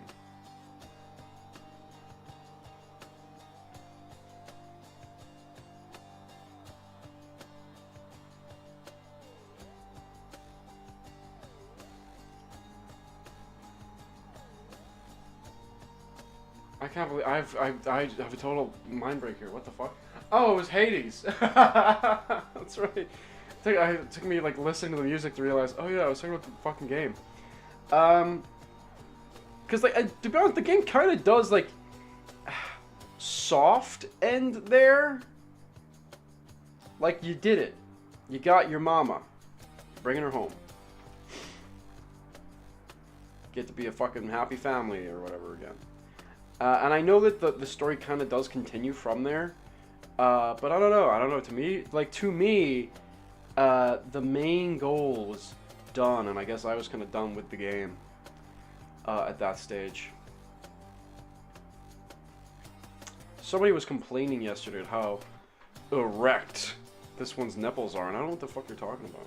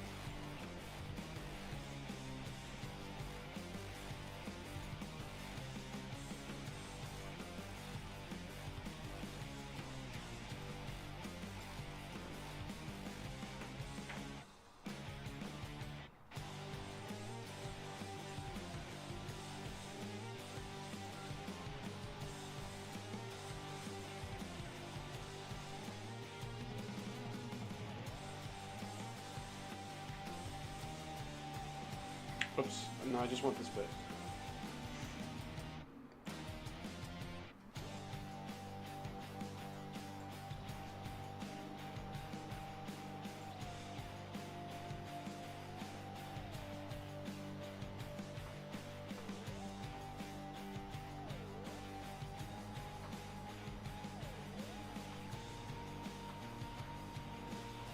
Welcome back, Mr. Dumb.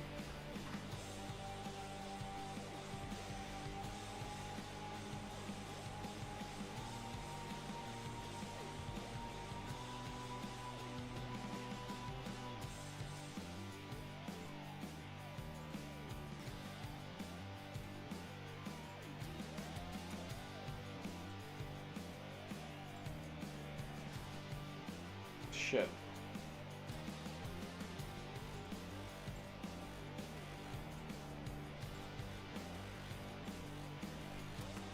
Fuck, wrong thing.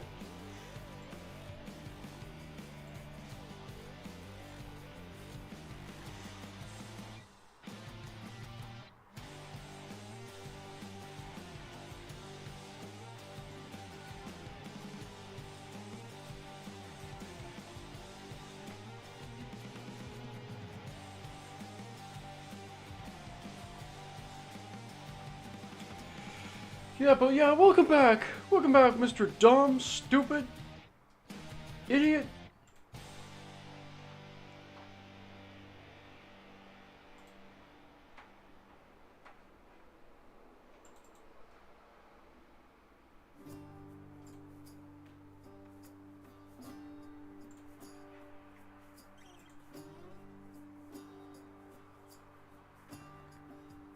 What do you guys think? How's that for presentation? I don't think I was ever very good at presentation. Also, I only have like 57 hours in Hades, so I don't know. I think that's pretty good.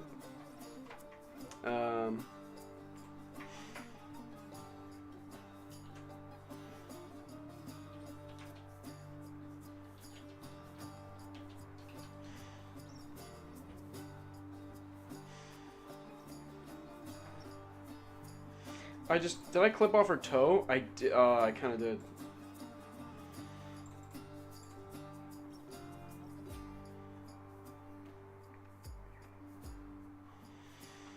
I'll adjust that.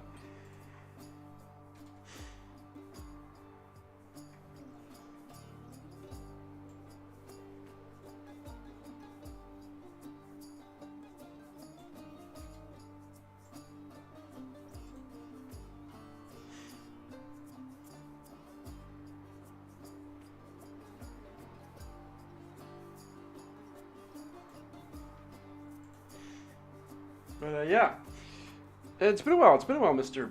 Dumb. How you been? Mr. Dumb, Mr. Stupid.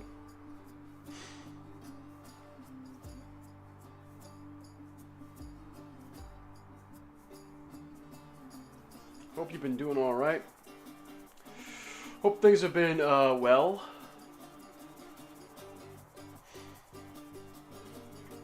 If they haven't, well, fuck. What can I say?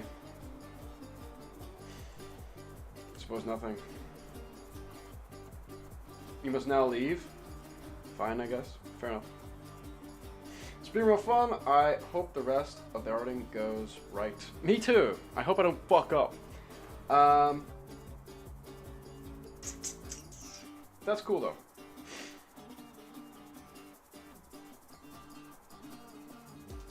Thank you. Yep. See you later. Have a good one. Enjoy.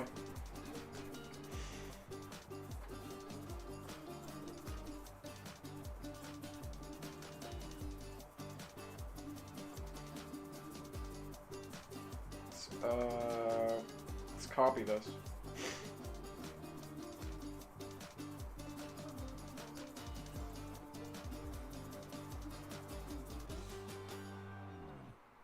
Oops, section.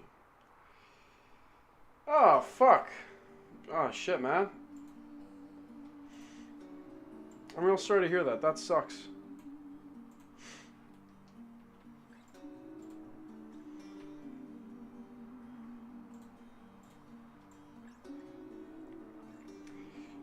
Never a good thing losing a pet.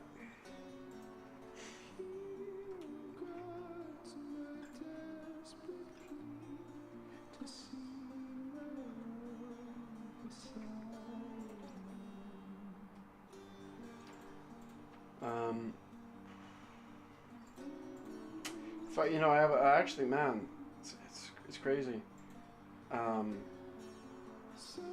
There's somebody else I know, a friend of mine actually, who also his dog died kind of like just like last week. Yeah, last week as well.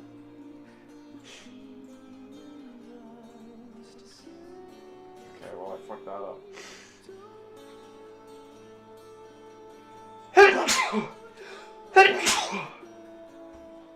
Cool.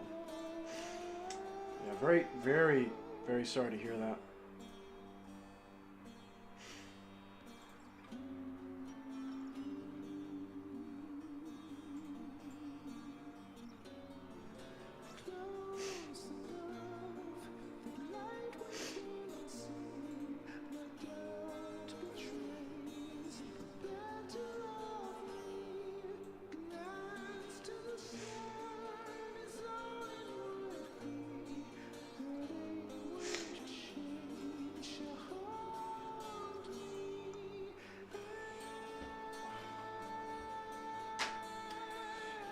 Honestly, that's kind of like my biggest reason for not getting a pet.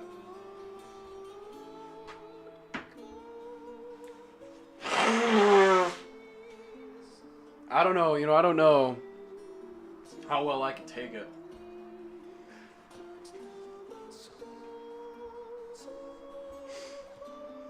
Because it is very much like losing a family member.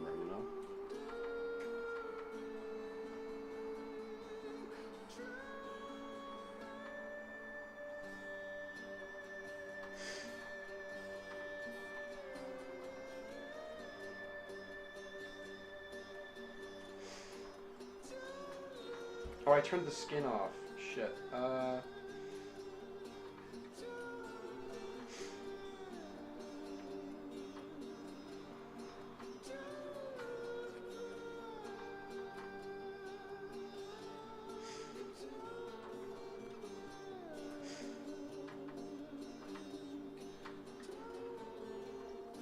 Whoops. Wait, huh? Wait a minute.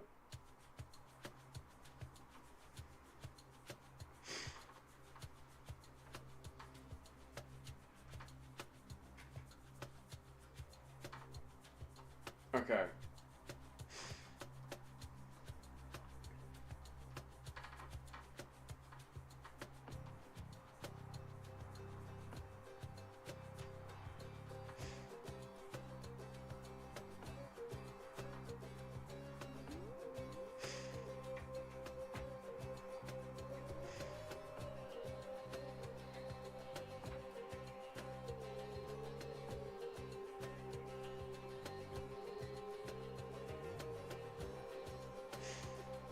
Well, how's the drawing been going, huh?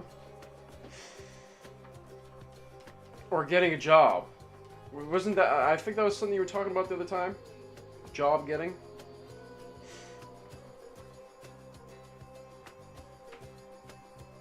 Job foraging. How am I? Pretty good, I guess. Well, I mean, I could have been a lot better today, but I think that maybe doing 10 hours of streaming yesterday might have been a bit much. I didn't really think about how much that was going to push almost everything back a good deal. And then I ended up going to bed late, and then on top of that, I ended up falling asleep much later and needing way more sleep.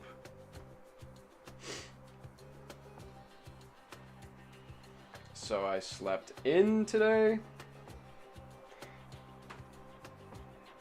So then I started my stream much later. Like everything just happened later.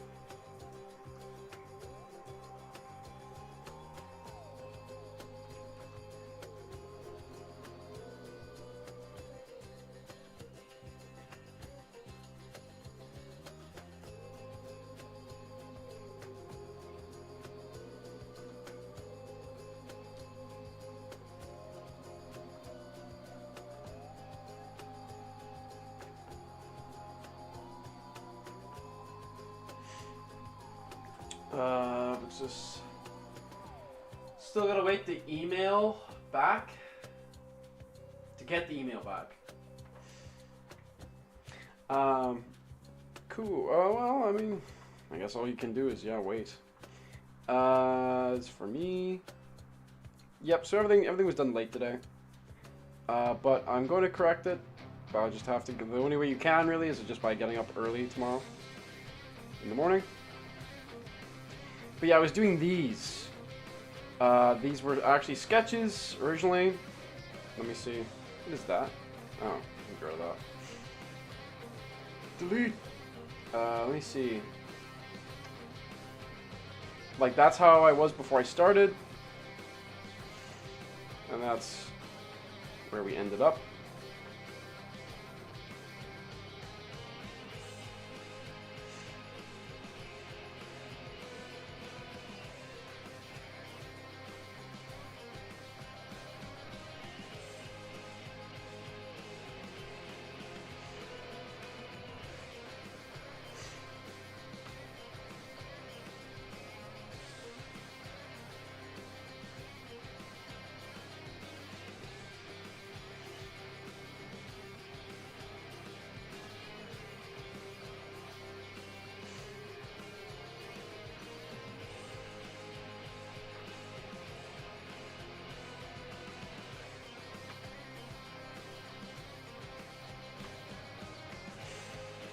Yeah, these ladies, they're real meanies, if you catch my drift.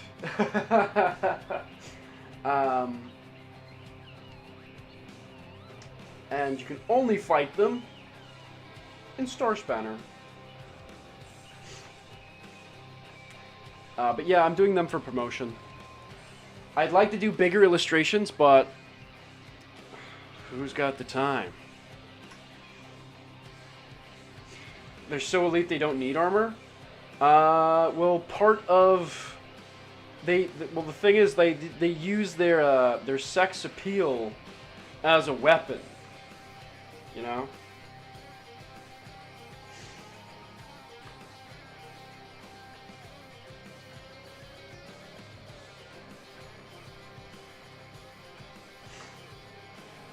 Like, what if you're trying to fight them and then all of a sudden you catch a view of this one's cleavage just as you're about to take a shot, and it causes you to hesitate just for like a second, and then they use that opportunity to fucking murder you.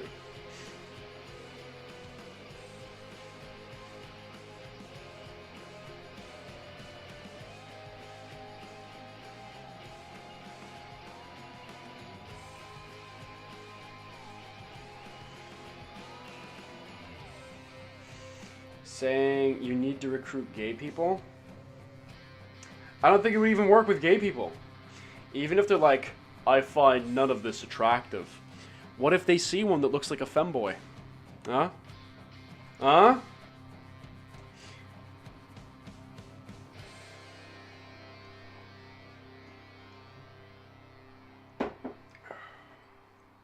And if you're like, well, I'm only attracted to big, strong dudes.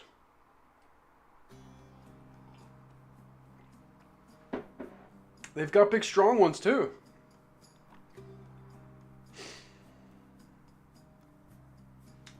A Royce? Wait, what does that say? What are you saying? I'm not sure. I'm not sure I know what that means. Oh my god! I just had a thought. Wait a minute, okay. So I'm doing cutouts, right? Of the clothing. Like, I kind of do it all like this, and then I kind of do like a cutout to work out, like, oh, should skin be here or something? So I have like pink underneath because they have pink skin. I was just thinking, what if... Hear me out, chat.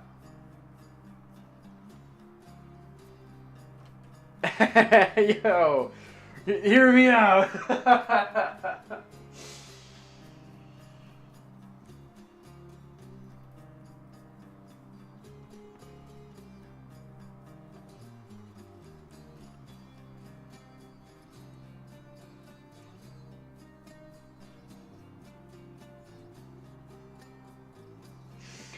Asexual? Maybe. I mean, here's the thing, though. Here's the thing, right? They do want to attract, like, men. Like, they do target men. On purpose.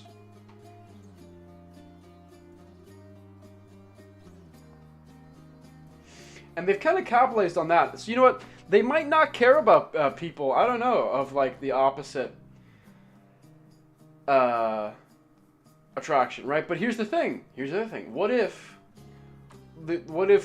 the sheer beauty of their physique distracts you, huh? What then?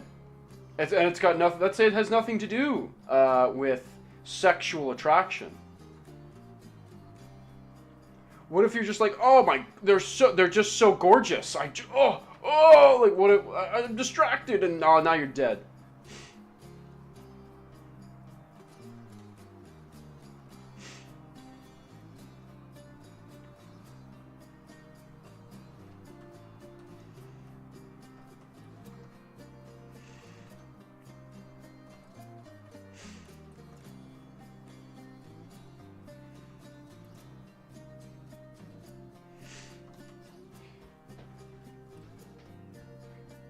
Ones to attract women? Well, because I don't think they care. I don't think that they like, what I recall from talking with Mitch, is they actually like hate women. They hate the women of the other species because they're like in their way.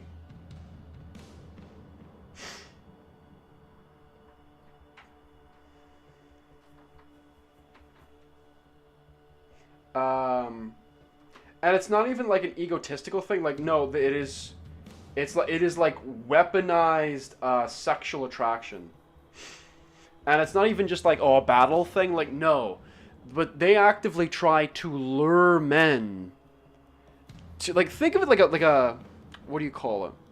Like sirens, right? They're kind of like space sirens, luring seamen to the sharp rocks. And then when they get them, right, and they've like crashed their ship, they drown them. They use men for all kinds of things, for like slave labor, for genetic experiments, and like all of these technically have no father. They're all made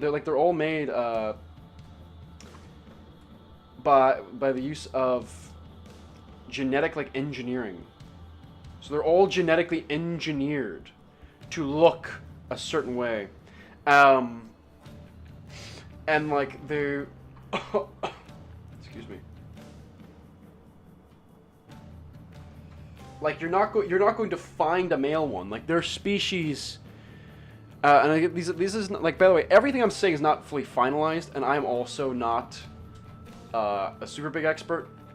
Although I have, like, this is the most Star Spanner stuff I've been drawing, is designing these guys. I need to, her back is too long. I kind of lowered it before, but I realized it's still too long. And the form's kind of long too, so I don't feel too bad about doing this.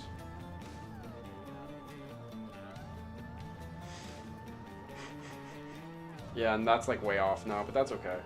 All of that can be fixed, you know? I should have lowered the arm too. I should have lowered her arm as well, but now it's all jigsawed. I can fix it, it's all good. Like, there's no stress here, you know? This is a stress-free zone! Kind of sounded a bit like Chris Chan there. Oops.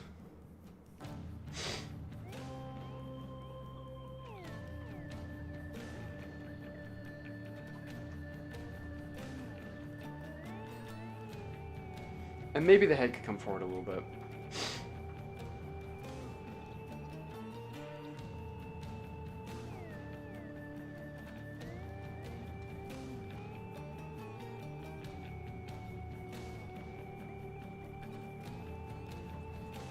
Back, go down.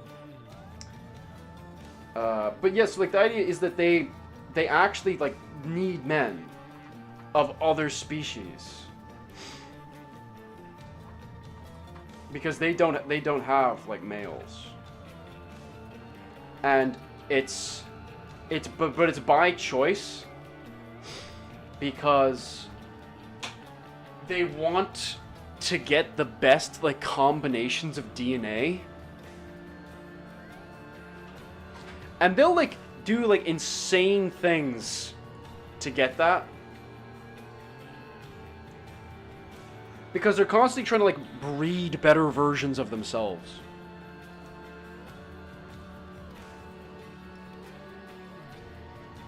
At least as far as I understand it.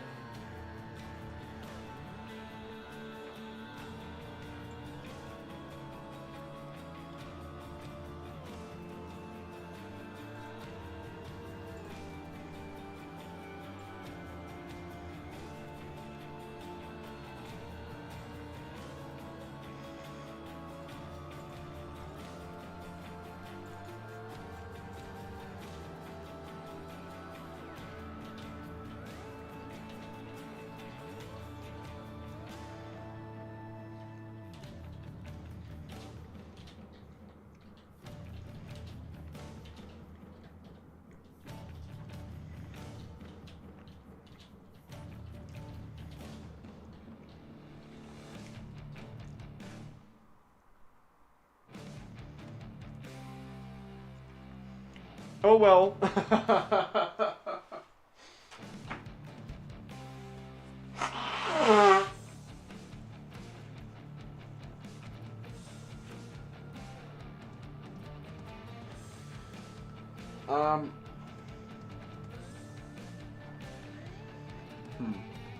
You know what? I might actually call it there, because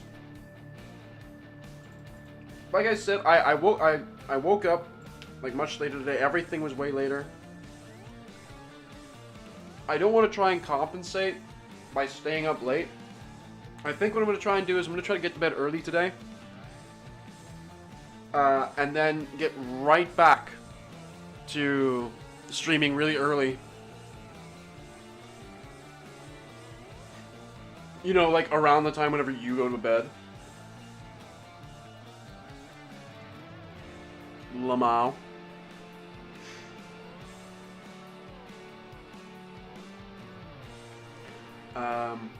So I think that's gonna be enough for me today.